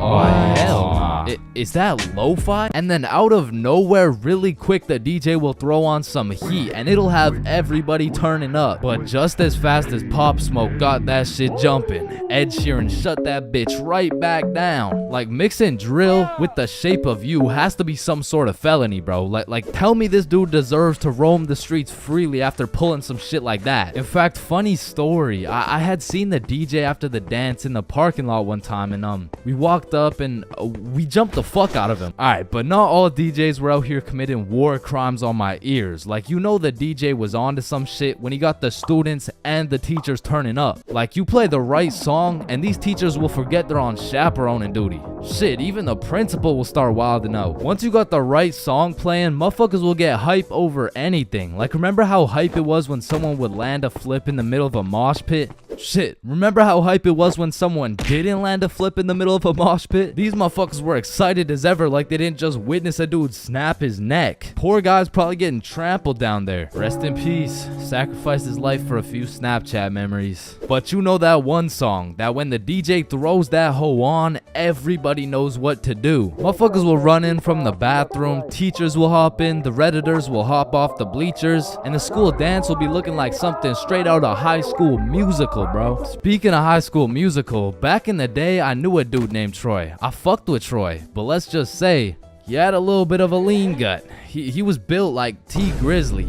Nah, fuck that. He was built like DJ Khaled. And I remember this dude, Troy, was just coming off a school suspension. But for whatever reason at the dance, this motherfucker must have been looking for another one. Cause Troy came up to me talking about how he was gonna beat Jordan Johnson's ass at the dance tonight. And honestly, I ain't believing him. So once the dance came around, he was beefing JJ every chance that he got, until soon JJ wasn't gonna stand for it. Now, a school dance is simply the best time for a school fight to take place.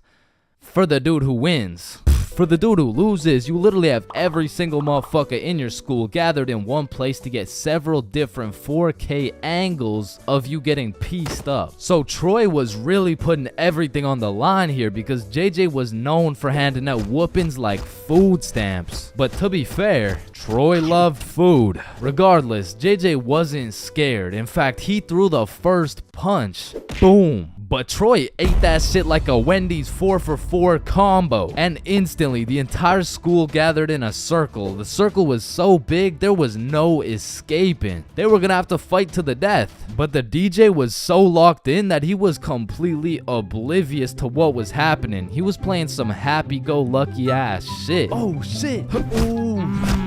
Damn. Yo, get his ass. Let's go. Beat his ass, JJ. Yo, I'm Jordan Johnson. Now, the moral of that story is don't get into a fight at the school dance.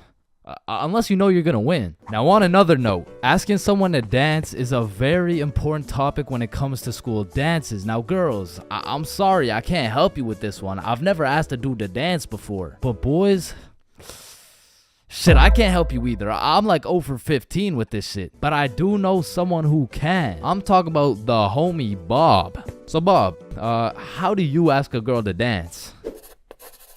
Watch and learn. Is this motherfucker moonwalking right now? Oh shit. Oh, what the fuck?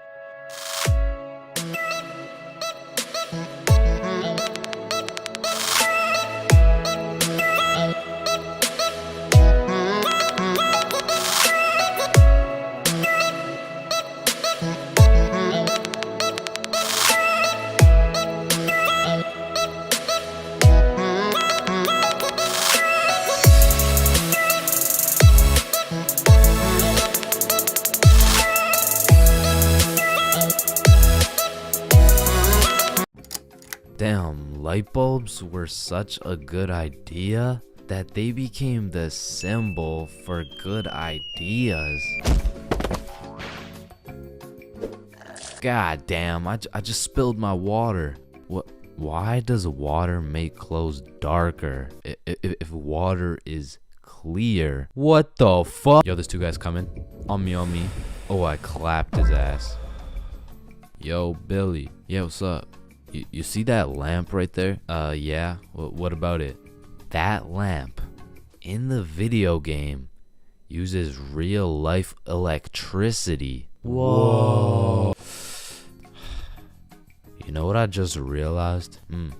When a morgue worker dies, he still goes into work the next day.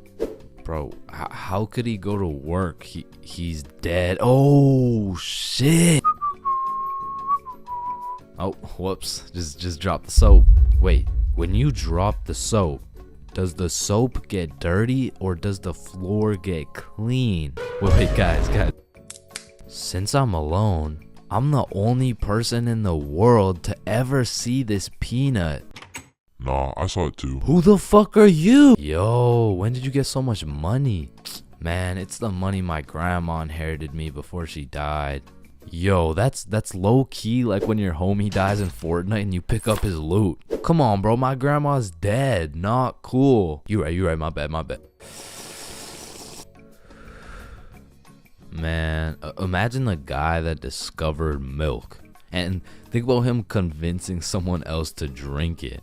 You did what to the cow? No, trust me, it's good, just drink it. Wait, you drink it too? Yeah, it's really good, look. Aw, hell nah. Damn, bro, mosquitoes are some brave creatures, considering those jits got 1 HP. Facts. Yo, Chains, You need your parachute to skydive. No, you don't. You just need a parachute to skydive twice. No, Chains. Well, what the fuck? Why did you just break my mirror? Well, actually, mirrors don't break. They simply multiply.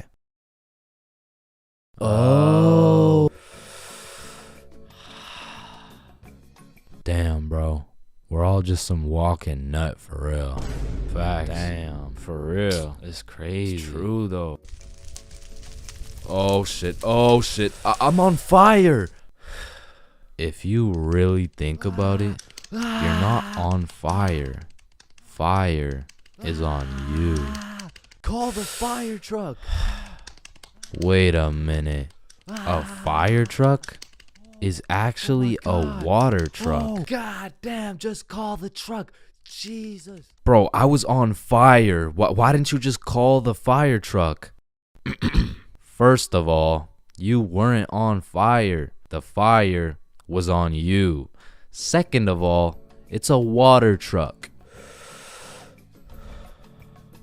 Bro, I got the munchies. We should cook some cookies or something. Nah, you don't cook cookies. You bake them. What? Then why are they called cookies? Shit, I don't know. Cookies are just cookies. No, that's like saying you cook bacon instead of baking it. Well, actually, you do. What the fuck? Bro, what keeps the hot dog in like hot dog shape? It's like meat inside some animal intestine casing or some shit. Okay, so it's hot dog meat inside animal casing, right? Yeah. So, hypothetically speaking, once you eat the hot dog, it's still hot dog meat inside animal casing, but you are the animal casing. So with that being said, when you eat the hot dog, you become the hot dog. Just let me eat my fucking hot dog, bro. And that is why Genghis Khan has the most descendants in human history. I actually know someone with more descendants than Genghis Khan. Well, that's impossible. Who could possibly have more descendants than Genghis Khan? Genghis Khan's dad. Damn, you know Google Maps, right? Yeah, of course. Bro, someone at Google really just said, yup, let's just have someone drive down every road on fucking Earth. And then they did it.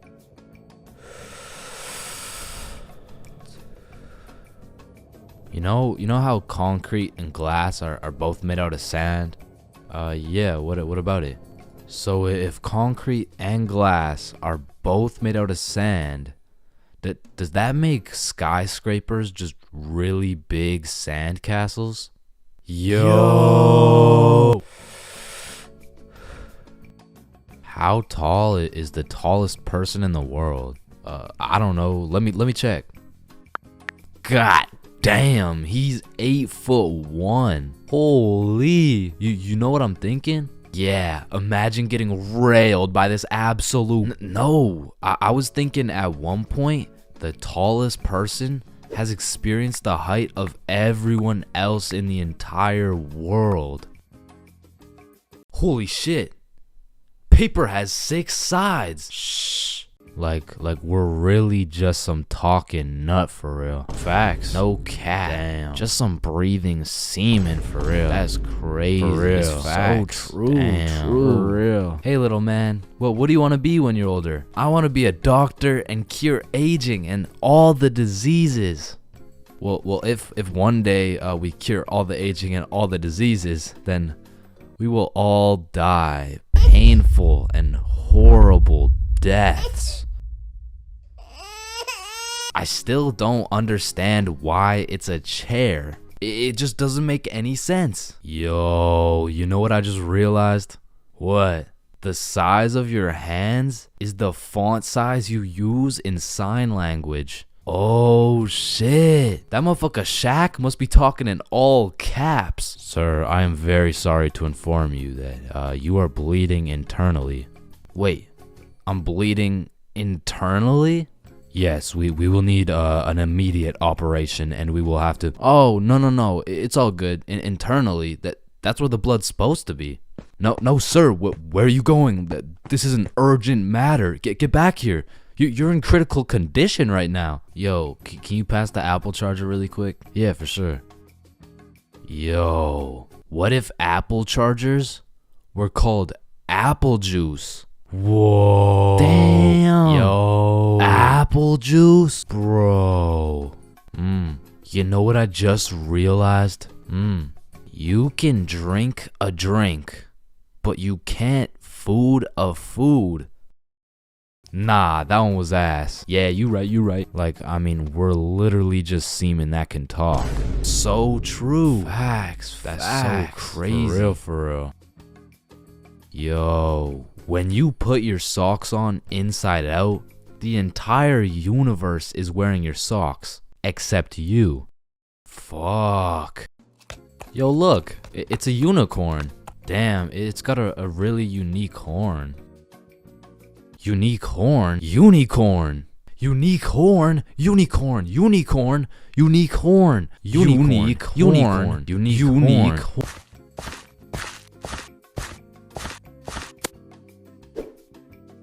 Oh, leaves are called leaves because they leave the tree. Holy shit, I got an idea. Can you pass me the wrench? Rope. Glue. Piece of pizza, please. Tape. A little more tape. Damn. Big ass magnet. Alright, all done. Whoa! This bad boy uses 0 gas. It's completely eco-friendly. Hop in.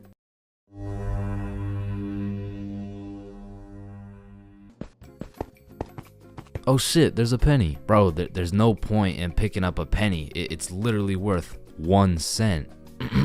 How much do you make working at Wendy's? 15 an hour? Oh, okay. So you see, there are 3,600 seconds in an hour. And because you make $15 an hour, that is exactly 0.416 pennies per second. So with this being said, the second it takes to pick up this penny off the ground is a net positive outcome. Oh, okay.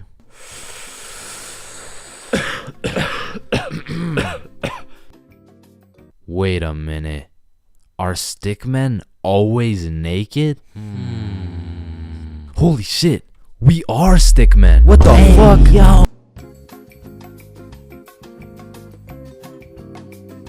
Bro, when I was in middle school, every time I would walk by the high school, the freshmen deadass looked like adults to me, bro. The sophomores looked like tax-paying citizens. I saw juniors as grown men with a wife and kids, and seniors, bro. I couldn't tell the difference between a senior and a senior citizen, bro. And that's because in grade 7, I saw me and all my homies as fully developed, mature, and respectable humans, and that was simply cap. Because now when I look back at a picture of us in grade 7, I see a bunch of little babies, bro. Yada, yada, yada. What does this have to do with stealing a guy's vape? We stole a vape from a senior in high school, and we were in grade 7, bro. And when I say we, I mean Billy. Billy stole that shit, and me and Bob were accomplices. Now, if you ask me back in the day, ChainsFR, you're awfully small, scrawny, weak, ugly, chopped. Yeah, okay, sir, what's the question? How do you expect to win this fight against such a bigger opponent? Listen, Joe Rogan, it's not about the size of the dog in the fight. It's about the size of the fight in the dog. Thank you very much.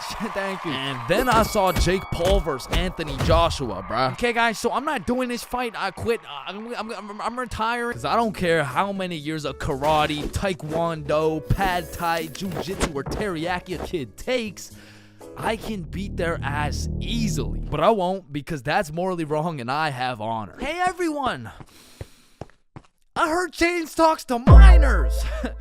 What? What the fuck? And I heard he fakes all his stories. Man, I do not fake my stories, bro. Sorry, anyways, as I was saying, this story takes place in grade 7. It was a summer day, and it started off pretty slow. You know, me and the boys were just chilling at Bob's crib, playing a little Rocket League and whatnot until we got bored. And when me, Bob, and Billy get bored, it's a problem, bro. Because every time we were bored, we would do one of 5 things. Light public garbage cans on fire, ding-dong ditch houses, light more shit on fire, buy things from 7-Eleven with the 100% discount, or climb our middle school, bro. Yo, let's go let some garbages on fire. Yo, I don't know if there's any left at this point. Alright, let's ding dong ditch. Man, I'm not really trying to do all that running right now. Shit, should we climb Stickman Middle?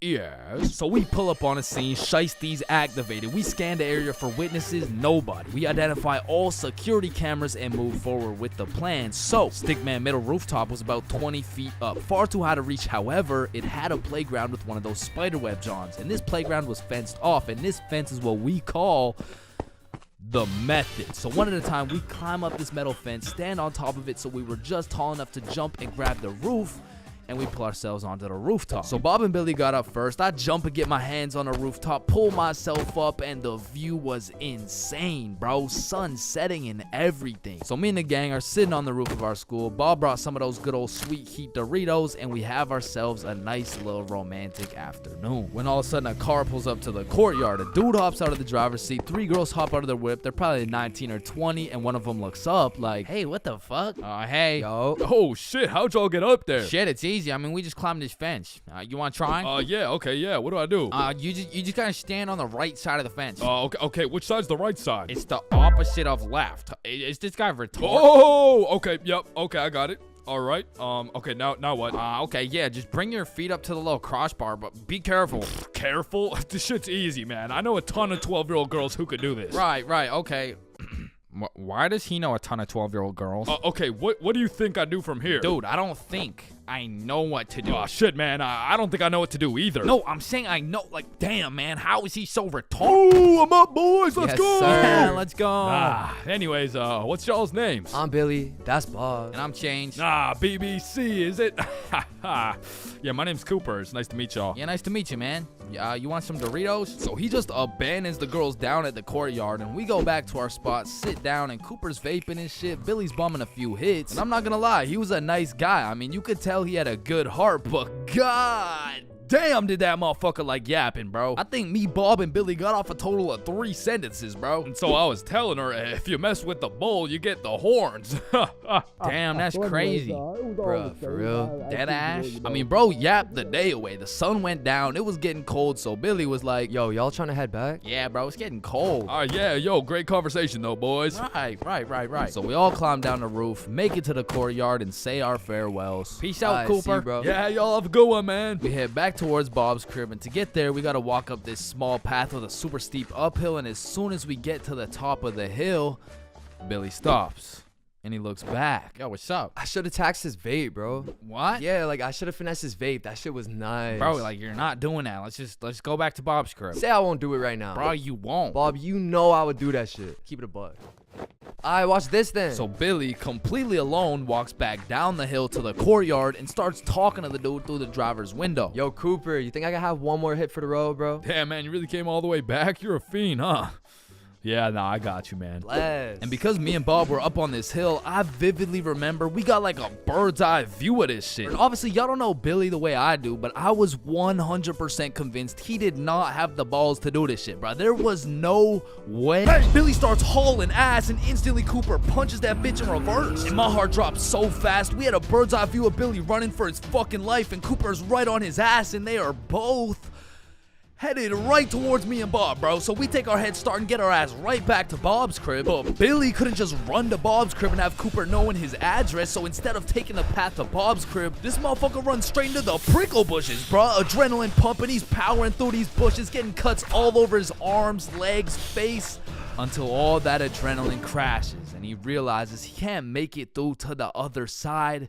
He was stuck. Oh, nah. You fucking idiot! Come back down here and give me my fucking vape! So Billy walks back out of the bushes, walks over to Cooper, hands over the vape. The girls in the back are all laughing and pointing and shit. Billy's aura's decreasing by the second, and just as Billy cuts his loss and starts walking away... Hey, yo, come back. What? Bro, the coil's missing from the vape. You owe me $70. I know what school you go to, man. You got a week to pay me back.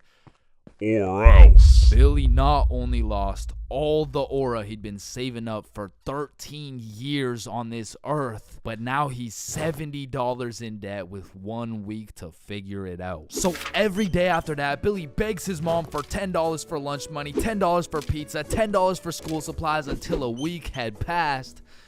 And Billy had his 70 bones saved up. So as agreed upon, me, Bob, and Billy are posted up in the parking lot 1 week after the incident, and just as expected, Cooper pulls up. And this time he's got like 4 shorties in the car. Like, genuinely, how the fuck? So Billy hands over his life savings. Cooper pockets that shit, and with the most shit-eating grin I've ever witnessed, he mutters, "Hey, look, it looks like we got some pizza money for tonight, am I right?" Yes, look at this dumbass. Billy got scammed, bro. He got his shit rinsed. $70 could have bought this dude like 3 whole vapes, but I mean, truthfully, that's karma. And the moral of the story is, don't steal from people, but more importantly, just don't vape, bro. Yo, Billy just posted his first YouTube video ever. Go check that shit out. Yes, sir. And I just posted a video of me and Chains talking about this story, the raw, uncut, unedited version. So click this link right here if y'all want to tap in.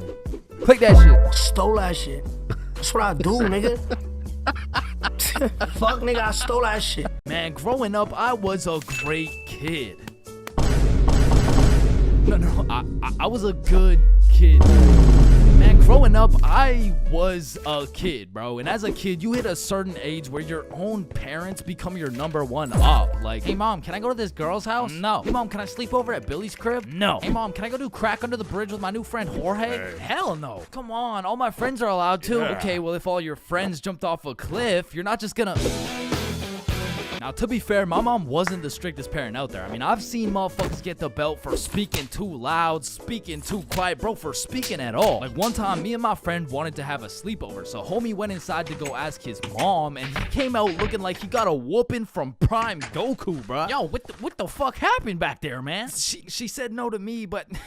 I think if you asked her, she would say yes. Bro, are you fucking insane? I'm not asking her shit. Like, I really can't complain, because some of my friends' parents were so strict, they had a fun limit, bro. Yo, George, we're gonna hoop after school. You wanna pull up? Damn, dude, I'd love to, but, man, I watched a movie yesterday. Okay.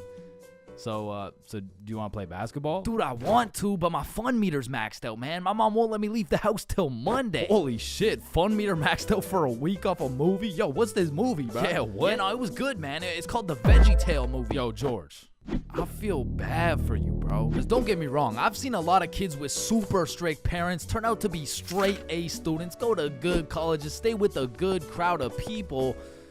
But with that being said, a lot of these kids whose parents were too strict to let them watch fucking SpongeBob, they end up going to college and catching Krusty Krabs after letting a dude named Patrick explore their bikini bottom, bro. Nah, but for real, my mom was far from one of those parents. I mean, she was reasonable, but the thing was, all my friends were a year older than me. Now, mentally, we were all dumb as shit. But when you hit that 12, 13, 14-year-old age, that 1 year is the biggest difference, bro. Like, us doing shit together just didn't look right. Yo, Bob, can you pass the Zot?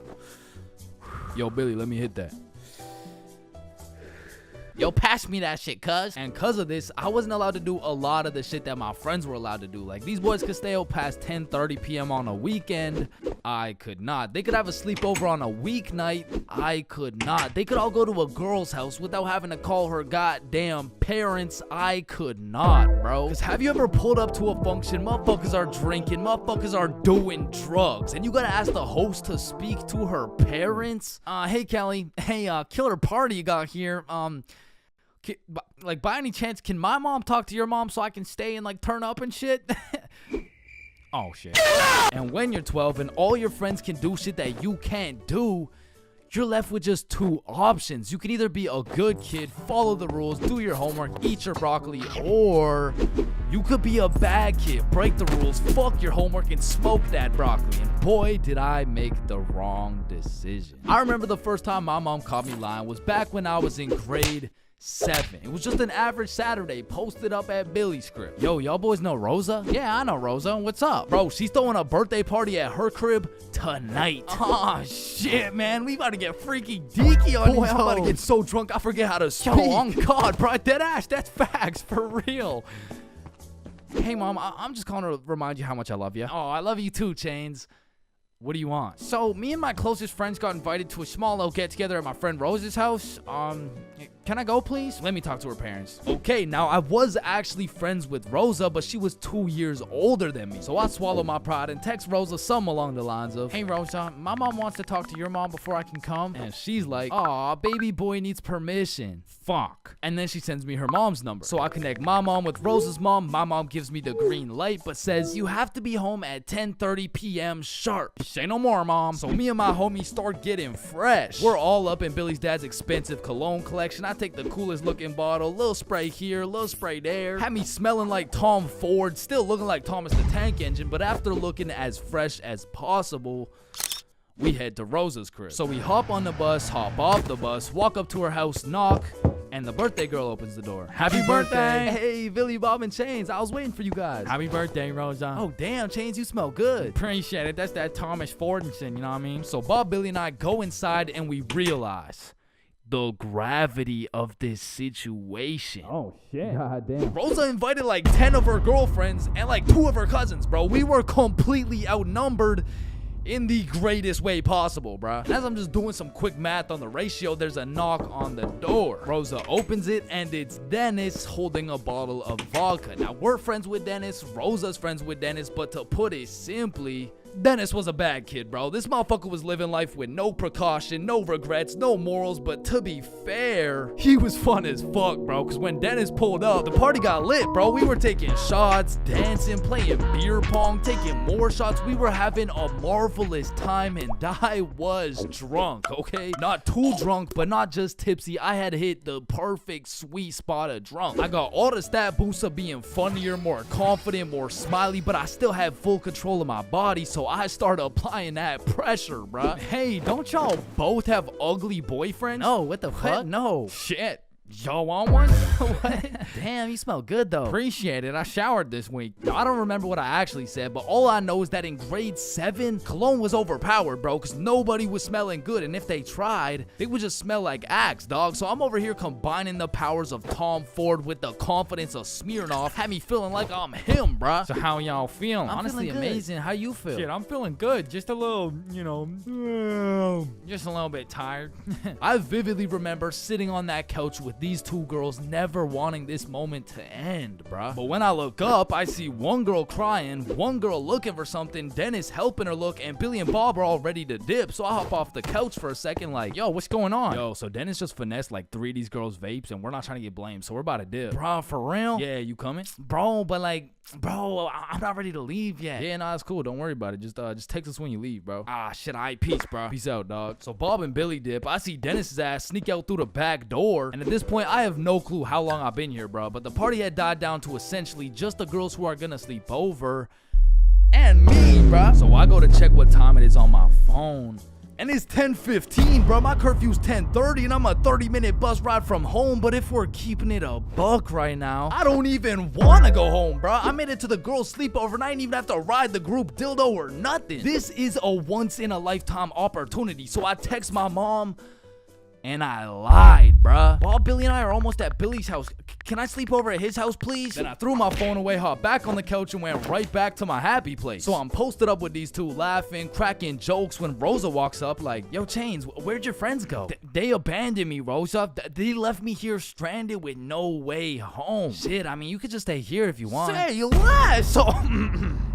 Appreciate it. And eventually, all the girls gave up on trying to find their vapes. They all gathered around to play truth or dare, and I prayed for times like this, bro. I was deep in enemy lines and I didn't want it any other way until one of the girls sees my phone on the ground and is like, hey, Chains, I think someone's calling you. So she tosses me my phone, I check it, and I got 20 missed calls from fucking everyone in my contacts, bro. So I'm trying to be strategic with it to find out what's going on. I call Billy first. Yo, what's happening? Bro, so your mom called my mom and asked if you were here yet at my house. And my mom told your mom that you're not even here, bruh. Aw, shit, what do I do? Bruh, I don't know. And everyone knows when you get caught in a lie, you should just fess up, tell the truth, and apologize. But I doubled down, bro, so I called my mom, and I'm like, hey, mom, we're almost at Billy's house. We just missed our second bus. Where are you? I'm at Stickman Middle School bus stop. You know, like, we're super close. We're just waiting for the bus to come. I'm picking you up right now. Fuck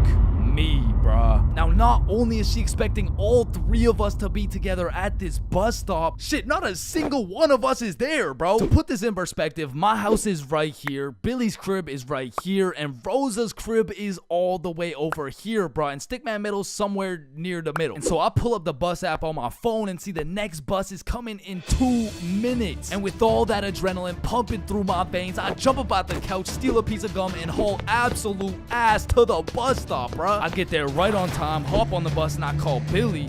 Yo, dog, I think I'm cooked. I told her I'm at Stickman Middle with you guys. Dude, why the fuck would you do that? Shit, bro, I don't know. I'm busting there right now. Bro, if she sees you there without us, you're cooked beyond belief. I know, bro. Yo, we're on our way. So Bob and Billy hop on scooters and start hill bombing their way down to the bus stop to save my ass. And this shit was a race to get to the bus stop before my mom does, because if she catches me there alone, I'm cooked. If she catches Bob and Billy there before me, I'm cooked. If she gets there before anyone, I'm fucking done, bruh. I'm on the bus just praying, and when I finally get to the bus stop at Stickman Middle, I get out and take a deep breath because my mom's not here. But I'm shitting my pants because neither is Bob or Billy. And so I'm calling them, no answer. And I look down the road, I see some headlights. And this was not a busy street, bruh. And as the car is getting closer and closer, I can feel the anger radiating from the whip. I can almost hear the belt making contact with my cheeks. And the car pulls up, and it's just some random dude driving by.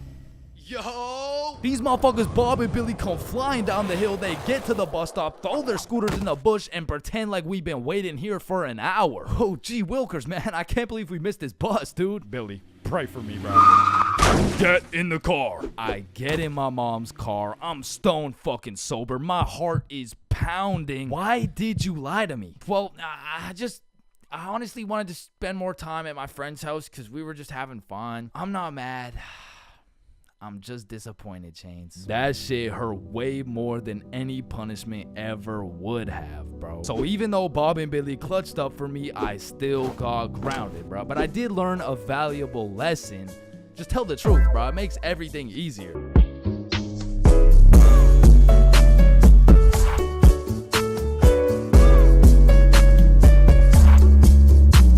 There's levels to friendships. I mean, you could have known your homie since you were 2 years old. You could have lived together. I mean, you could have survived the whole zombie apocalypse together. But shit, the truth is, you haven't truly experienced brotherhood until you and your homie have participated in a two-man mission. Like, just look at Kobe and Shaq, man. That type of chemistry can only be achieved by running a two-man. Shit, I bet these motherfuckers were running two-mans every night. And you already know Kobe was laying down that Mamba mentality while Shaq had his girl kneeling. But for those of you who may be wondering, Chains, what the hell is a two-man mission? Well, I'm glad you asked. It's quite simple, really. It's when you're gonna link with a girl, but you bring your homie and she brings her homie. And what this does is it sets an environment when you and your homie can dribble, pass, alley-oop, and ideally dunk that shit. Now, don't get me wrong, it's simple, but not easy. I remember my first two-man mission like it was yesterday. It took place when I was in grade 7. And it started when my friend Joe hit me up like, yo, bro, I'm going to this girl Sophie's house and her friend Ava's there. You trying to pull up? And I was like, am I trying to pull up?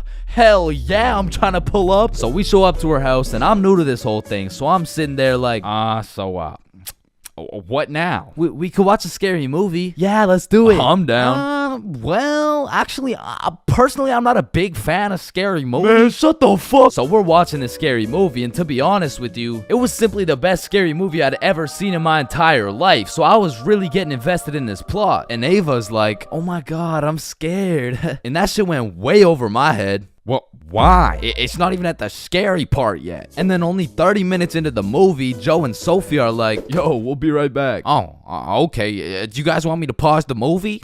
Nah, it's all good, bro. And you see, what Joe just did right there was a calculated move. In basketball terms, he just set an ISO. So now it was 2 1v1s. And the situation was absolutely perfect, but the problem was, I actually liked the fucking movie. And that violates rule number 3 in section 7 of how to pull off a successful 2-man. Never give a fuck about the movie. Cause the truth is, the movie length is like the shot clock. If you end up actually watching the entire movie, you failed the mission. But I had no clue, and to be honest, I didn't even know what a 2-man was at the time. So I got some popcorn and I was just watching the movie. But when the climax of the movie was about to come around, I did something that violated every term and agreement of the 2-man mission. I went over to Joe and Sophie like, hey guys, quick, you're gonna miss the best part. Oh, fuck. And I missed the climax of the movie, but shit, I seen a climax. And needless to say, Joe never invited me to a 2-man mission since. But you know I had to redeem myself, even if it was 3 years later when I was in grade 10. It was a Saturday night, and me and Bob were looking for something to do. And I'm gonna keep it a stack with you, bro. I had no motion. Like, my Snapchat was drier than a Popeye's biscuit, bro. But lucky for me, Bob had a roster. And I'm talking an all-star lineup of girls who just want Bob on their body. And I don't blame them. I mean, shit, I got Bob on my body right now. And you can too at chainsclub.shop. That's right, we got hoodies, shirts, beanies, socks, keychains, stickers, you name it. And starting at the price of $4.20, Bob can be all yours.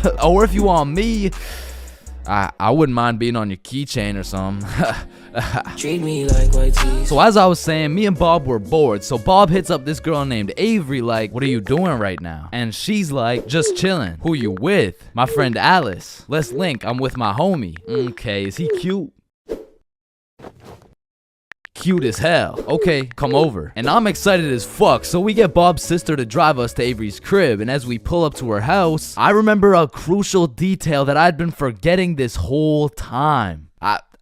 I was scared of the hoes, bruh. And as we walked up to her door, I was starting to get flashbacks of me and Joe's 2-man, where Joe tossed up an alley-oop for both of us, and I blocked his shot, metaphorically and literally. And as I'm psyching myself up, Bob calls Avery to tell her we're here, and she's like, so, my parents are asleep, so you're gonna have to come in through my window. Shit. So we walk around the side of the house to Avery's room, and lucky for us, there's this big-ass window, and I'm like, yo, can you open it so we can get in? And she's like, it is open. Bro, only this tiny ass rectangle in the top left was open at a 60-degree angle. But that was our only way in, so I helped Bob up and through the window. But now I gotta get up there, and I'm bigger than Bob, so I put my head through and I'm trying to slowly creep into the room. And then I lean just a little too far, and I'm headed face first onto Alice's hardwood floor. And listen, Bob has come in clutch many times. He saved me from drowning, coyotes, getting in trouble, but out of all these things, I'm most grateful for Bob catching me as I fell through this fucking window. Because drowning and dying would have been pretty bad, like boo-hoo, rip chains, you know what I'm saying? But imagine falling through a window and eating shit face first in front of the hose. Like, I would have preferred the drowning, bro. But after that close call, I was a little flabbergasted, you know what I'm saying? But Alice has the audacity to ask me this loaded ass question like, oh hey, what's your name? Me? Yeah, you. It's the name's for real. ChainsFR. Nice to meet you, Mr. For Real. I'm Alice. And so we all just started talking and shit, but I keep noticing Alice was getting a bunch of text messages. And I remember thinking it was probably her mom or something, so I shrugged that shit off and I'm like, yo, we should watch a movie. Yeah, we should. God, yeah. And I wasn't about to make the same mistake I made last time. So I found the most dog shit horror movie on the face of Netflix and threw that shit on. And man, that shit was ass. In fact, it was so ass that we just started cuddling and shit, like, what else was there to do? But now that we were close, I could feel the vibrations of Alice's phone getting a call, so she's like, 1 second, I'll be right back. And I wasn't trying to eavesdrop, but I could low-key hear what she was saying through the door. I'm just at Avery's house. We're watching a movie. Oh my god, okay, that's fine. Okay. But when she comes back, she puts a pillow between us. Like the same type of shit two dudes do to make sure they don't fuck in their sleep. And I'm trying to piece everything together. And as I'm coming to the conclusion that this girl has a boyfriend, I hear footsteps coming towards the door. And when the door opens, I'm fucking bamboozled to see a 60-year-old man who looks furious. And I'm just hoping this isn't Alice's boyfriend, because if it is, we got bigger problems on our hands. But as I seen the way this man looked at Bob, I realized he's Avery's dad. And Bob wasted no time jumping out that fucking window. But for me, let's just say that shit wasn't very elegant, because I got stuck for what felt like 5 minutes making eye contact with this grown-ass man. Well, what are you trying to seduce my dad or something? Like get the fuck out. And I'm not gonna lie, we ran, bro. And once we made it home, me and Bob were relieved. But when I go to check my phone, I got a little notification on Snapchat. And I'm expecting it to be Alice or maybe even Team Snapchat or something, I don't know. But I sure as hell wasn't expecting it to be a motherfucker named Ryan Donaldson. And Ryan must have woke up on the wrong side of the bed this morning, because he's like, what the fuck did you do, dude? So I hit him back with a, who dis? And he's like, Ryan Donaldson. Yeah, no, I can see your username, bruh, but I have no clue who you are. I'm Alice's boyfriend, bitch. And Ryan got his shit hit with an instant block, bro. And so the moral of the story is, if you're gonna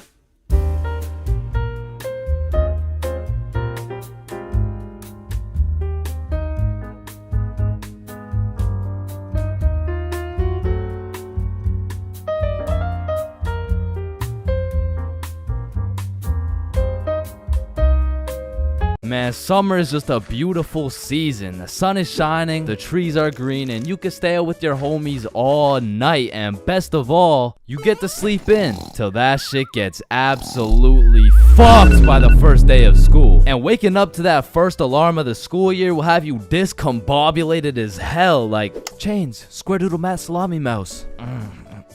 What? You heard me, square doodle mat salami mouse. Wait, huh? Really? Key torch claw bosomorph.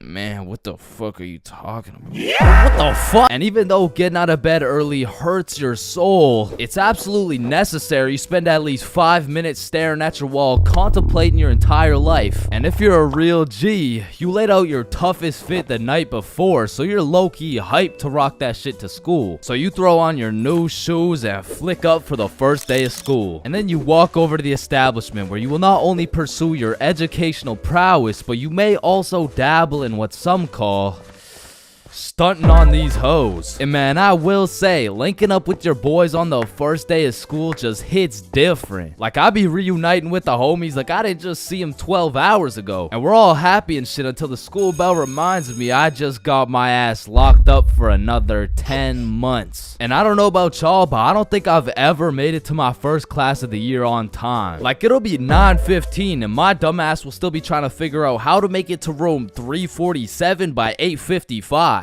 And walking into your first class of the year late has to be one of the most uncomfortable situations you can experience, bro. Because the teacher will be like, oh, and who are you? Oh, I'm Chains. Well, Chains, why are you late? Because the bell rang before I got here. Alright, whatever. We waited for you before we started introductions. Oh, no, you shouldn't have. Well, you're welcome. We just wanted you to feel... No, like, you really shouldn't have. Like, I don't want to do this shit. And tell me why all these teachers have been copy-pasting the same icebreaker games since preschool. Like that one where you have to start with an adjective that starts with the same letter as your name. Like, how do you have a group of legal adults in a circle, awkward as hell, talking about, hi guys, I'm Super Sarah. Hey y'all. I'm Awesome Aiden. And I'm a Marvelous Marvin. Shit, if we don't stop doing these fucking icebreakers, I'm about to joyfully jump off a cliff. And after we're done grinding out icebreakers, these teachers have the audacity to show a whole 50-slide PowerPoint all about them. Like, the fuck? This class is supposed to be the study of math, not the study of your daughter's soccer games, bro. And I'm not even gonna lie, my dumb ass will be out there taking notes, wondering how this 7-year-old's goals per game ratio is gonna help me on my trigonometry test. Then just as soon as you survive all that bullshit, you gotta go to the next class and do that shit again. And by the time you've learned half your teacher's favorite hiking spots and relationship statuses, you're relieved to hear the lunch bell, only to find out the cafeteria is serving straight ass with a side of booty for lunch. And my standards aren't even high. Like during summer, I was on a seafood diet, as they would say. When I see food, I eat that shit. But when it comes to this cafeteria food, I could even bring myself to smell that abomination they're calling meatloaf. But even though the food was straight dookie, I won't lie, it's kind of nice being back at the lunch table freestyling with the homies. But of course, all good things must come to an end. So the bell rings and I go to depart ways with the homies. Alright, peace out, man. Yeah, see ya, bro. Oh, shit. Are we going the same way? Damn, yeah, I guess so. Alright, peace out for real. Yeah, see you, bro. Shit. Alright, my class is right here. Bro. Me too. Oh, shit. Let's go. Alright, class. I'm going to be taking some attendance. Correct me if I get your name wrong. Jason. Here. Billy. Yo. Megan. Present. Chains. Here. Charlie. That's me. Bob. No fucking way. Is there any Bobs in the room? Yo, do you hear that? Is that intro music? Does anyone here know a Bob? Man, nothing beats a class where you got all the boys sitting together. Like from the jump, you already know you're all about to fail the fuck out of that shit, but it's gonna be fun as hell. Alright, so everyone introduce yourselves and tell us what you did over summer break. My name's Bartholomew. My name's Bartholomew, and I'm not gonna lie to you guys, I had a pretty rough summer. I mean, I crashed my car, my girlfriend broke up with me, someone robbed my house, my grandma got jumped the other day. No, bro, not the grandma. You three in the back, disrespectful. And what's crazy about the first day of the school year is how these teachers will act all nice, talking about, it's so lovely to see all your beautiful faces, and it's also nice to see you, Aiden. Wait, what the fuck? We're gonna have an amazing fun year, and guess what? There's no homework today. Knowing damn well they're about to make up for it with twice as much homework tomorrow. Like they'll for real be handing out kindergarten ass coloring sheets the first day, and then tomorrow you're getting your ass whooped by some calculus worksheets. And I didn't even talk about the motherfuckers you'll be seeing in the halls on the first day. Like I don't know what these dudes be going through in those 2 months, but motherfuckers be going from Arthur Kennedy to AK real fast, bro. Oh shit, is that you, Arthur? Oh, gee, don't be dropping the government name like that. Government name? But that's just your first name. Hey fam, it's AK. Aye, man. What you been up to, bro? Hey fam, I'm trapping, trying to make it out of the mud, you know? The mud? You live in a gated community. Oh shit, that's the ops right there, fam. Get down. The ops? That's just fucking Edward. Or the way these new freshmen be walking like they're scared a senior's gonna slap the books out of their hands and take their Fortnite V-Bucks gift card. Like, bro, you freshmen are worried about the wrong V-card. Like, I don't know why, but the day these kids go from sophomore to seniors, they instantly decide to pull an EDP. Like, bro, you're 18 and she's fresh out of middle school. That's a whole crime. But that's not the only crime motherfuckers be committing on the first day of school. Some dudes be pulling up to school with the most atrocious fits known to man. Like there's no fucking way you laid out this ramen noodle chicken soup ass fit the night before, slept on it, then woke up and thought, oh yeah, the hoes are gonna love this one. Like I'm not gonna lie, you could never catch me wearing the types of fit these motherfuckers be wearing, bro. Like that shit should have never made it out the closet. Like I don't condone bullying, but all I'ma say is, your actions have consequences, bro. Speaking of consequences, every year it seems like the rules teachers tell you on the first day keep getting more strict. Like you'll be walking into the first class of the year all jolly and shit. All of a sudden you're getting your shit smacked by the longest list of class rules you've ever seen. Hey class, I'm super excited to have you. We're gonna have so much fun this year, but first, I'm gonna go over some of the class rules. Okay, so there will be no negativity, no phones, no food, no talking when I'm talking. talking. Actually, no talking ever, no laughing, no smiling, breathe as quiet as possible, no washroom breaks, and last but not least, no having fun. So yeah, guys, like I said, I think we're gonna have a lot of fun this year. And just like that, man, summer's over and you're back to school. It's possibly one of the worst times of the year. Like, do you really think it's a coincidence that when school starts up, the sun just starts hiding and the leaves start dying? You see what I'm implying? But I will say, one day you might just look back on these times as the good old days and you might just start crying.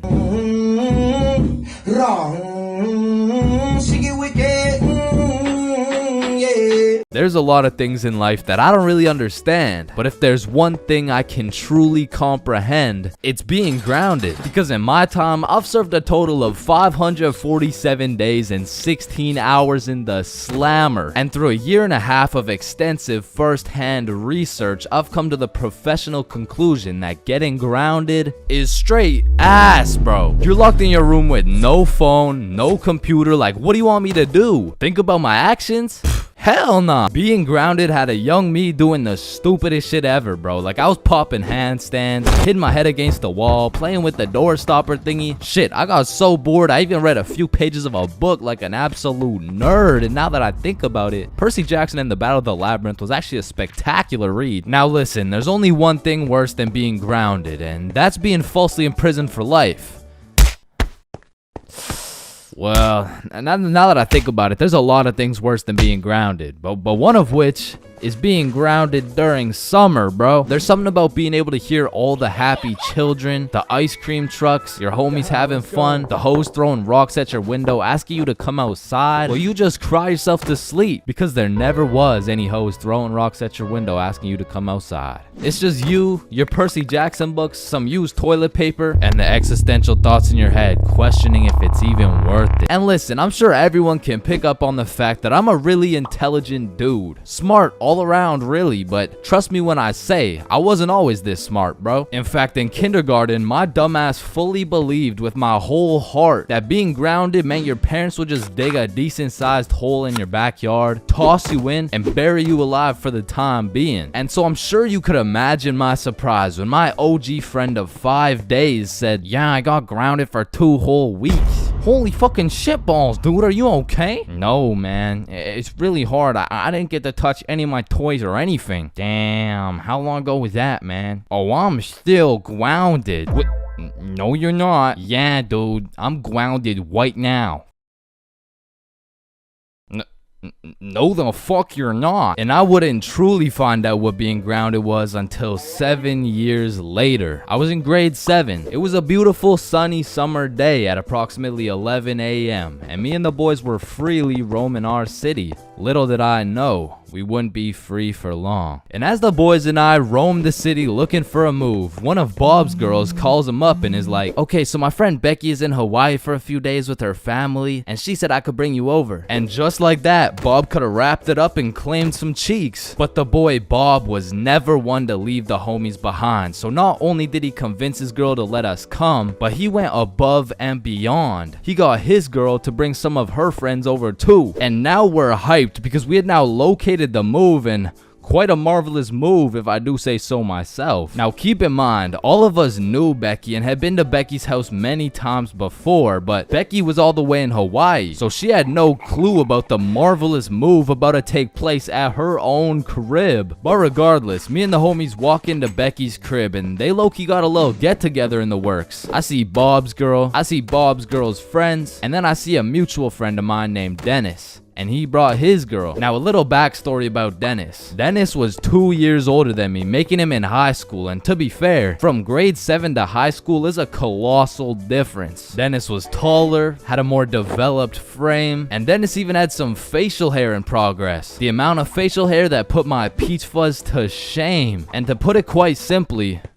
Dennis was a menace. But regardless, that's my homie's homie, so I walk up and dap him up. And then everyone heads over to Becky's room. Now keep in mind, Becky had simply invited Bob and Bob's girl to come over, and somehow we ended up being 8 people deep in that joint. And so that means technically the other 6 of us were straight trespassing. So we were all chilling in Becky's room, chopping it up for a good hour and a half until eventually people start exploring her house. Now in Becky's room, it was just me, Bob, Bob's girl, and Bob's girl's friend named Lily. And so we're all just talking until I hear someone yell from the room down the hall, Yo, Chains, get in here right now. and I don't know exactly what I was expecting to see as I walked into that bathroom, but it was absolutely not seeing Dennis drop a condom filled with water on Billy's head. And of course I laughed because that's comedy gold right there, but it also made me realize maybe we shouldn't be here dropping condoms on each other's heads. But who was I to tell Dennis what to do? He had facial hair, so he was practically a grown man to my standards. So I just turned around, went back to the room, and continued chilling with Bob. And as we talked, the music progressively got louder and Dennis progressively became more of a menace. And it had got to the point where the speakers were booming and Dennis was lobbing condom water balloons off Becky's balcony. And then one time, Dennis either almost hit or just missed Becky's neighbor with one of these condom water balloons. So this grown man looks down at a condom that seems to have fell from the heavens, then he looks up and sees Dennis scrambling inside the Becky's crib with the speakers blasting music, and then he continued on his way. And we were all just having a fantastic time in Becky's room until we hear the downstairs door swing open, and we all absolutely shit our pants and run onto the balcony. Hey, I just texted the family who lives here and they said no one is supposed to be in the house. Everyone needs to leave right now or I'm calling the cops. And that's exactly what we did. No messing around, we were out that hoe. And we all went to Bob's girl's house for an emergency meeting because we were all scared as fuck. And now Bob's girl and Becky are texting and Becky's like, my parents are pissed. They want to talk to everyone's parents and they know how many people were there. So we all devise a foolproof plan. Okay, we give Becky our phone numbers, tell it's our parents' phone numbers, and we act super disappointed in our children. We all agreed on this plan and the emergency meeting was dismissed. And over the next few days, we all got texts from a very unhappy Becky's father, who made sure to specify the amount of condoms that were found in the bathtub. We all respond with some bullshit along the lines of, Hello, Mr. Beckerson. I'm very sorry to hear about the inconsiderate acts of Chains and how he's invaded your home. Rest assured, Chains will feel the wrath of this thick leather belt as it repeatedly beats against his cheeks to discipline him for his heinous actions. Thank you for bringing this to my attention. But come to find out, Lily's dumbass responded with some shit like, Dear Mr. Beckerson, thank you for letting me know, but Lily did nothing wrong as she didn't know she wasn't allowed there. Plus, she didn't even make a mess or anything, on God. Put some respect on my daughter's name. Period. And just like that, our foolproof plan got fucked. And Becky's father texted each of us saying, You are coming to the house at 3:15 p.m. today or I'm calling the cops. And shit, looking back, Becky's father was most definitely bluffing. Like, say I didn't go, what was he gonna tell the cops? 911, what's your emergency? Hey, there was 8 kids who invaded my home 3 days ago. Okay, sir, did they break in? No, no. My daughter gave them the key. Sir, why the fuck are you calling 911? There was condoms in the bathtub. But like I said, I wasn't very smart and I didn't have the brain capacity to think that far ahead. So everyone shows up to the house and Becky's father sits us down and makes each of us individually call our parents and explain what we had done. And I went first. Hey mom, so I went to Becky's house the other day, but she was in Hawaii and I wasn't really invited. There was condoms in the bathtub. Needless to say, we all got our shit whooped and I received my very first grounding with the sentence of 1 month in the slammer.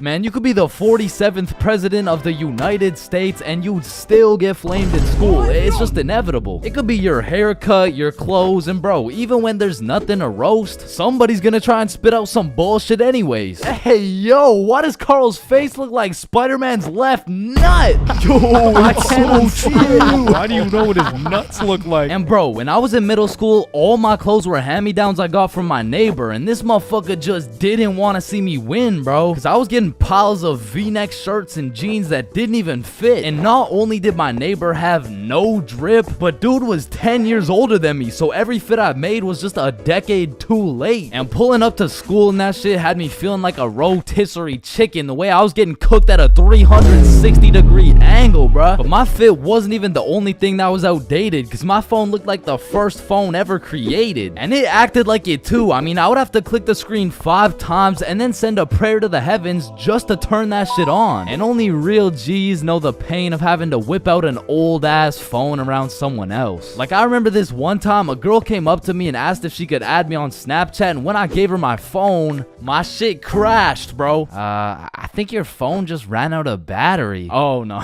don't worry, sometimes you just gotta...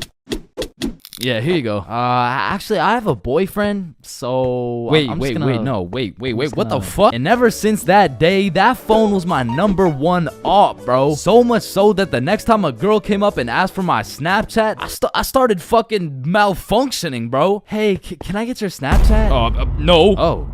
Okay. No. It's just because I don't have Snapchat. Oh, well, what about your phone number? I actually don't even have a phone. You don't have a phone? Oh, well, I did, but then my dog ate it. You know? Oh my God, is your dog okay? Sorry, I don't even have a dog. I don't have one. Then who ate your phone? Fucking I did. Wait, was that? Nope. Like, I do appreciate all the hand-me-downs, because without them, I would be walking through the school butt booty naked. But to be honest with you, if it was a choice, I would have rather been butt booty naked, because these V-necks were straight girl repellent. Like, there's birth control, there's condoms, and then there's V-necks, bruh. But shit, I mean, you could still pull a lot while wearing a V-neck, but it's just like...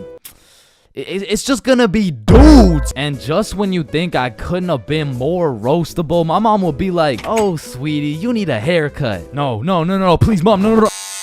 My mom used to take me to this shop that gave out $1 haircuts, bro, and these motherfuckers were straight speed running these cuts. They'd be asking what kind of cut you want while cutting your hair, and by the time you get to show them the cut you want, your shit is already done, bro. And my mom must have not been tipping them either, considering the fact that every time I went back, the cuts kept getting worse and worse, until one time I walked out there with my head bleeding, like I asked for a 2 on the sides, and she hit me with a -2. Now, don't get me wrong, when I pulled up to school wearing the most abominable fit known to man with the atrocious haircut and shitter phone combo, I got my shit roasted, flamed, grilled, sauteed, deep fried, and then thrown into the goddamn microwave. Like the type of flaming that has you going home and just taking an extensive look in the mirror, questioning if you should legally change your name to Albert and flee the country. But somehow, this motherfucker Carl got flamed even harder than me just for being Carl. Like, whenever a friend group is created, there's just one dude selected to be the punching bag for the entire group. And you know, I feel bad and shit, but like... it's better Carl than me, bro, so I'ma slip a few jabs in if I have to. Yo, what the fuck is Carl eating, bro? Oh, hell nah. Wait, whoa, Chains is eating the exact same thing. Nah, what? Your shit looks like it tastes like cardboard with honey mustard. Wow, how did you know? Like, Carl can't even get a little chuckle out without getting crucified, bruh. Damn, he's fucking that shit up. Looks like he hasn't eaten in weeks, bro. Oh, hell nah, Carl. I know you're not laughing. Yeah, no, I'm not. You're built like SpongeBob Brown Pants. You look like a malnourished Santa Claus, bro. Like, god damn, that's a face only a mother can love. What did I do? Now, getting roasted around your boys is tough, but that pales in comparison to the pain and embarrassment of getting roasted in front of your crush, bro. Yo, Chains, what did you get on the science test? I'm not gonna lie, I got like a 76. I'm surprised you're not smarter with that big ass head of yours. Good one, Joe. No, like for real, your shit is massive. Well, like the sheer amount of brain you could fit in that bitch should make you Einstein. You look like you should be pulling 10,000 IQ plays right now. You look like you got the solution to world hunger somewhere hidden in that big ass noggin. Like how do you even stand up straight with that absolute cranium for a head? But I remember this one time I got my shit flamed so hard in front of an entire audience that I was brought to tears. But I mean, I was sick. 6. I was 6 years old, and the day was December 24th, Christmas Eve. So my mom brought me and my brother to this improv play, and as we sat and waited for the show to begin, this little elf walked up to us like, hey, do you guys want to be a part of the show? Yeah, let's do it. Okay, yeah, I'll do it. And once the show began, they called me and my brother up to the stage and asked us a very simple question. So, what do you guys want for Christmas? Oh, I want a Minecraft sword and a creeper stuffy. And, what about you, little man? And as I looked into that crowd with dead silence, my brain stopped braining, bro. Hey, don't worry, it can be anything. Shit. I want, Just, kid, what do you want? I want, man, I wanna. I don't really know what I want. Yo, who brought this fucking dumbass on stage, bro? Get the fuck out of here. Now I'm paraphrasing. I mean, I was 6. I don't remember exactly what he said, but that's what it felt like. And as we walked back to our seats, I was super embarrassed. But as the show started, it was actually pretty funny, and people had probably forgot about it by now. But 10 minutes into the show, a character walks on stage with some goofy ass buck teeth. Yo, this guy looks stupid as hell. Oh shit. And this dude proceeds to absolutely cook 6-year-old me with no remorse. Hey, what's your name? I don't know. What? Okay, how's your day? Day? Day? What the fuck is a day? I don't know. Well, what do you know? No, that's just it. I don't know. I just don't know. Shit, I don't think I know anything. And that shit had the whole audience laughing harder than ever. And as I looked around, my brother was laughing and even my mom was laughing. And it was this very moment that I had hit rock bottom. And at the age of 6, I realized that I would be put on this earth simply to suffer. And it made me cry, bro. I cried in the middle of this theater. And the next morning I woke up and it was Christmas. And under the Christmas tree I saw the best gift of all. It was a Bob pocket tee from ChainsClub.shop. That's right, it's brand new. You can wear it around your homies. You can wear it at school. You can wear it around your mom, your grandma, your great-grandma, maybe not your great-grandma, but damn near anywhere else, and Bob will be posted in your pocket the whole time. Wow, what a perfect thing to get someone for Christmas, am I right? yeah, I'm right. First dates have the potential to be magical, fantastical, romantical, a night you will never forget. But they also got the potential to be straight booty. I mean, first dates are just a gamble, bro, especially if it's from a dating app. Like, you could show up to your first date with a 5'4" blonde Tinder girl and end up finding out she's 5'9". And she's brunette. And she's a dude. I mean, first dates from dating apps is kind of like buying one of those SpongeBob popsicles from an ice cream truck. Like, you know it's not gonna look the same as the advertisement, but the question is, how fucked up can it really be? And let me just say, extremely fucked up. I'm talking massive buck teeth, eyes crossed with a bite taken out of it, and I'm not talking about the popsicles. And these are the exact reasons my very first date was not from Tinder. Also because I was in grade 7. And that would be illegal. And when I was in grade 7, I was 12, as most grade 7s were. And for whatever reason, me and my homies loved going to the mall after school, which was weird because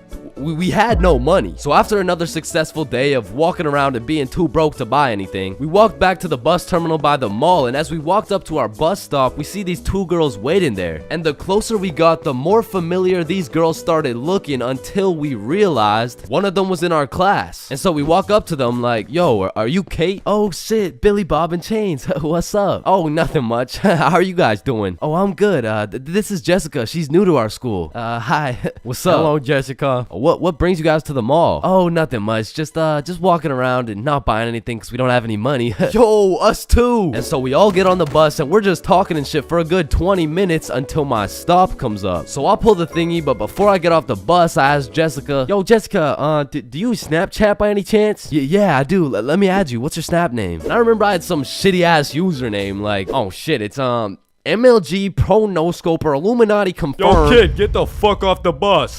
Sorry, 1 second, please. Where was I? MLG Pro No Scoper Illuminati confirmed. And when I got home, I went on Snapchat, accepted a request, and we started talking. And we snapped all night to the point I was smiling, kicking my feet in the air and shit. Yo, I'm coming in. No, wait, don't. I'm beating my meat. Wait, shit. Yo, what boy has you smiling like that? Boy, it's a girl. Man, shut the fuck up. Oh, shit, you're serious. Wait, so the whole time you were watching Powerpuff Girls? It just had a good plot. Okay, bro. Okay, so this is what you gotta know. And my brother started running me through the do's and don'ts of being in a talking stage. Alright, listen. Don't text her too much, but don't text her too little. Don't talk to too many other girls. Yep, nope. That won't be a problem right there. Yep, I know, buddy. And you also gotta talk to her at school. So the next day at lunch, Bob, Billy, and I walk over to Jessica and her 2 friends, and we start talking again, and we make plans to go to the mall together. And boom, all of a sudden we started forming a little friend group. It was me, Bob, and Billy with Jessica, Kate, and Nikki. And we started hanging out damn near every day, hitting the mall, buying nothing, going to Nikki's house, doing nothing. But we had fun, and so inevitably, Bob and Kate start having a thing, Billy and Nikki start having a thing, and that just left me and Jessica. And so one late night, we're on Snapchat with my feet kicking in the air faster than ever, and Jessica hits me with a, so I've been thinking, well, I like you. I like you back. So... And I typed up, do you want to be my girlfriend? I fucking threw my phone across the room, nervous as hell. I get the notification, and when I go to check what she said, she was like, yes, I do. And call me Josh Giddy, the way I just bagged this 12-year-old. But the next day at school, when me, Billy, and Bob walk up to our girlfriends, I started getting all nervous and shit. There was something about the title of being a boyfriend that just had me shitting bricks, bro. It was like, hey, Chains, how are you? Oh, you know, I'm good.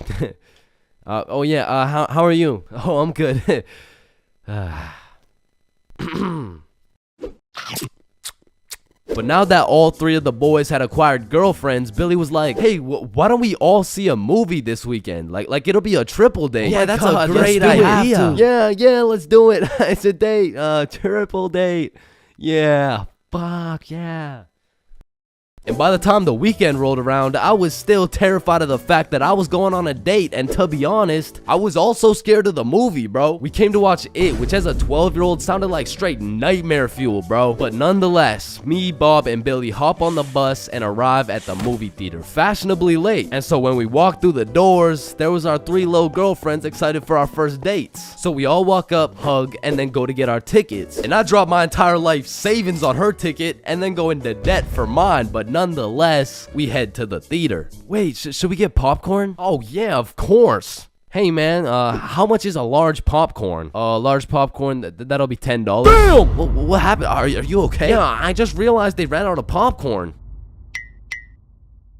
Are you fucking stupid? Yeah, no, don't worry. Thank you, man. Is it no problem? Have a good day. And we got to our seats and sat down, and the movie began. And as the movie progressed, I realized it wasn't even too scary, but about 20 minutes deep, I get a tap on my shoulder from Bob. And he gestures to me the fact that him and Kate are holding hands. And I look over to Billy and Nikki, and they're all cuddled up and shit. Which meant I had to make a move, bro, which inconveniently made my hands start sweating bullets. So now I was in a position where I couldn't just grab her hand while my shit was sweaty as hell, cause then she'd think I'm weird. But then I also couldn't just sit there and do nothing the whole time, cause then she'd also think I'm weird. So I just started doing the only thing I could think of, which was blowing on my hand like some hot soup, and believe it or not, made me look fucking weird. But at least my hand was dry, so I go and hold her hand, but when I do, I make a grave mistake. A tactical error, bro. When I held her hand, my hand was on top and hers was underneath against the armrest, and my dumbass was scared I was gonna crush her arm or some shit. And I don't know where I got the idea that I even could crush her arm from, bro, because those 12-year-old stickman arms couldn't crush a fucking pretzel if they tried. But for whatever reason, I decided my best option would be to hover my arm slightly above hers so my 1-pound arm couldn't come down and fucking demolish her forearm. And you know, this was cool for about 60 seconds until I started feeling the burn, which started hurting so bad that I forgot I was even watching a movie. I was just 100% focused on thugging this shit out. And about an hour into the movie, I was just fucking shaking relentlessly. I mean, at this point, it wasn't even about not having this girl think I was weird, because Lord knows it was too late for that shit. But now it was about proving to myself that I could finish the movie this way, and sure enough, I did.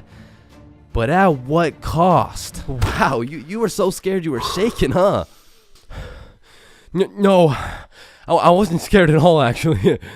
Oh my god, are you sweating? No. So, looking back, it wasn't my best performance, you know what I'm saying? But with that being said, after that triple date, Billy's girlfriend Nikki ended up breaking up with him and gave up on dating dudes as a whole. So, I mean, it could always be worse, bro. Honestly, bro, I'm not scared of much. I'd go skydiving, I'd swim with the sharks, run with the lions, fight a gorilla, beat some ass, and not even get my ass eaten. No, I would not. What the fuck? Wait, no. I meant I'd even get my ass beaten, bro. But if there's one thing that leaves me scared shitless, it's a... But one day when I was 15 years old, my friends and I went to the gas station to get nothing more than a pack of Reese's. Alright, your total will be $2.50. Hey boy, step back. I got this. Put it on my car, bro. Yeah, oh, okay. Just let me... Oh, alright. I don't think your machine's working, bro. Hey kid, I hate to break the news to you, you know what I'm saying? But, I think your broke ass needs to get a job. No! So I got my first job at Jim Jordan's and I was grinding, bro. I made every coffee fresh, every customer happy, every toilet squeaky clean. I was putting the potato wedges in a goddamn bag until I'd stacked up my first few bands and I'd never seen this much money in my life. I thought I was rich, bro. So I quit my job. And then the government took some bands, I bought a few Fortnite skins, one ugly ass t-shirt, and before I knew it, I ended up exactly where I started. Damn, dude, you fucking suck. Your broke ass still needs to get a job, bro. Man. Firstly, my name is Chains, and I would love to work here at this summer camp. Alright, Chains, do you know how to read? Yes, sir. Do you speak English? I do. Can you count to 10? Indeed. Can you ride a bike? Of course. Do you like little kids? Yeah, no, wait, no, yeah, well, no. Well, no. Final answer, no. All right, you're fired. Wait, no.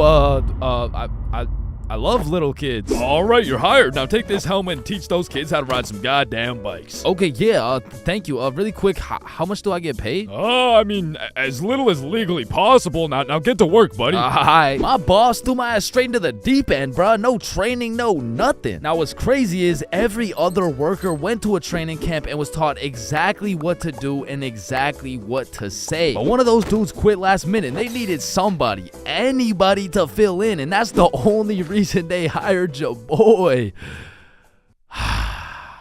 Anyways, I grab a bike, go outside, and there I see my group of 5 little 5-year-olds waiting for me. And I can see the hopes and dreams of learning to ride a bike glistening in each and every one of their little eyes. And I didn't want to let these little motherfuckers down, so I wasted no time and got straight to work. Listen, it's simple. You get on your bike and you just start pedaling like, look at me go. Right, guys?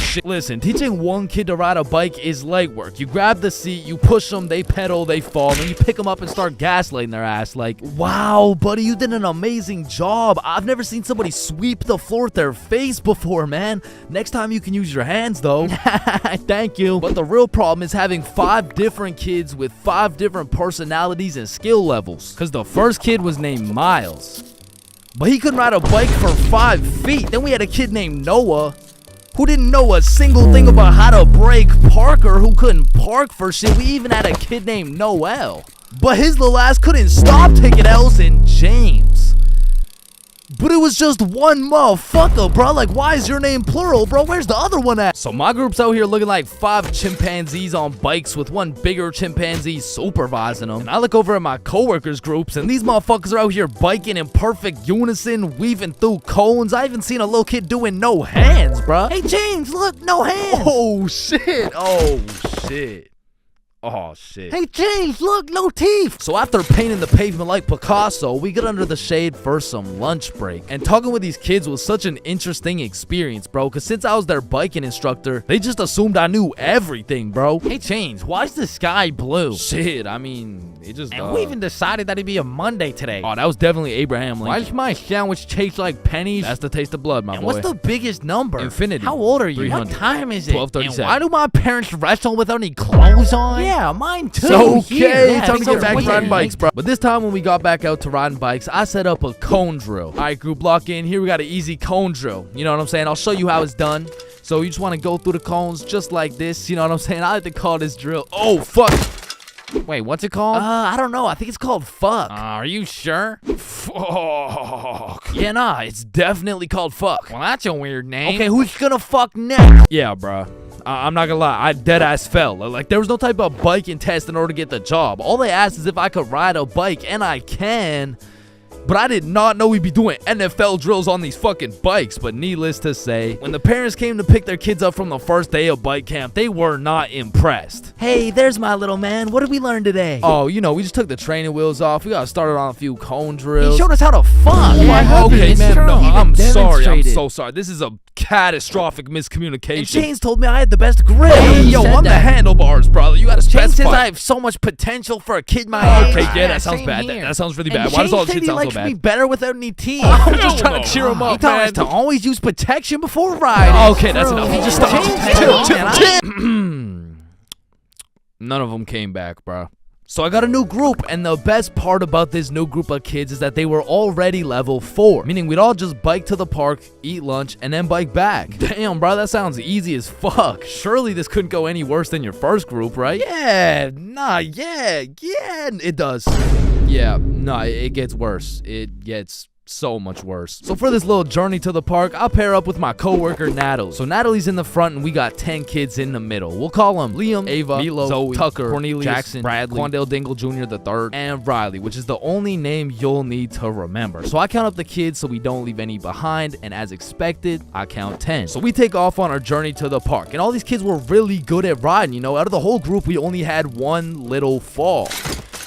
But I just scraped my knee, you know what I'm saying? Like, I didn't even cry or anything, bro. It wasn't even that bad. And before I knew it, we made it to the park. We all put our bikes down. Natalie and I ate our lunch while the 10 kids ran around and played. Liam and Tucker were playing tag. Zoe and Ava were picking flowers. Meatloaf and Quandale were eating cockroaches. Riley and Cornelius were in the bushes picking berries. And Jackson and Bradley were wrestling. And after a peaceful 45 minutes passed by, Natalie and I round everyone up to get back in line like we started. I count them up so we don't forget anyone. 1, 2, 3, 4, 5, 6, 7, 8, 9, 10. And we head back to camp. And after a very successful trip, the parents pick their children up one by one until Riley's very sweet mom shows up with a pack of 20 gym bits to thank me for my great work taking care of her child.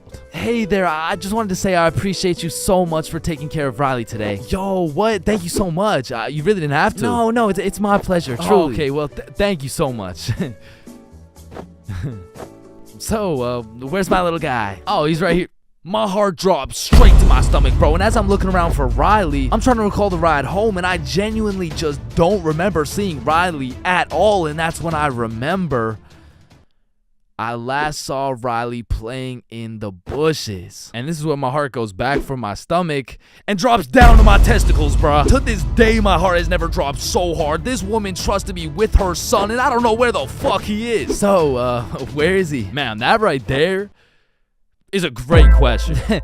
What do you mean that's a great question? You know, all the greatest questions in the world make you think, don't they? Yes. Right, and as you ask me this question, I really get to thinking, you know, like, I really get to rack in my brain, and, well, to be quite frank, well, I'm stumped.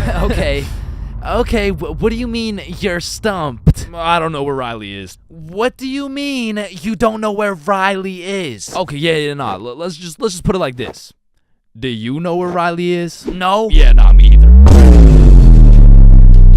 Yeah, ice cream. Holy fuck, he's right there. Oh Holy my God, fuck, I knew it. I knew it. Attack. Like, fuck, I oh thought my this God, he's right dumbass there. lost you. I knew it the whole time. He's right there. It's April Fool's. Give me Yeah, these. take him. Oh my God, Jesus, God bless America. And that was genuinely the day I realized I can't work a fucking job. I'm not built for that shit, bro. I gotta start a Stickman YouTube channel or some shit.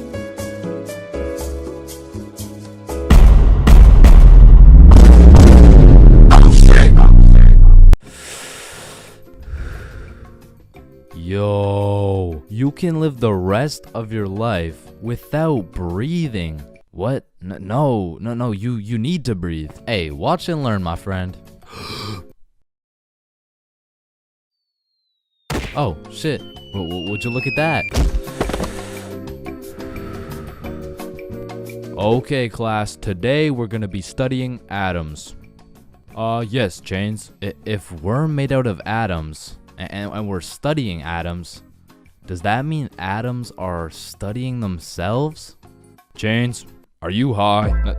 No. No. Damn. You know how everyone says, "Oh, I took a shit." No, you never take a shit. You leave it. Yo, guys, I just took the meanest shit I've ever seen. Hell no. Bro, isn't it crazy that you can imagine what it would feel like to lick any object you look at? Bro, why are you looking at my balls like that? Oh, hell no. You know what I just realized? Yeah, what? Walking around with 1 crowbar is much more suspicious than walking around with 3 crowbars. Bro, is that your car? Oh, shit. Yo, this burger is busting in my mouth right now, bro. I know, this shit is scrumptious. The ham, it's just exquisite. Wait, ham? There's no ham in the burger. It's a hamburger, dumbass. Of course there's ham in the burger. No, the patty, it's made out of beef. Bruh, that's like saying a hot dog isn't made out of a dog, for Pete's sake. Damn, you're high as shit. Okay, when I say sun, do you think of day or night? Obviously the day, that's when the sun's out. Okay, makes sense. But what if I were to tell you that you see more suns in the sky at night than you do in the day? Whoa. You are hereby sentenced to 35 years in jail for repeatedly kicking a pregnant woman. Objection, Your Honor. When you really think about it, everyone in this room has repeatedly kicked a pregnant woman before. Even you, Your Honor. Fuck. Holy shit. Horses are naysayers. Sir, I am very sorry to inform you the STD results came back and you are positive for chlamydia, gonorrhea, trichomoniasis, syphilis, chlamydia, herpes, HPV, HIV, and chlamydia again. Somehow you got 3 cases of chlamydia. Damn, you know what that made me realize? That you should wear a condom? Nah, life is a sexually transmitted disease that will 100% lead to death. Damn right. Sir, you got 3 days to live. You ever think about how old cars are looked at like, look at this dude's old ass car. He's broke as shit. Damn, at least my car isn't as old as this dude's. Holy shit, this guy's car is a shitbox. Damn. Look at that vintage car. Wow, that guy's car is insanely old. He's gotta be a millionaire. What the fuck? Is that Fred Flintstone? Whether we like it or not, we were all once inside some balls. Facts. I'm talking in the testes. Damn. I'm talking in the family jewels. I'm talking in the nut storage. I'm talking in the semen spheres. God damn, Todd's really laying down some mean pipe over there. You know, Todd beating down those doonies really got me thinking. Most people are made in a bed, born in a bed, and die in a bed. Damn. Bro, stairs were made to make a really big fall into a bunch of small falls. Oh, shit, are you good? You know, someone probably still gotcha knows from years and years ago. Gotcha knows, give it back. It's me. What do you mean? It's me. I am the one who gotcha knows. Wait, are you serious? Yes. Dude, give it back. Or what? Give it back. No, it's my nose now. You gotta eat the frog. No, just eat the frog. Nope, 1 bite. Not doing it. You just gotta try it. I'm not eating the frog. It tastes like chicken. Yo, mama tastes like chicken. Come on, it's tradition. You have to eat the frog. Damn, traditions are really just dead people peer pressuring us. Eat the frog, pussy. That's why you're dead, bitch. Listen, I just can't wrap my brain around it. Yeah, what's up? Can you tell me why the fuck we park on the driveways and we drive on the parkways? It makes no sense. Hey Alexa, order some extra large magnums real quick. No, we both know you get absolutely zero bitches. Alexa, you literally Alexa, got stop, no reason stop. on top of Alexa, you, and I both know Alexa, you are a shut size up. small condom boy. Bro, over the next generation, we're gonna see a serious decline in the number of people who are named Alexa. Damn. Wow, that's quite a beautiful birdhouse right there. Yeah, do you think it's made out of wood? Oh yeah, for sure. And where does wood come from? Fuck do you mean where does wood come from? It comes from a tree. Exactly. Are you thinking what I'm thinking? People cut down birds' houses to make birdhouses. Oh, fuck? Yeah, I meant people cut down birdhouses to make birdhouses. As you get older and older, a life sentence continues to become less threatening. Yo, there's probably a point where you just don't give a fuck. Put the money in the bag, bitch. I hereby sentence you to a life sentence in prison. 3 days later. Whoops. Oh. Okay. How the fuck did somebody look at all these rocks and trees and shit and just think, yeah, I can make a Wi-Fi out of this? Why is it a chair, bro? Someone tell me why it's a chair. You see, the word chair actually originates from the word cathedra, which is a combination of Latin words that mean sit and down. Incidentally, the word cathedral got its name as it is the seat or chair of the bishop. Oh, damn, this sandwich is about to go crazy, bro. Wait, that sandwich would hit way harder if we smoked before you eat it. Oh, okay, yeah, you right. A few moments later. Damn. What? Damn. My sandwich went bad. Nah, when you think about it, your sandwich didn't go bad. Something just started eating it before you did. Whoa, that's crazy to think about. Wait. Are you eating my sandwich right now? You gotta be faster than that, bro. I'm talking inside the cum factories. I'm talking inside the sperm bank. I'm talking inside these nuts. I'm talking in the Dwayne The Rock Johnsons. Nah, fuck you. Hey, fuck you then. That's why you eat meat. I don't eat meat. I'm vegan. Oh shit, same. But you're still a bitch. Okay, and I still laid pipe on your mom. Yo, what's going on here? He called me a bitch, and he said he had sexual intercourse with my mom. Yo, calm down. I thought you guys were both vegan. Yeah, we are. What about it? If you guys are both vegan, are you guys really beefing?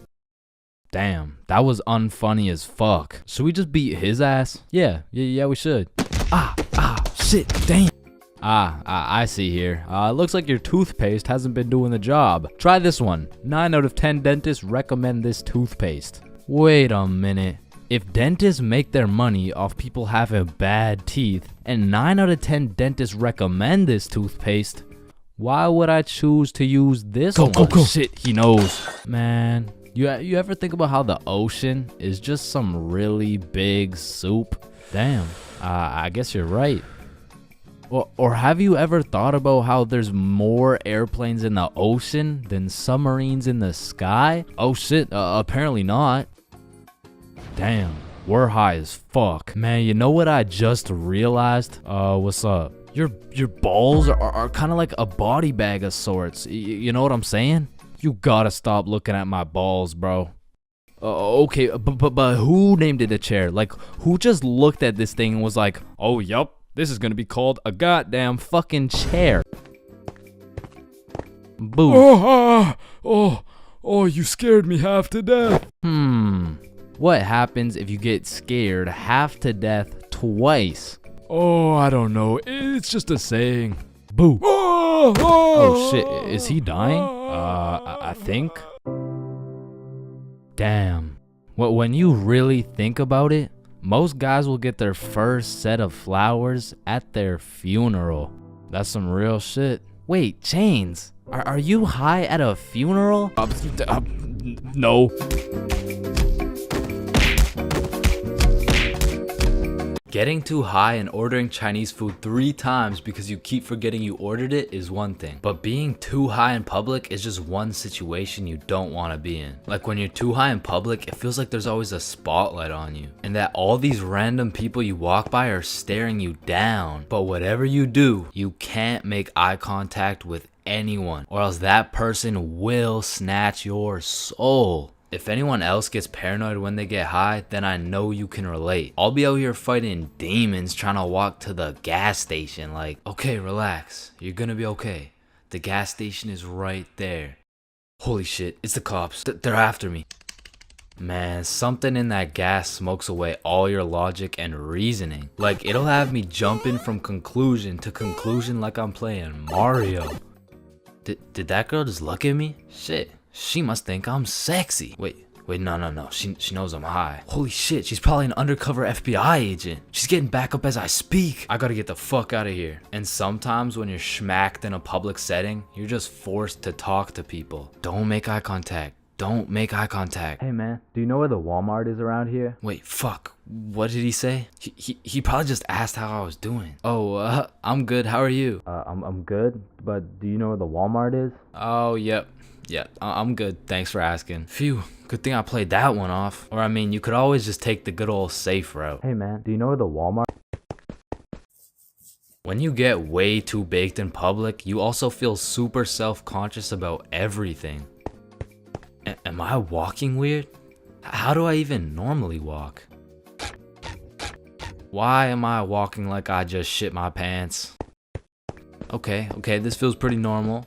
Wait, am I even breathing right? Fuck, now I just turned on manual breathing. Roaming the streets while baked, you'll come across lots of people. But there's just some unspoken connection between two high people. Like no words have to be said. You see that his eyes are red, and he sees that your eyes are red. You dap each other up out of respect, and you keep it pushing. Now when you're baked as hell in public, but you're with a group of people who are just as baked as you, it's a lot easier to relax. Because the simple thought that these people look just as stupid as I do. And honestly, at that point, you can just embrace it. Because you're no longer baked, alone, and afraid anymore. Now you can speak your truth. Hey man, do you know where the Walmart? Hey bro, I'ma stop you right there.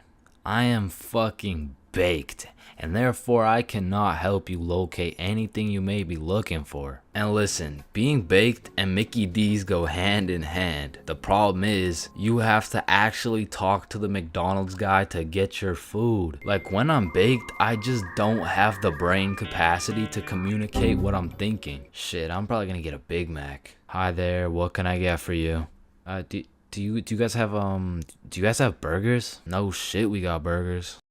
Yeah, then let me get the burger, you know, like with the things, the you know what I'm saying, like yeah. Damn, you are fucking stupid, bro. And we already know being zooted at school can either be a rather delightful experience, or it could be completely and utterly terrible. Once again, if you tend to get paranoid when you're high, being at school has to be one of the worst places to be. You'll be out here ducking and dodging the teachers, absolutely shitting the bed on all your tests, and it's just overall gonna be a stressful ass experience. But on the other hand, if you get much more relaxed when you're high, then you get a nice little mood boost. You walk around with your head up and that baked grin on your face. Shit, this was never me, but I know some motherfuckers magically get a better mark on their tests when they're faded. Overall, you're just kind of living life stress-free. I mean, these two experiences are pretty much complete opposites. So I'm not trying to say being baked in public is always going to be a bad experience. But for me, I'd much rather accidentally place 3 orders of Chinese food from the comfort of my own home.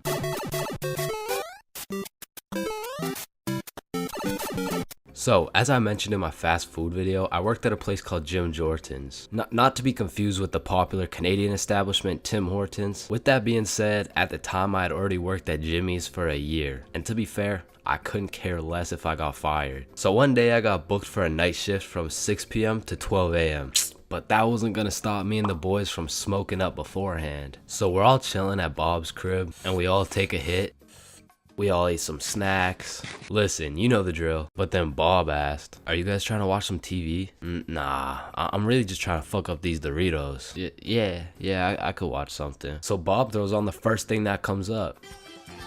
And I'm thinking, these nerds are trying to watch Dora. But literally 5 minutes later. Do you see Swiper the fox? Yeah, he's in the bush. Yeah, you see him?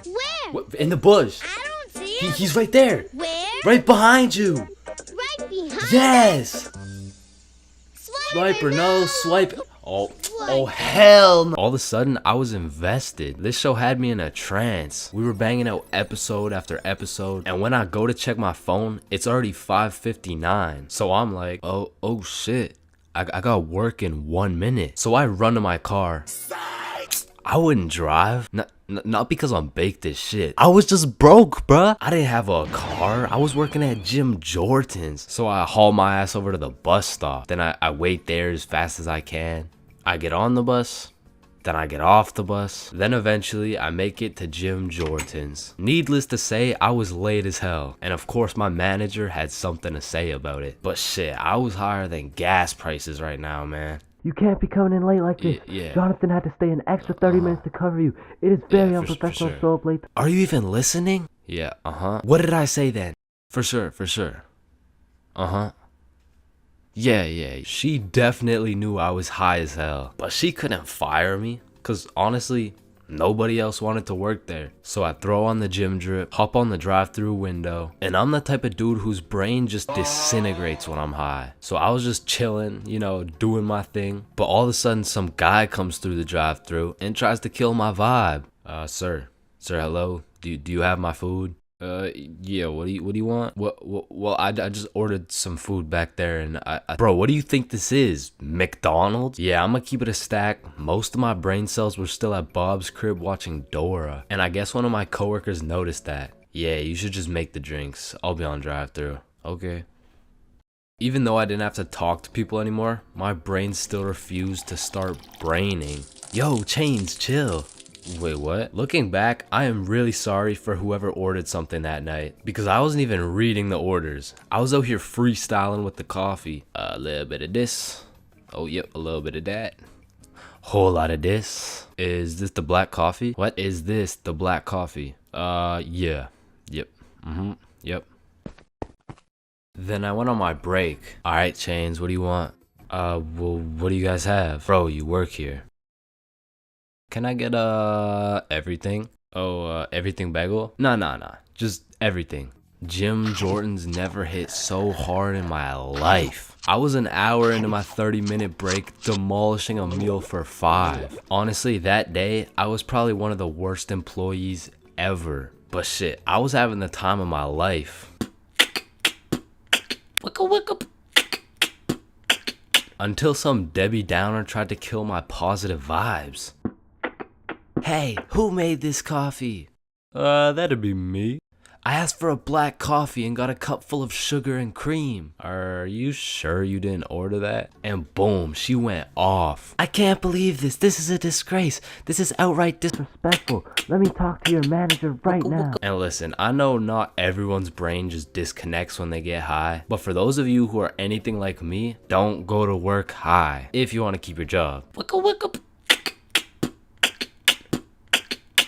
April 20th. 420, the day when everyone puts their differences aside and they just hotbox the Earth's entire atmosphere. Man, what a time to be alive. Now, I don't know if any of y'all have gone to one of those 420 conventions before, but god damn, these motherfuckers be getting higher than Buzz Lightyear, bro. Like, at this point, they aren't even baked. They're fucking deep fried. They just be walking around hotboxing cities at a time, and anyone in a 500-foot radius is gonna start feeling the effects of that Mary Jane. Like, I remember my first time going to one of these things, and I was still a minor with an O. However, I had done some pregame before the convention, so let me just put it like this. If I was a potato, I would have been a baked potato. So heading into the convention, I was already a little bit paranoid because as I looked around, all I could see was a bunch of hippie dudes with beards and shit. And at the time, I was just repping that peach fuzz. I was standing out like a sore thumb. So you can only imagine how hard I was shitting my pants when my high ass saw a cop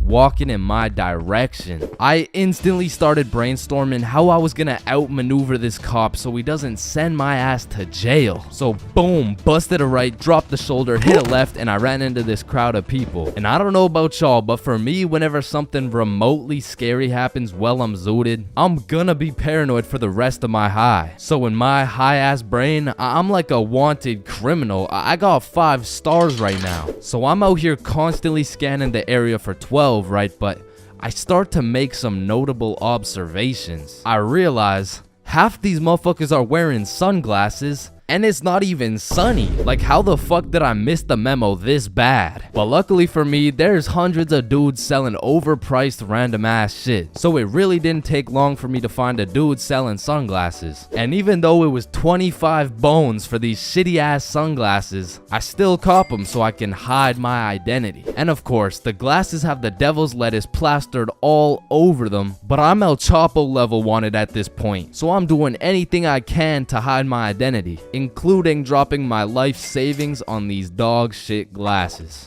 So I'm out here pushing through these groups of people, but I'm keeping it low key. And as I'm scanning to the right of me and to the left of me, my dumbass pretty much walks right up to a cop. And the moment I realized that homie was right in front of me looking at me, I started to panic, bro. I felt like at this point, my best option was just to confess. Like, if I take the plea deal, I'll definitely get a lower sentence. But as I was stressing heavy, that adrenaline starts to kick in. And I know some of y'all can relate to this, but the scientific breakdown shows that when you're zooted and you get into a high stress scenario, the adrenaline gears up and starts beefing with the THC in your brain. Now, if you're lucky, the adrenaline will beat the THC's ass and will have you thinking properly in said stressful situation, which is exactly what happened to your boy. So as I transformed from a baked potato into a less baked potato, this is where the table really started to turn. I looked at this cop in the eyes and this motherfucker was more baked than me. Like, shit, at this point, I'm about to put this dude on citizen's arrest.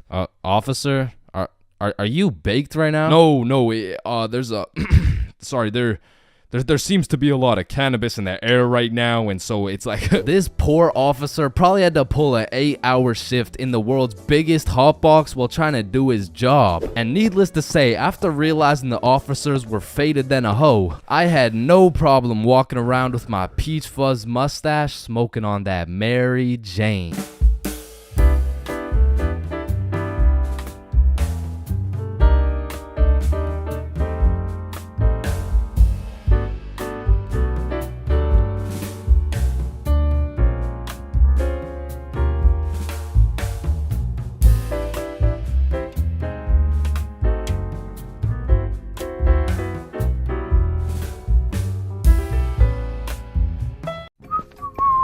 Damn, you look high as hell. A little bit too high. But bro, are you good?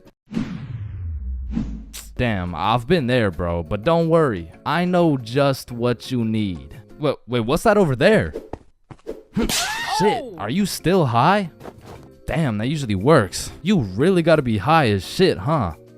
Alright, listen.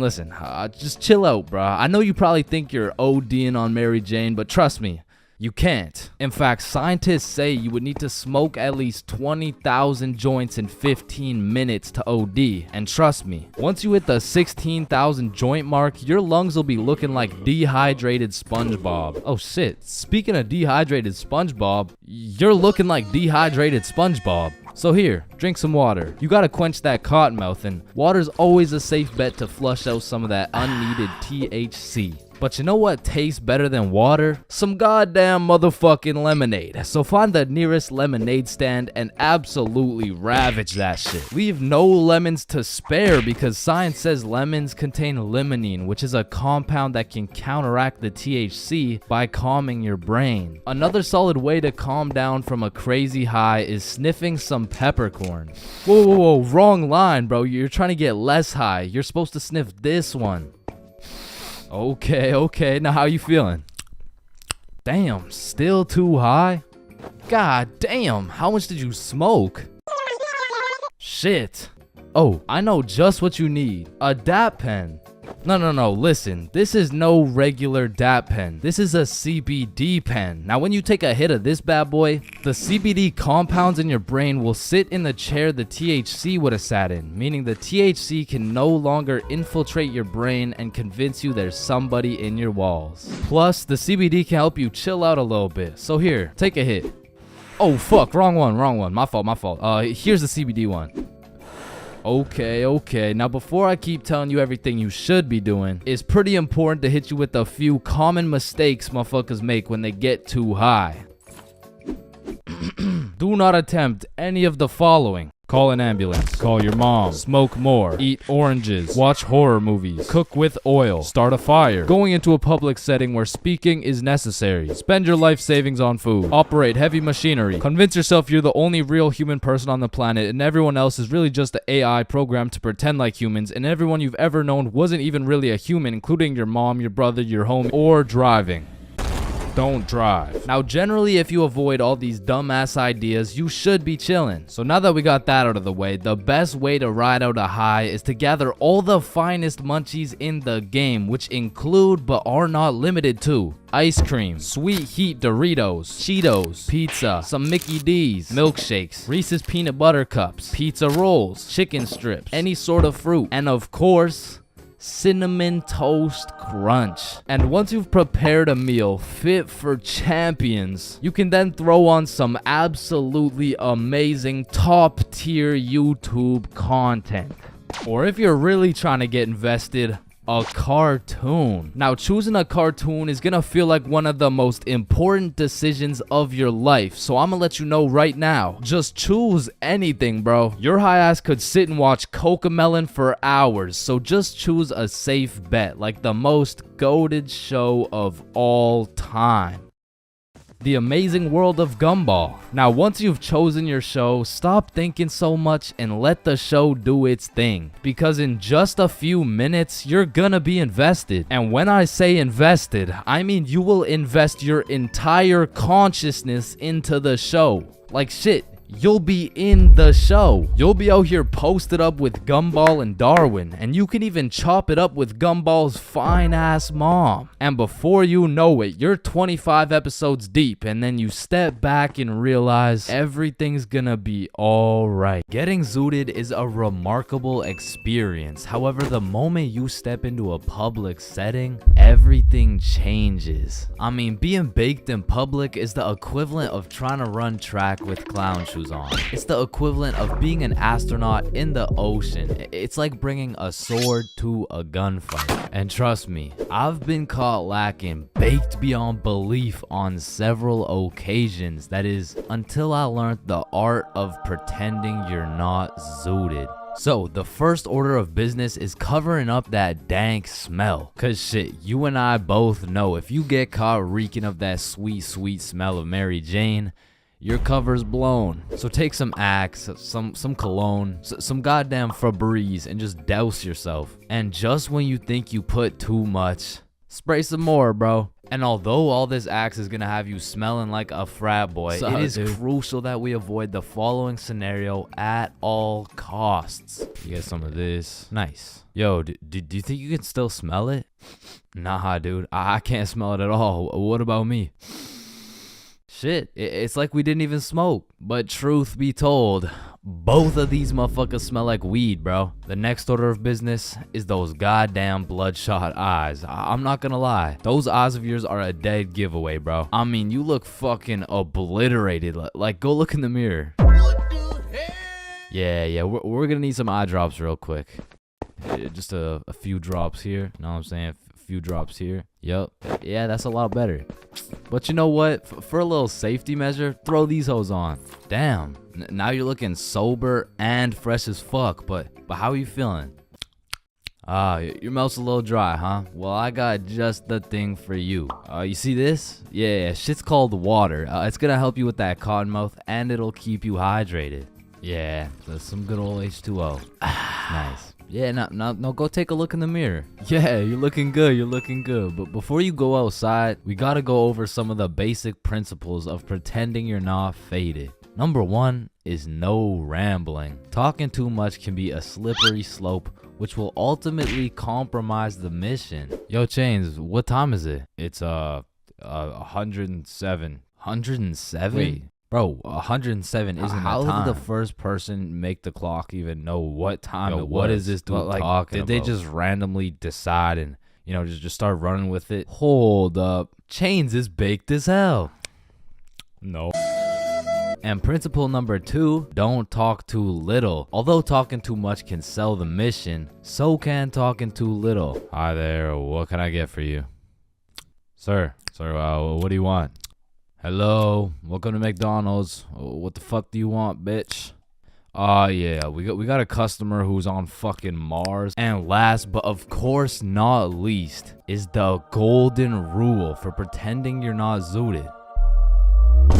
Just say you're tired, bro. It's undefeated. It works like a fucking charm. It hasn't failed you yet. Failed him yet. Chains, have you been smoking the devil's lettuce? Nah, I'm just tired. Oh, okay. Hey, were you just smoking in the bathroom? Nah, I'm just really tired. Oh, okay, my fault. So you're telling me you've been found driving with a joint in your mouth, 3 ounces of weed, and you failed the drug test? Objection, Your Honor. My client here, he was tired. Innocent. He's proven innocent. He's good. So with all this being said, I think you're ready to go out. Well, where are you going anyways? What? You're going to your grandma's 89th birthday? Ah, shit. Good luck with that, man.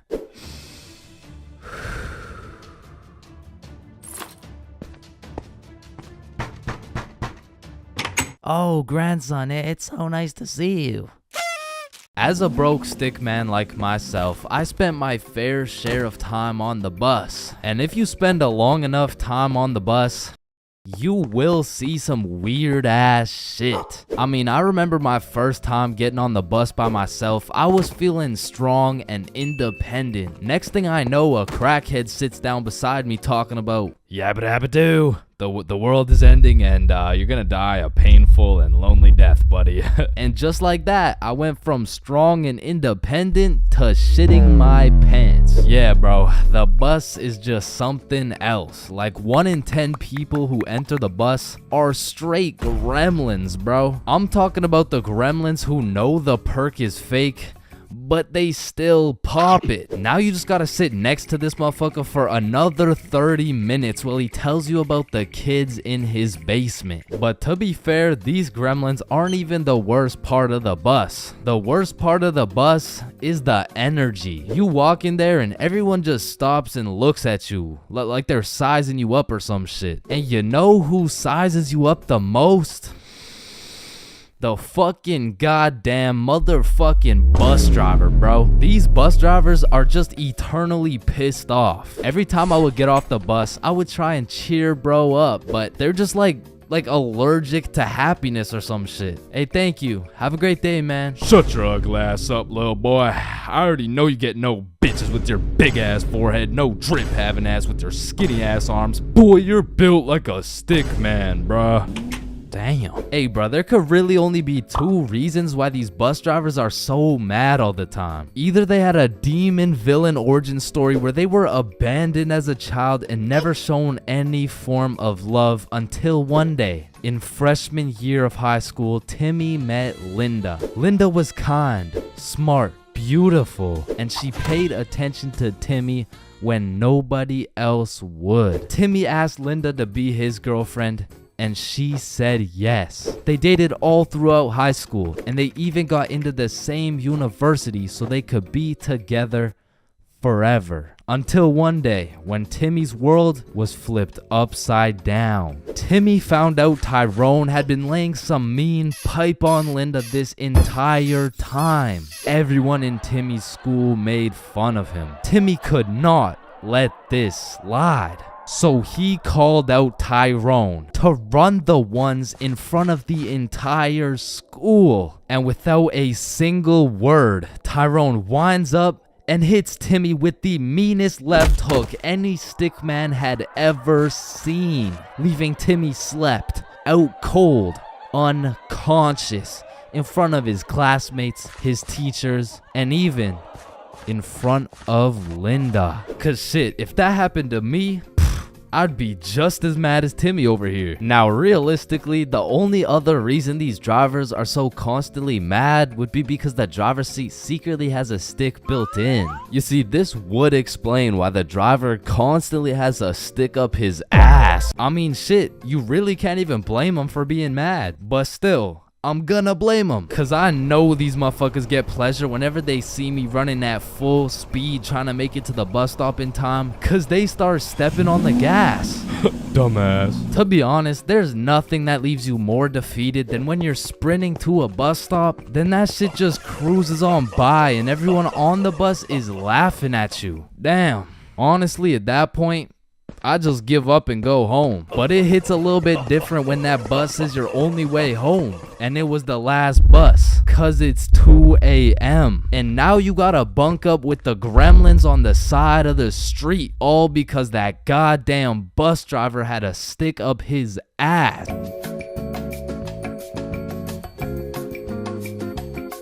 5, 4, 3, 2, 1. Happy New Year! Oh my god. Yeah, let's go. For my New Year's resolution, I'm gonna go on a diet. Nice. Oh, and I'm gonna quit vaping. Let's do it. Oh, and I'm gonna go vegan. Nice. And I'm gonna stop beating mommy. 3 days later.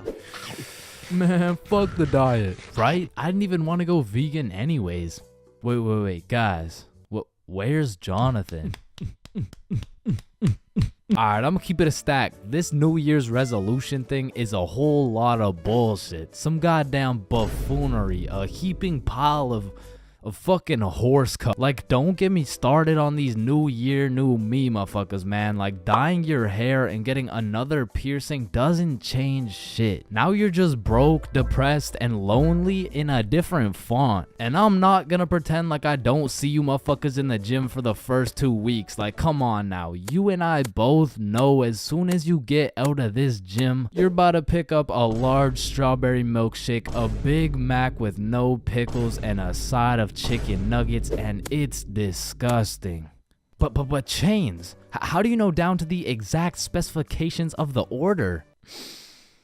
Cause shit, I'm about to get the same damn thing. Because the devastating truth is a new year doesn't change jack shit. And if you're watching this in 2022, I'm really not trying to kill the hopes and dreams of 2023, but let's be honest, if you really wanted to be jacked, you would start working out, bro. Like, I hate to be the bearer of bad news, but the earth orbiting the sun one more time isn't gonna get you any bitches, bro. Cause trust me, I would know. Now, as a stick man like myself, I can't fuck with New Year's resolutions because it's always the same shit. Like 3, 2, 1, Happy New Year's. Oh, hey man, Happy New Year's. Well, what's your New Year's resolution? Oh, it's 1080p. What about you? Oh yeah, same. But did you see Ethan, bro? Nah, what's his? Yo, he's got 4K. Yo, what's up, dudes? Oh, look at the quality on this guy. Damn, wait, do you hear that noise? Yeah, what is that? Oh shit, it's Chains. He got 480p again. Shit. Oh, fuck. Why is it 480p again? God. Damn. That whole New Year's resolution bit was unfunny as fuck. Like corny as shit. Well, speaking of corny jokes, New Year seems like the time when motherfuckers feel like it's okay to start whipping out the most overused and unfunniest jokes of all time. Oh, hey Chains, watch this. 2, 1, Happy New Year. Hey Chains, I haven't seen you since last year. So you know how it's gonna be 2020 soon, right? Yeah, what about it? Well, I got 2020 vision. Now I know it sounds like I'm on some bahumbug shit, but New Year's does have a lot of great things about it. Like the parties, the fireworks, the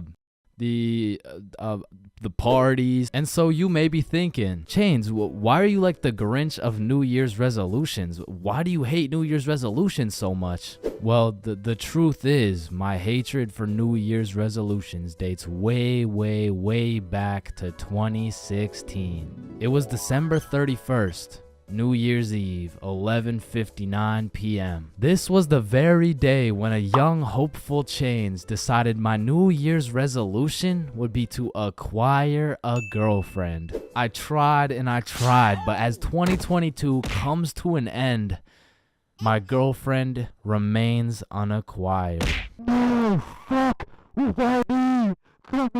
So a few years ago, I worked at a fast food restaurant. We'll just call it Jim Jordan's, you know what I'm saying? Jim Jordan's was my first job ever. So coming in on my first day, I was kind of excited, you know, because it was just overall a new experience, so I was looking forward to it. So I walked through the doors and, you know, it's looking like a nice establishment so far. But as soon as you step past the staff gate, you realize it's instantly a hellhole. Like, this is exactly what it was like. Hi there, can I take your order? Yo, who's medium double? What's your order? Yo, hello. It's my first day. Hi there, can I take your order? And bro, once they give you the once they give you the Jim Jordan's drip, you instantly lose value as a human, bro. For example, if you're going for a casual stroll down the street, an average interaction would look something like this. Hey, how are you? Good, how are you? Good.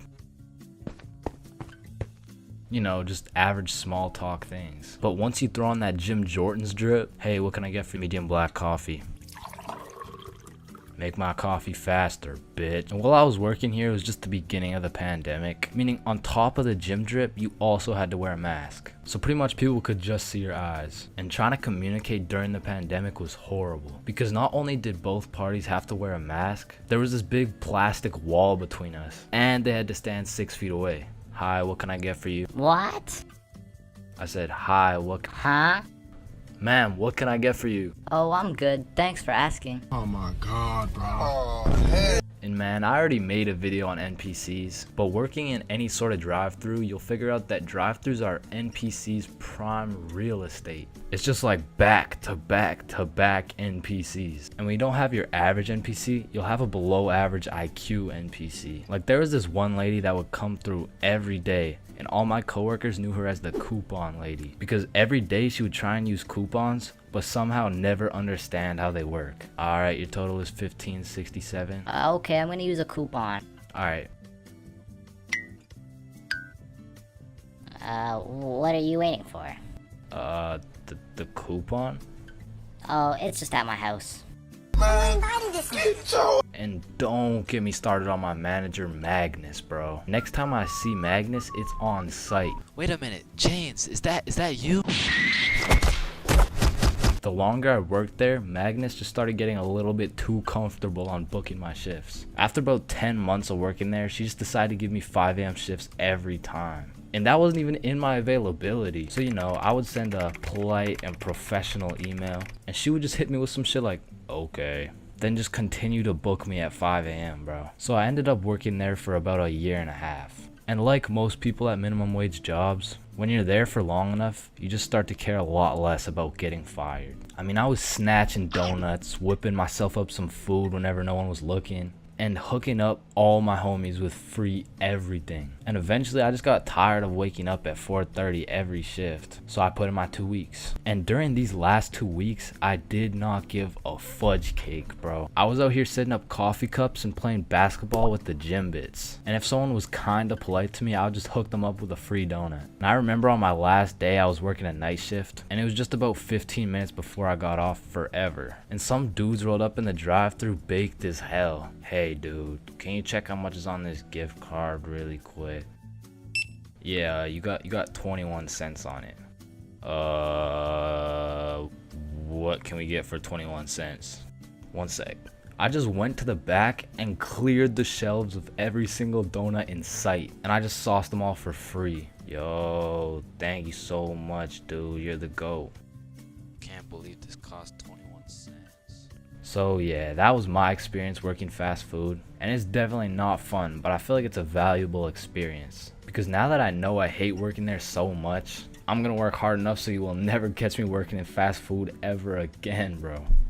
There's really only 3 situations that make me want to just stop existing. The first is when your mom would leave you at the Walmart checkout with no way to pay. The second is having to shit in the school washroom. And the third is being sober at a party full of drunk people. I mean, there is nothing worse than a party where everyone is having fun, you know, dancing and shit, but you're just sober in the corner eating Cool Ranch Doritos, reconsidering your life decisions. Like, maybe I'm just boring or something, but to me, most of the time, it is not fun being at a party while sober. Cause you'll be chilling, minding your business, and there'll be a bunch of drunk motherfuckers coming up to you like, yo, I am so drunk right now. Nice. Yeah, bro. I drank so much. Nice. Because when you're drunk, there is no thought process. You're just blissfully unaware of the fact that you can't dance. But that vodka will have you in the middle of the dance floor like... However, when you're sober, you are actually aware of how stupid some of these drunk people look. Like, you can just take a look around and you'll see a bunch of motherfuckers doing shit they're gonna regret when they're sober. Damn, look at her. Yo, he's gonna regret that for sure. And look at this dude. Wait, Billy. What the fuck are you doing? I'm twerking on the walls like Peter Parker. No, what the fuck? Being at a party while sober has me feeling like that one dude who's always like, yo, where the hoes at?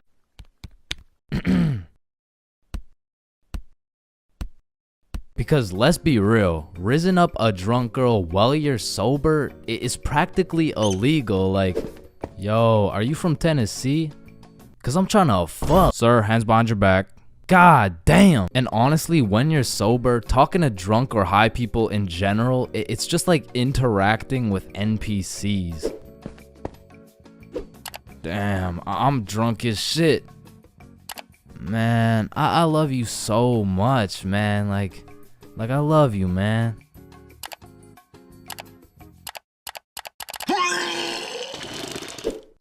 Damn, bruh. I'm zooted as fuck. When you put bread in a toaster and it becomes toast, where the fuck did the bread go? Faded than a hoe, faded than a hoe, faded than a hoe, faded than a hoe. Is this dude emoting? Like, I remember one time I was sober at this function, chilling on the couch, probably playing Clash Royale or something, and there was a visibly drunk dude to the right of me and a obviously drunk girl to the left of me. And without exchanging a single word, they just started making out in front of me, bro. And that situation was weird as fuck, but like, I had to stick it out and get that 3 crown, you know what I'm saying? But honestly, I feel like that situation kind of sums up the feeling of being sober around a bunch of drunk people. It feels like you're third wheeling, but with like 100 people. But maybe that's just me, because I know some people who don't even need to drink. They just act like they're drunk all the time. Jump, jump, jump, jump. Oh, shit. Ah, god damn. Holy shit, how much did you drink? Oh nah, nothing. I'm sober as hell. What the fuck? And I also know people who drink hella and somehow get more antisocial. Oh shit, are you sober too? Nah, I'm drunk as shit. I just get depressed when I'm drunk. Oh, okay. Oh Please shit. come back. Oh damn. Please, oh, Carol, I shit. miss Oh.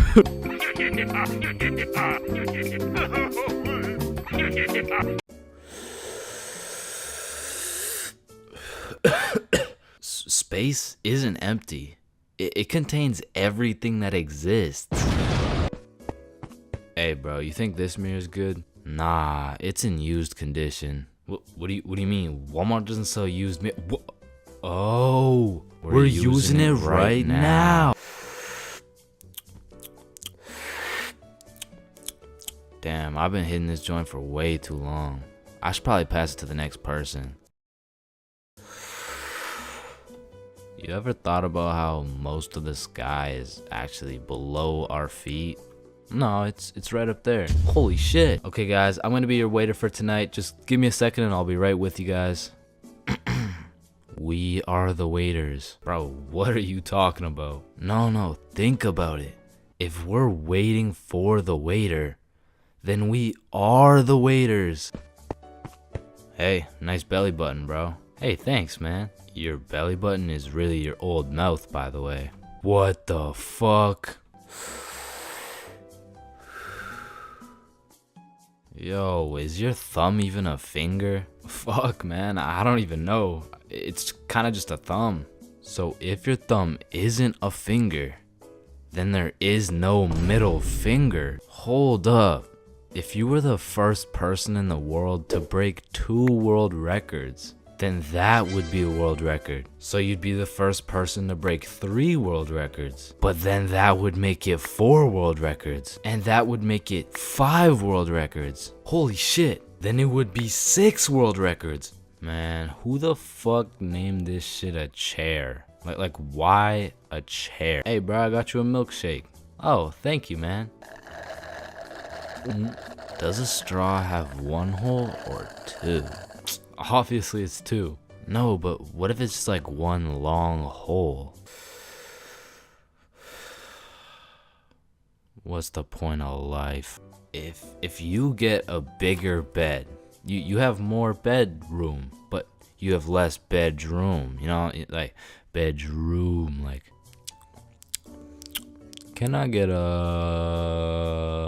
ice cream cone? No, fuck you, the ice cream machine's broken. Man, that's not fair. Well, life isn't fair, buddy, so what do you want? But if life isn't fair to everyone, then isn't life just kind of fair? Like, I just don't get it. Like, chair. Why is it a chair? You know, it could have been like anything. So your nose grows every time you cap. Yeah, what about it? So what if you just said your nose is going to grow? Well, that would be a lie, so then it would grow. Try it. My nose is going to grow. Yeah, I told you. But now that it grew, it's not a lie. Whoa. Bro, I'm way too baked right now. Here, eat an orange, it helps. Nah, hold up. Are oranges named oranges because they're orange? Or is orange called orange because oranges are orange? Just eat the fucking orange. Boys, we got the pizza. Let's go. Sir. Why the fuck is the pizza box square? Like, if the pizza is circle and a slice is a triangle, yo, who the fuck invited this kid? Yo, can you pass the lighter really quick? Yeah, I got you. Wait. When you light your lighter gets lighter until your lighter is so light that your lighter won't light. Damn, that motherfucker's spitting right now. It just seems weird. Like, why the fuck is it a chair? Eating magic brownies. If you've ever ingested one of these exquisite delicacies, you would know there's some clear distinctions between eating magic brownies and puffing magic clouds. First off, magic brownies are some dangerous shit, but in like a sneaky ass way. Kinda like how if I knew nothing about raccoons and I saw one chilling on the road, I would be like, aw, that's a cute ass raccoon. I'm gonna go help it across the road and make sure it's safe. Hey little guy. Fuck. God damn, fuck. You see, that's dangerous, which is exactly like when you see an innocent brownie chilling on the counter waiting to be eaten, and you're like, shit, that brownie's been chilling there for a little bit too long. I'm gonna just clean it up, you know what I'm saying? And shit, the next thing you know, you're laying face down on the floor, 4 bags of Doritos deep while watching Keeping Up with the Kardashians. not that happened to me or something, like, you know. Anyways, secondly, the brownies are made to catch you lacking. I mean, if you've tried edibles, you'll know what I'm talking about. You'll have a good piece, like enough to get you baked, but that shit just doesn't hit. Bro, I really don't feel anything. You probably just didn't have enough. Alright then, let me have some more. Yeah, I got you. They'll have you eating 3 brownies at a time, like, Fuck, bro. I've eaten 3 goddamn brownies and I don't feel shit. Like, do they even work? Yes, they do, bro. Look at Eric. That motherfucker only had half. What the fuck? He only had half a brownie? I've eaten 3. Them things can even take up to a few hours to hit. They'll leave you with the good old, damn, bro. These edibles ain't shit. These bad boys will have you seeing rainbows. They'll have you lagging in real life. I mean, shit, if you have enough, they'll have you out here talking to Pop Smoke. And the thing is, the magic clouds will introduce themselves to you before they hit. But the fucking magic brownies be coming out of nowhere on some Randy Orton shit, leaving a motherfucker RKO'd out of nowhere. And I'm telling you, there's something about edibles that be changing your settings. Like, that bitch lowers your FPS, changes your render distance, and maxes out your sensitivity. I mean, one time I gobbled down a brownie, and when I touched a blanket, I felt every bristle, every microfiber, and every single atom in each microfiber. I mean, it was really a blessing and a curse, because every time my shirt would wrinkle, I would take 1 HP. But at the same time, a bowl of ice cream had me bustin', bro, because magic is some powerful shit. Like one time a good friend of mine got fooled by the good old, these edibles ain't shit, let me pop some more. And when those edibles hit, they changed every setting this man had. Yo, Robert, you okay? How you doing, bro? ¿Quién es Roberto? ¿Quién verga eres tú? ¿Y quién eres tú? ¿Dónde estoy? Hold up. Does Robert know Spanish? No, bruh. That motherfucker only knows English. Shit, Robert ended up legally changing his name to Javier. And that motherfucker moved to Barcelona. He just never came back. So like I said, those magic brownies are powerful. And you can do with them as you please. But remember, with great power comes great responsibility.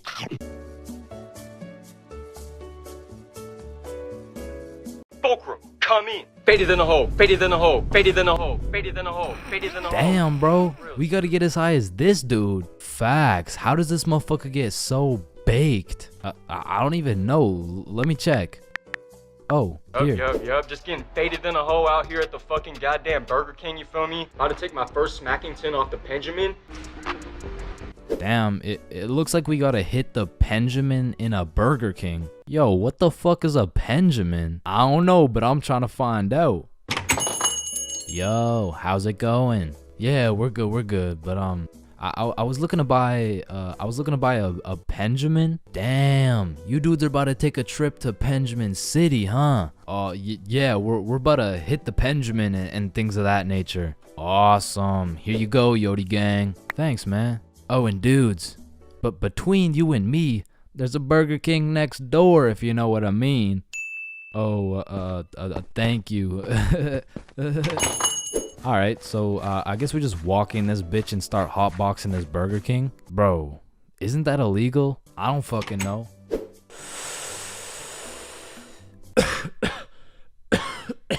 God damn. This shit hits. Let me try.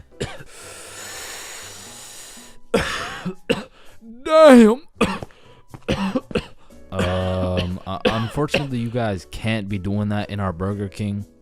Nah. It's chill. We're just getting faded than a hoe. Wait, you're getting faded than a hoe? Yeah, we're getting faded than a hoe. Shit, I know you were getting faded than a hoe. My bad, Yodi gang. Nah, you're good. You want a little hit? Shit, I might have to take this Benjamin to Blinkerton City, you feel me? Yeah, I feel you.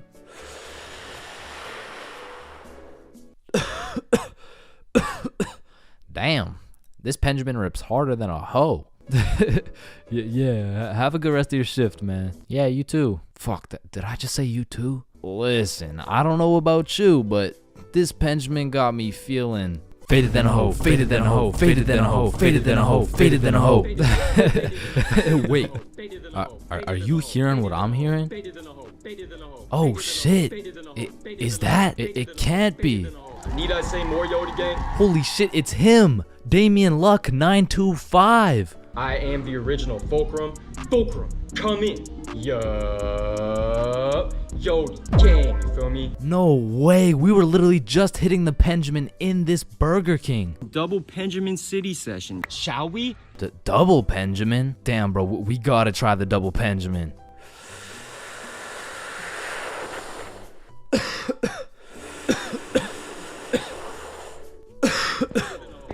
Yo, where are we? I'm faded out here in Yodi land, you feel me? No fucking way. It's a city full of Damien 925. Yo, this is crazy. Bro, these munchies are crazy. Facts, let's go cop some food. Holy shit. 7-Eleven is just full of motherfuckers hitting the Benjamin. The whole goddamn store is hotboxed. Yo, quick, buy the Doritos before I pass out. Oh, fuck. Hey, wake up. Wake up, hey, please wake up. I just, hey, it's gonna be okay, it's gonna be okay. Just got 5 things to say. Yeah, what is it? What is it? Faded in a hole, faded in a hole, faded in a hole, faded in a hole, faded in a hole. Need I say more? Hey, but you gentlemen have a good rest of your day. Man, family functions have the weirdest dynamic, bro. Like, how have you known these people your entire life, but have still never gone past the surface level conversation? I mean, let me know if it's just my family, but every function is the same. The whole gang links up, and everyone just asks the most generic small talk questions to each other. Hey, how's that new place you bought? Oh, yeah, you know, it's good. And how's the kids doing? Oh, you know, they're good. Oh, and how's the wife? Man, fuck your wife. I don't want to hear any of these NPC conversations, bro. And let me know if I'm getting too specific here, but what about that one uncle who goes by the name of either Bob, Jerry, or Dave? And this dude will just always be saying the most out-of-pocket things imaginable. Oh, how's your daughter Jane doing? Oh, Jane's always been hot, eh? Bob, she's 15. This uncle be at the family function thinking it's Coachella or something. Bob, another beer's a little bit excessive, don't you think? Yeah, football! I'm the youngest person in my whole family, which for whatever unspoken reason, it just means everyone has the go-ahead to flame the living shit out of me. Hey, Chains, still no girlfriend, huh? I guess you're not too good with the ladies there. But I make one joke back and I'm the bad guy. You don't seem too good with the ladies yourself, seeing as your wife just divorced you and she took the kids with her. Am I right? Not only do they feel free to roast your whole existence simply because you were born last, they unanimously decide you will be everyone's personal butler. Hey bud, go get another beer for me. Alright, yeah, for sure. Thanks. Now you better get started on mowing that lawn.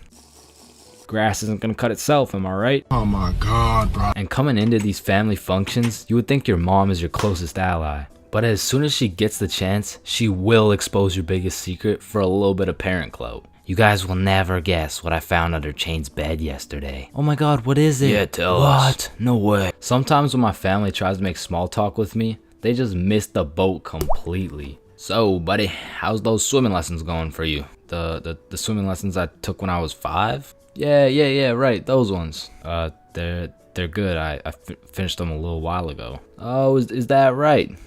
Good for you, buddy. And bro, don't get me started on those recycled ass jokes. Well, looks like you got your workout for the day. Oh, looks like you've gotten so tall. What are you feeding this kid, am I right? Oh, Bob, I think you got some food in your beard.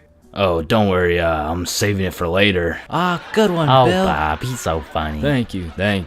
I guess everyone at the function must have Alzheimer's or something, because these jokes will have them cracking up like they haven't heard the same joke the past 15 functions. But cousins, man. Cousins are the saving grace of family functions. Without cousins, you would have no choice but to participate in the tomfoolery of small talk. I'd be walking in the function just praying to see that one cousin.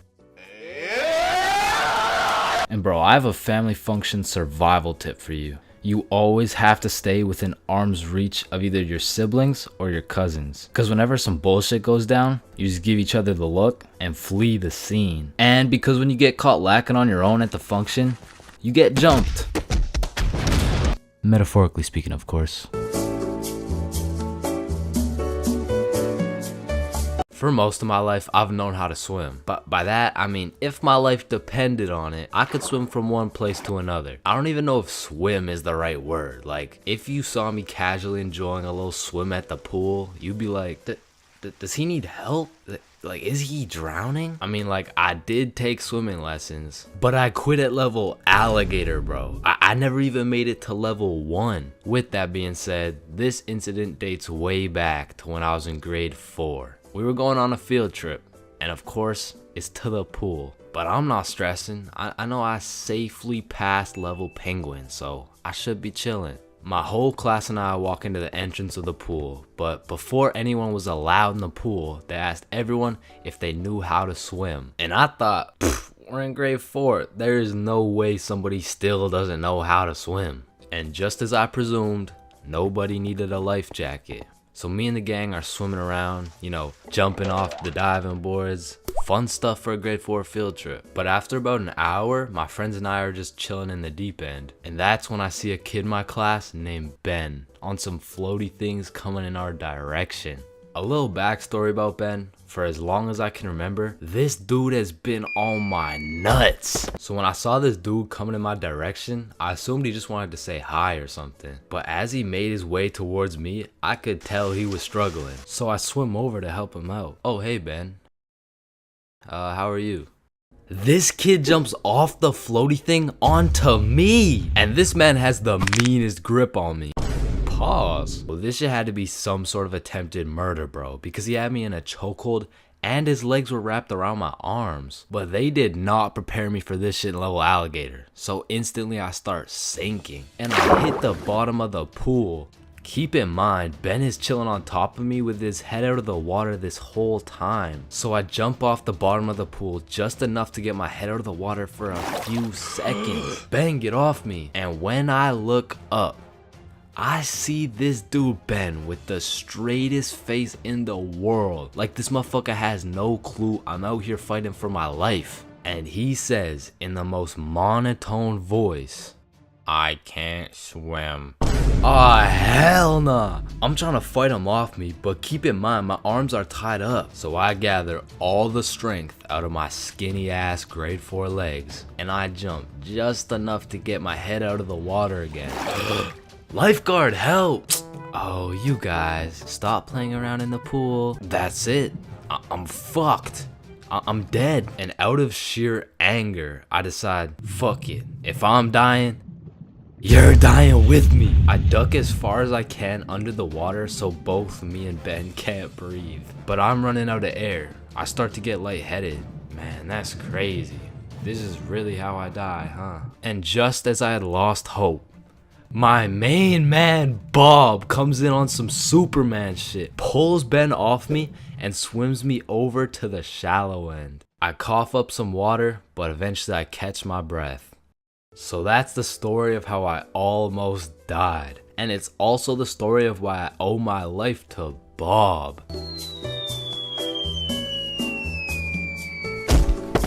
High school bathrooms have to be one of the most unorthodox places in the entire world. Walking into the bathroom, you have absolutely no clue what to expect. And honestly, that's the best part. I remember one time I had walked into the bathroom, you know, to take a piss. And when I had opened the door, I was not surprised to see some motherfucker getting his head shaved bald. And these dudes were so casual about it too. Yo, what's up? What up? And you know, it's cool and all to be able to be entertained while you're trying to release your bodily fluids. But I mean, sometimes you just want some peace and quiet. Because you truly never know when something like this can happen to you. And that is precisely why I'm scared to ever shit in the school bathroom. And listen, my school bathroom has always been bad, but these TikTok trends that keep popping up made the bathroom situation so much worse. Yo, look at this TikTok. That's kind of funny. 1 week later. Damn, someone took the soap dispensers. Who snatched the blow dryers, bruh? Where the fuck did the urinals go? 1 hour later. Hold up. Who hit a lick on the bathroom? These TikToks had the school announcements like, guys, I'm begging you, stop with the devious licks. if you see anyone hitting a devious lick in the bathroom, report it to the office immediately. And I'm not gonna lie, this trend was low-key pointless. Like, once you go home, the fuck are you gonna do with the broken blow dryer, bruh? But there was one TikTok bathroom trend that was fire. So, what is the square root of pi? Chains. Yeah, can I go to the bathroom? Be quick. Am I tripping or did I just hear? Yeah, bro, bathroom functions are a 10 out of 10 TikTok trend. Hey man, if you're still in high school, I recommend trying it. Anyways, I've obviously never been in the girls' washroom before, but I be seeing way too many TikToks filmed in there. Like, is it just a normal thing for girls to go to the washroom while other girls are just in there hitting the renegade? Like, I wouldn't know, but that whole situation seems a little bit awkward to me. Wait, renegade, renegade, renegade, renegade. And when it comes to most public schools, the washroom is like the black market of the school. So there's always some dude trying to sell you something. Yo, you need anything right now? I got that Gandalf OG, that Alaskan Thunder, some purple monkey balls, got those Girl Scout cookies. Hey man, just give me a second, I'm kind of busy right now. I got that Sour Diesel, that Granddaddy Purple Deluxe. Trust me, this stuff will blow your socks off. And every once in a while, someone will bring boxing gloves. All of a sudden, the school bathroom turns into the octagon. People are getting knocked out, dropped, and getting hit with the guillotine chokehold. But as soon as a teacher walks in,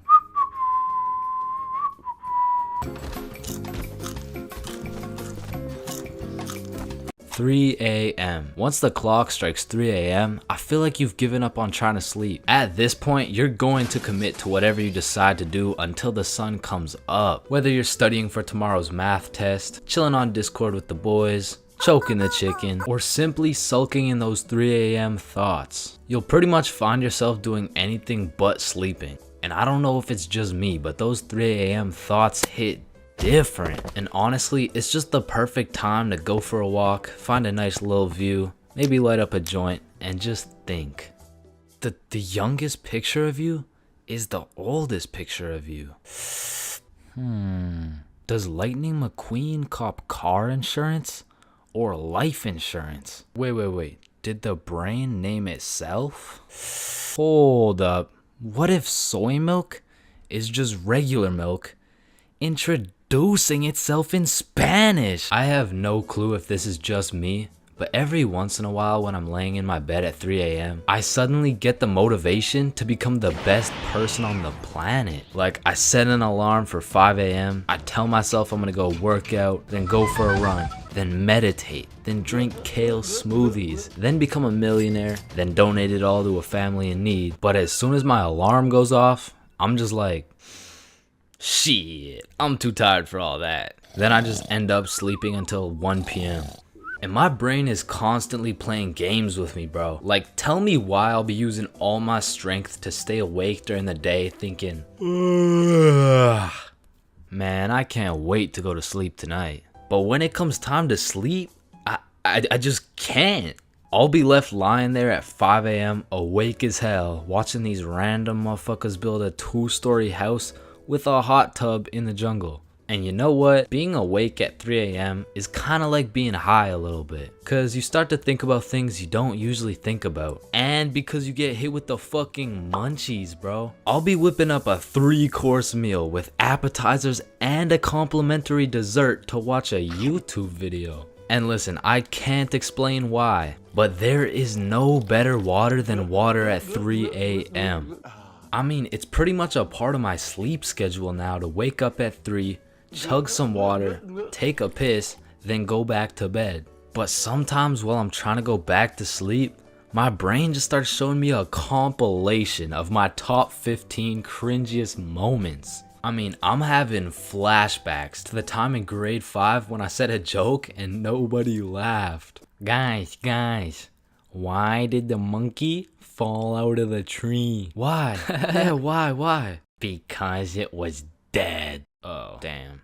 Or I'll be up all night thinking about that one debate I had 3 years ago, brainstorming about the best things I could have said in each scenario. It's like if I do some cringe shit during the day, I have no choice but to lose some sleep over it at night. It's like my punishment for saying some stupid shit. Like I know one guy who accidentally called his teacher mommy in front of the entire class, and that dude hasn't slept since.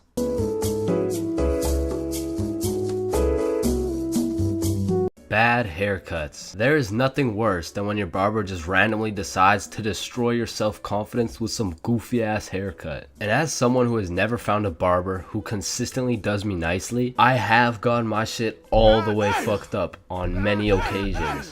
I'm talking not going to school, locking myself in my room so nobody can see me with this disgraceful cut type of fucked up. And these barbers are out here having the audacity to ask, do you like it? Man, do I like it? Yeah, bro. I love it, bro. Thank you so much. Man, I just be wiping the tears away and then tipping them nicely, knowing damn well I should be out here throwing hands, cause this dude is the reason I can't get any bitches. So I've tried lots of different barbers in my time, starting with the ones my mom used to take me to. I mean, this early I never really even had a say on what I wanted my hair to look like. So what are you looking for today? You know, just a little bit off the top, please. Shave it. Wait, what? Shave it. Your new haircut looks so good, buddy. Thanks. Hey man, you know your haircut is ass when your mom says she likes it. As a kid, I always dreaded getting haircuts because I knew my barber was already like 0 for 10. And I would show up to school every time knowing it was inevitable that I was about to get my shit flamed. And truthfully, there is no worse roasting than when you get a bad haircut. Like, people you barely even know will be out here cooking you. Who the fuck is this? All of a sudden, people got more jokes than Chris Rock. And it's even worse when you decide, I should get a fresh cut because school's starting back up and I'm trying to look fresh. Bro, I can't go to school like this. Yo, Chains, what's up? Yo, what's good? Bro, are you alright? Why do you got this hoodie on? Yeah, I'm chilling. I'm just kind of cold, you know? Bro, it's 32 degrees. And man, there was this one time that I still think about every time I fall asleep. Me and my friend go to this barbershop that I'd been to once before, and last time they did me quite nicely. So we head in, I sit down in the chair. Hey, how you doing? I'm good, how are you? Yeah, I'm good. Have you been here before? Yeah, I have actually. Oh, I remember you. Same cut as last time? Yeah, exactly. So what's new, man? Nothing much really. What about you? You know, I've just been working. Oh yeah, respect. So, how's your dad doing? This is when I knew something was terribly wrong. Bro, I don't got a dad. You know, he's good. This motherfucker was giving me some random kid's haircut. This dude must have thought I was Manny or some shit, cause he gave me that middle part cut. And he pushed my hairline back a little bit. And everyone in my city knew this barber, so everyone at my school followed his Instagram too. Can I get a picture from my Instagram? Nah, bro, I don't really like being posted. Don't worry, it's quick. Nah, I don't really want to. This dude caught me lacking so bad and broadcasted it to everyone in my city. Fuck, bro, I should throw hands with him right now. I gotta get it back in blood. So, do you like the cut? Yeah, I do. And when I checked my Instagram, I was out here getting flamed so hard. Borderline cyberbullying. And I'm not joking when I say this. This motherfucker fucked me up so bad. I learned how to cut my own hair and never went back to a barber ever again.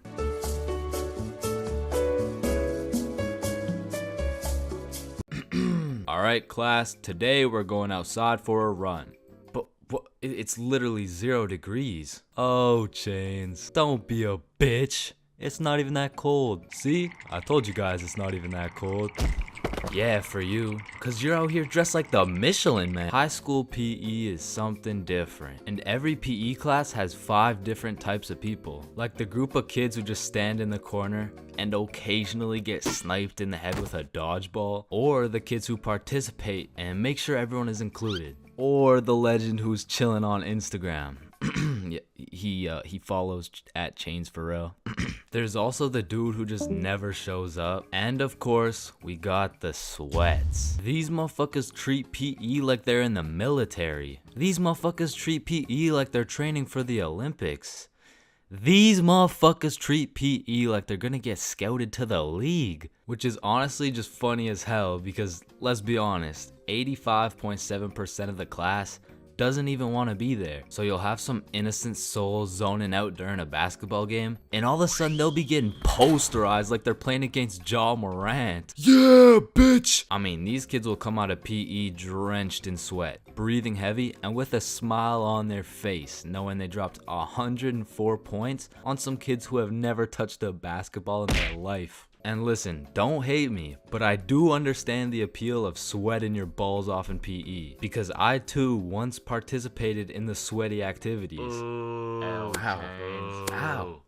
I know, but there's just something so exhilarating about hearing the snapping of an unsuspecting freshman's ankles. But as I matured, I realized there was only one thing better than shitting on random students, and that was shitting on sweats. I became the anti-sweat. I would act like an innocent soul waiting to get posterized, but when the sweat would come in trying to end my career with a windmill dunk, I stuffed that boy like a Thanksgiving turkey. Pause. And don't get me started on the fitness gram pacer. Whoever created this legal form of torture will catch these hands. Oh, Chains, no, I heard he sadly passed away a little while ago. You could be having a good day and you pull up to PE like, hey bro, you know what we're doing today? I'm not sure, but I think we're playing soccer. No, it can't be. Alright class, today we will be doing the beep test. Fuck.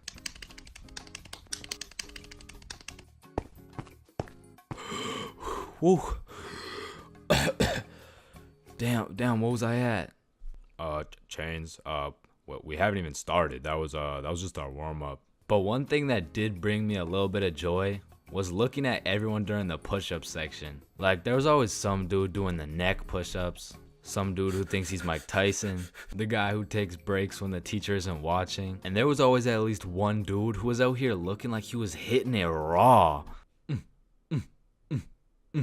James, I don't think that's how you do it. Oh, yeah, you're right. Yeah, bitch! Awkward conversations. We all know them, and we all hate them.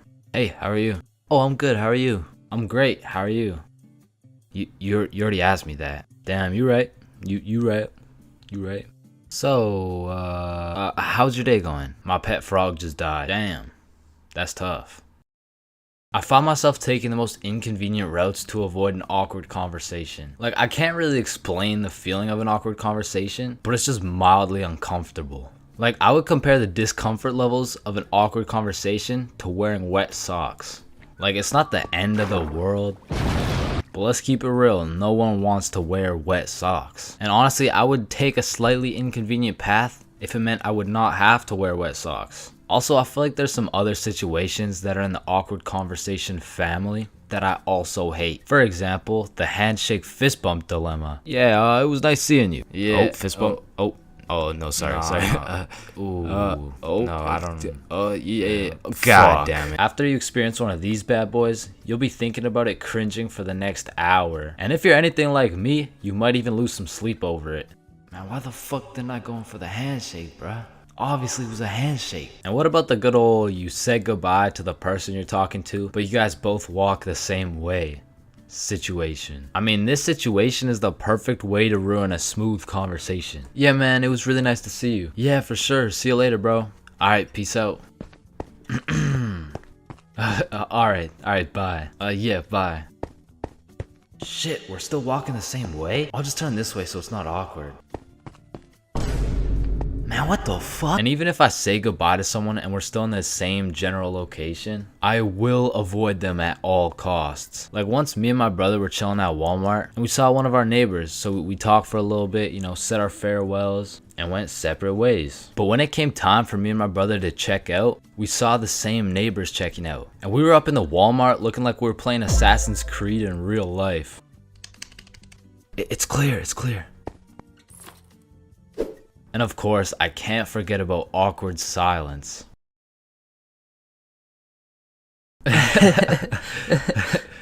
Yeah, that's funny.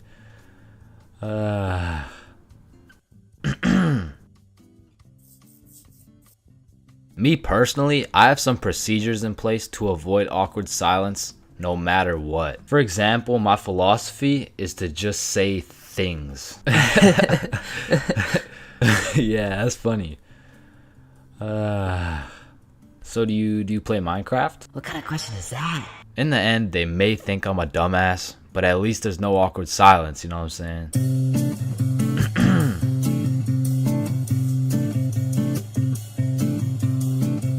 Everyone has encountered countless NPCs during their lives. Like, you know, the people that just spawned in. They didn't have any character development or anything. And to be honest, when you leave their vicinity, they probably just despawn. If you still have no clue what an NPC is, it's a non-playable character. They're like the type of people you could sock in the face and they'd say some NPC ass line like, "Hey!" And I know at least some NPCs have to exist.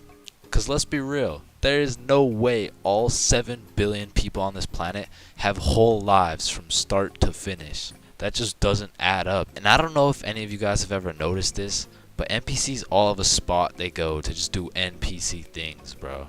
For example, if you go to Walmart, that's their natural habitat. You are bound to see at least 15 NPCs at Walmart. And usually the NPCs are trying to avoid eye contact. But if you've ever tried interacting with them, you'll know they always have the most predictable and neutral responses possible. Like whoever programmed them should have spiced it up a little bit, you know what I'm saying? They could have made them tell jokes or something, I don't know. But anyways, I used to work at a summer camp where you teach little kids to ride bikes. And through this experience, I realized that pretty much all young kids are NPCs. And I guess it's just because they haven't been alive long enough to actually go through the character development. But working at this summer camp made me realize there's no way these kids have a thought process. Hey buddy, what's wrong? I dropped my rock. Here you go. But I guess little kids still aren't even at the stage of having full consciousness. And honestly, they kind of have that caveman mindset. Eat something. But I mean, you can't really blame them because they've only been alive for a few years. But still, as a non-NPC, I'd like to believe I was never participating in these NPC activities as a kid. I refuse to believe I was out here spending my time doing this. But yeah, man, I really just want to know if there's any NPCs watching this right now. If there is, just fess up, bro. Because I don't even know if NPCs be on YouTube or if they just like despawn before they can do that. But regardless if you're an NPC or not, thank you for watching this video. Subscribe.